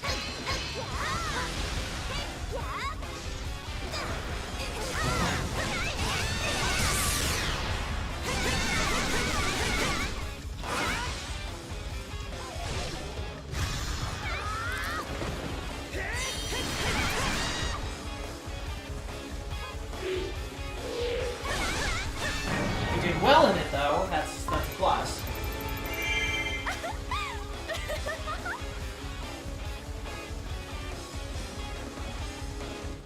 Yeah, we went over the 15-minute time limit.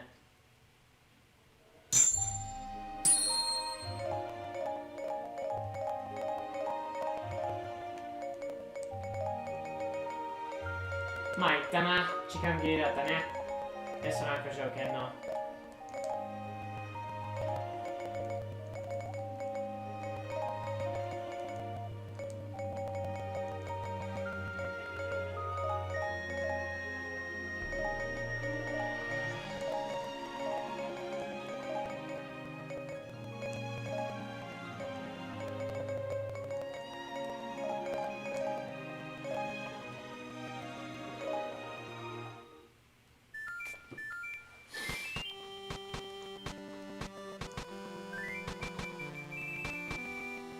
Alright, last one, and then we're calling it good.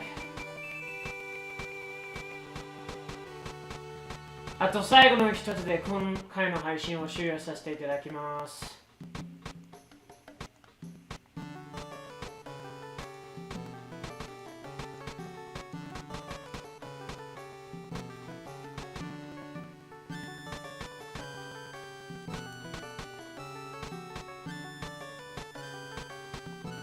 Ooh, Midna.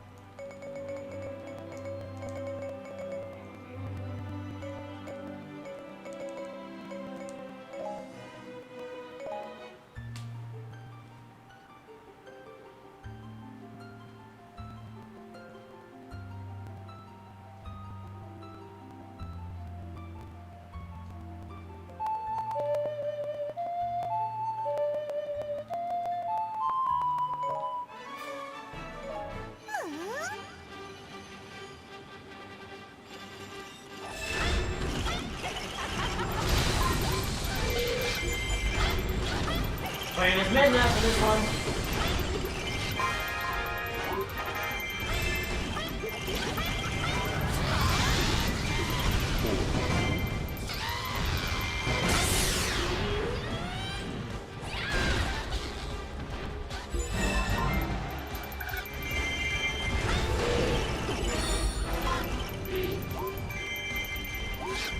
Uragiri?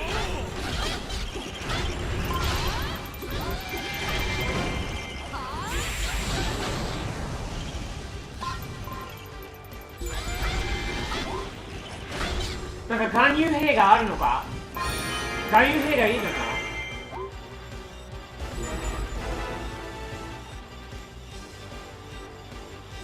誰だ？じゃあミッションリストじゃあ戦況情報そう戦場情報いなさそう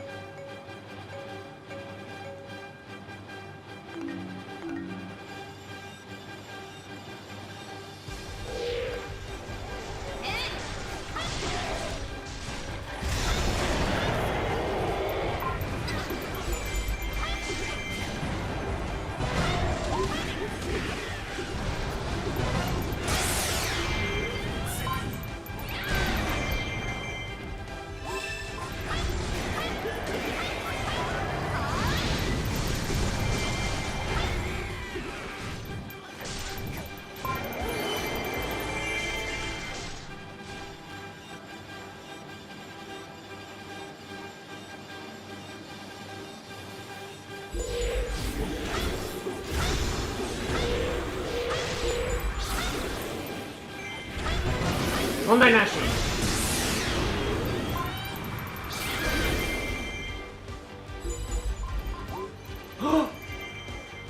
レゾフォー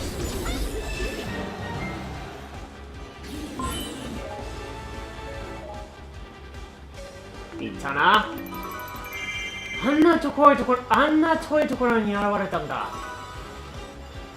よーし味方の軍隊を勧誘してくれる前に奴をやっつけないと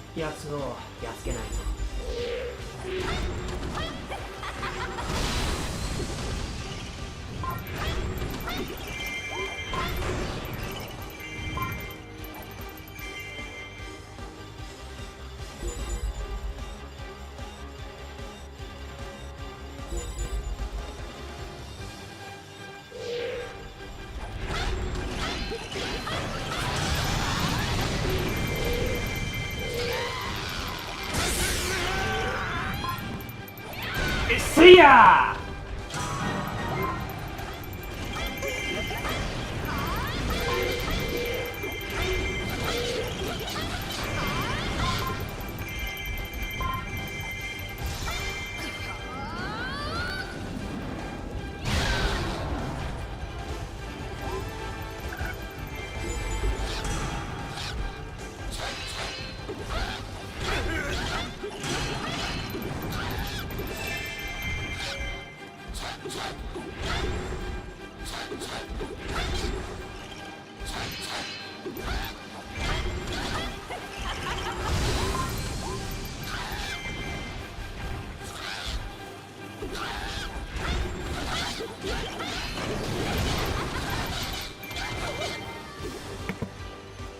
There is one character I actually was really surprised by in this game that I actually didn't know I would like playing as.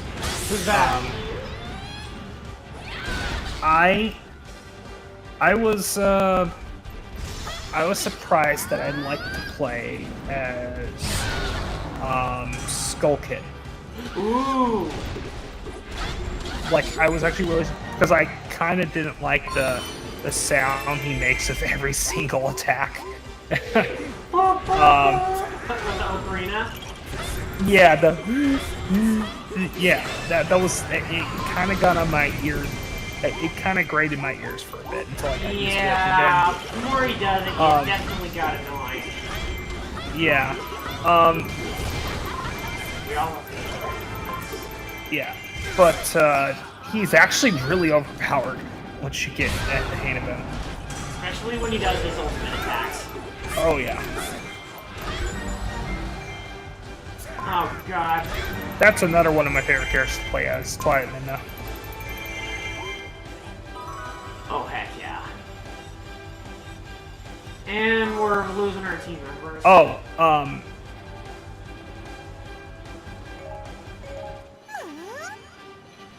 Let's try that again. もう一回やってみよう。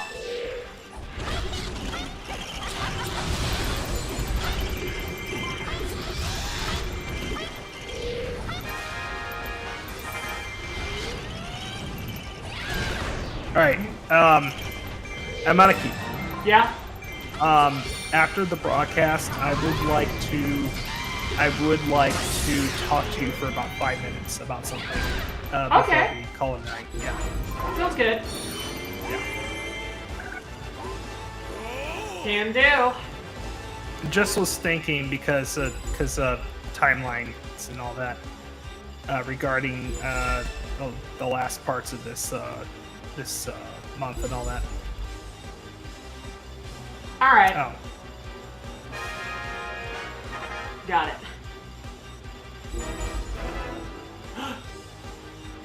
裏切りはさせない。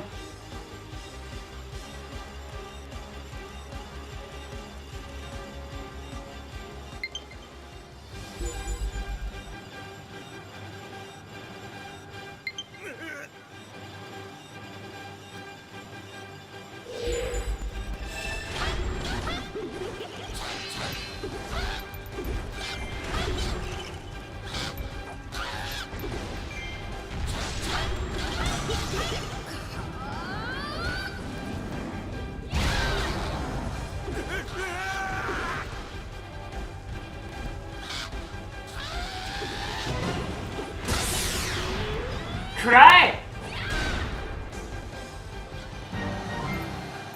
俺の味方の軍を勧誘してくれそうなこと考えてるバスなんだよ。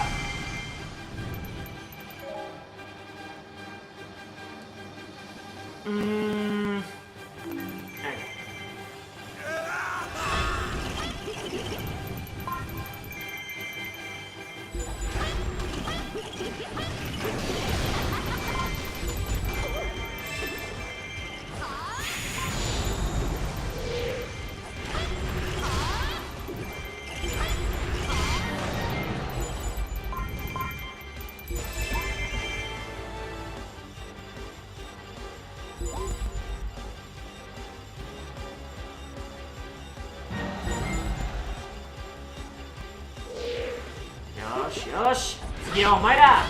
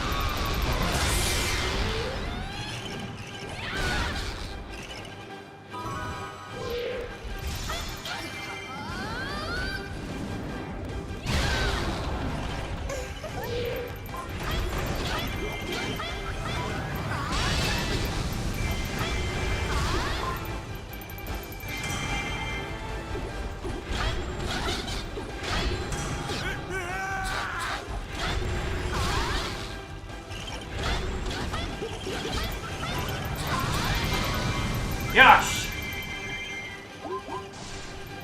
乱入阻止の大成功だ。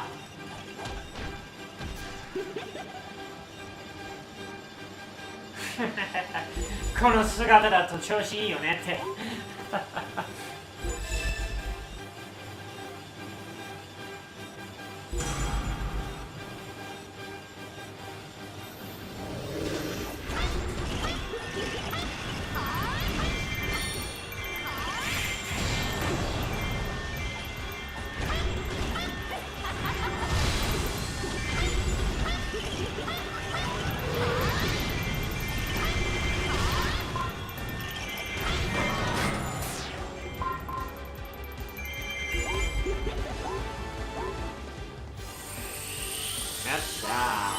万有兵はこれ以上いないのかな。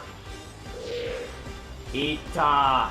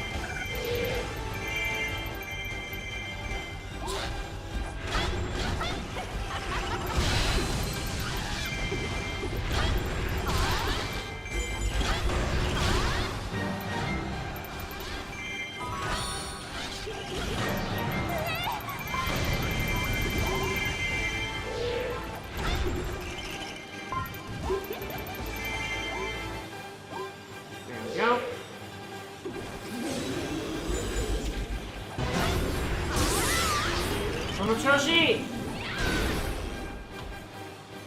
お前がさまよえる兵士だねの一人。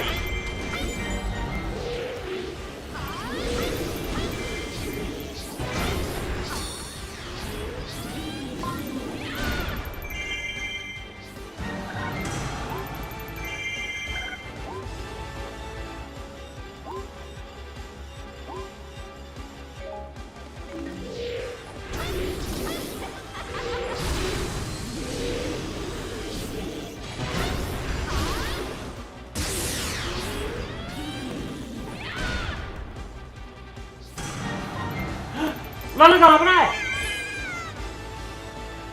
急げ急げ。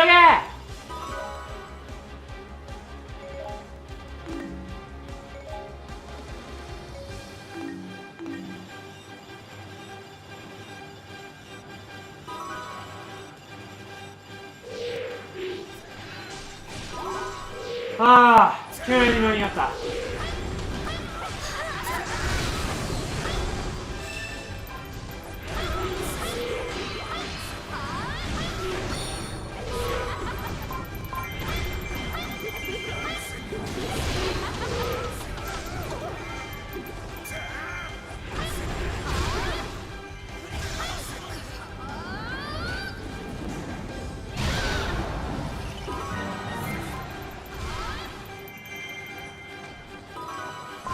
よし。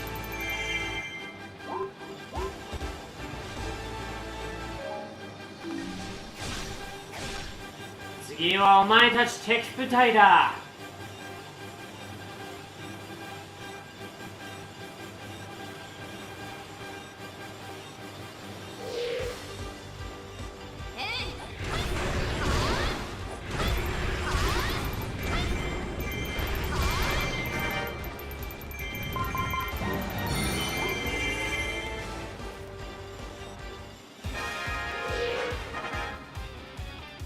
Zanto.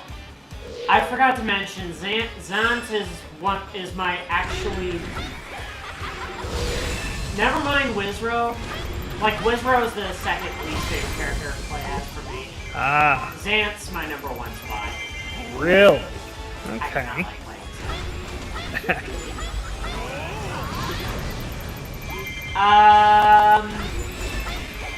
Actually, strike that. Wizro's number one, actually. And then Zant is definitely. Yeah, it just kind of seems like there's not much weight to Wizro's gameplay style.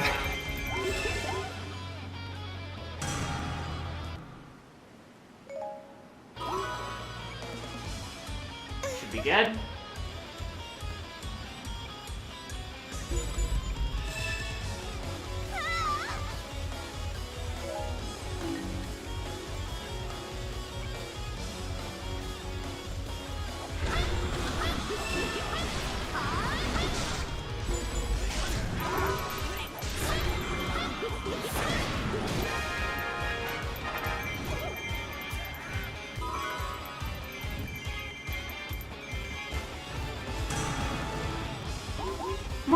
戦してんの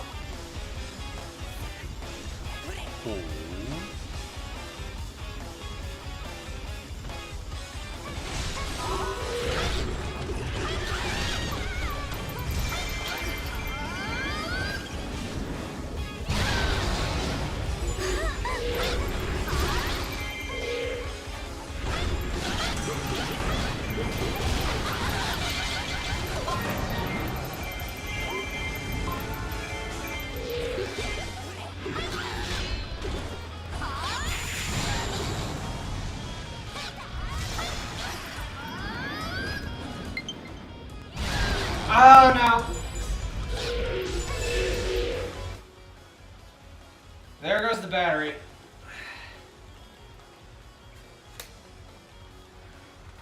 Hang on.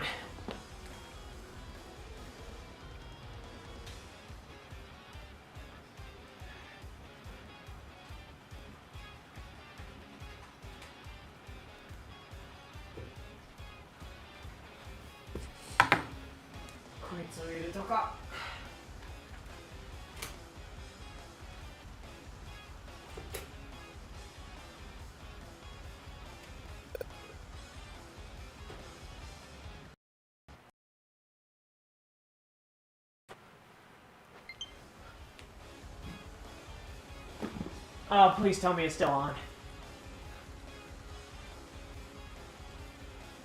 It's still on. I can see it.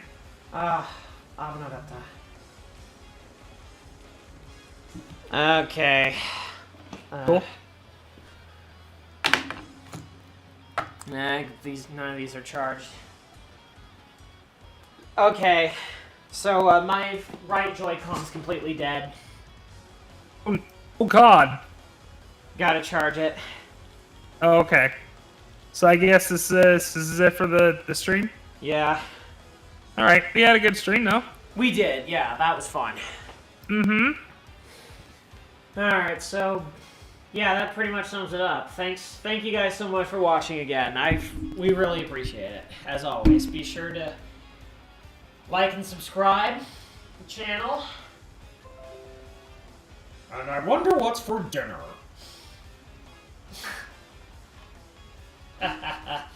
なんちゃって。というわけで、そろそろ時間なので、今回の生配信をこれにて終了させていただきたいと思います。はい、この度は相変わらずと言ってもね。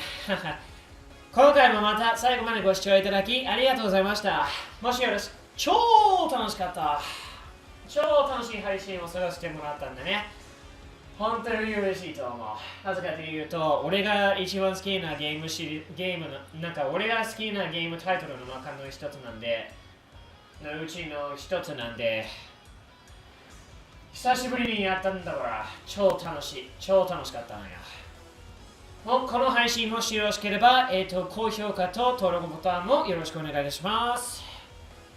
はい、ゼルダ無双、ハイラルオールスターズと、薬剤の目視録のダブル配信だね。明日も、いよいよキングダムハーツ1の生配信の実会を実施するつもりなので、もしよろしければ、その配信にも参加いただければ幸いです。はい、その時まで、またお会いしましょう。改めて最後までご視聴いただきありがとうございました。バイバイ、さよなら、バイバイ。じゃあね。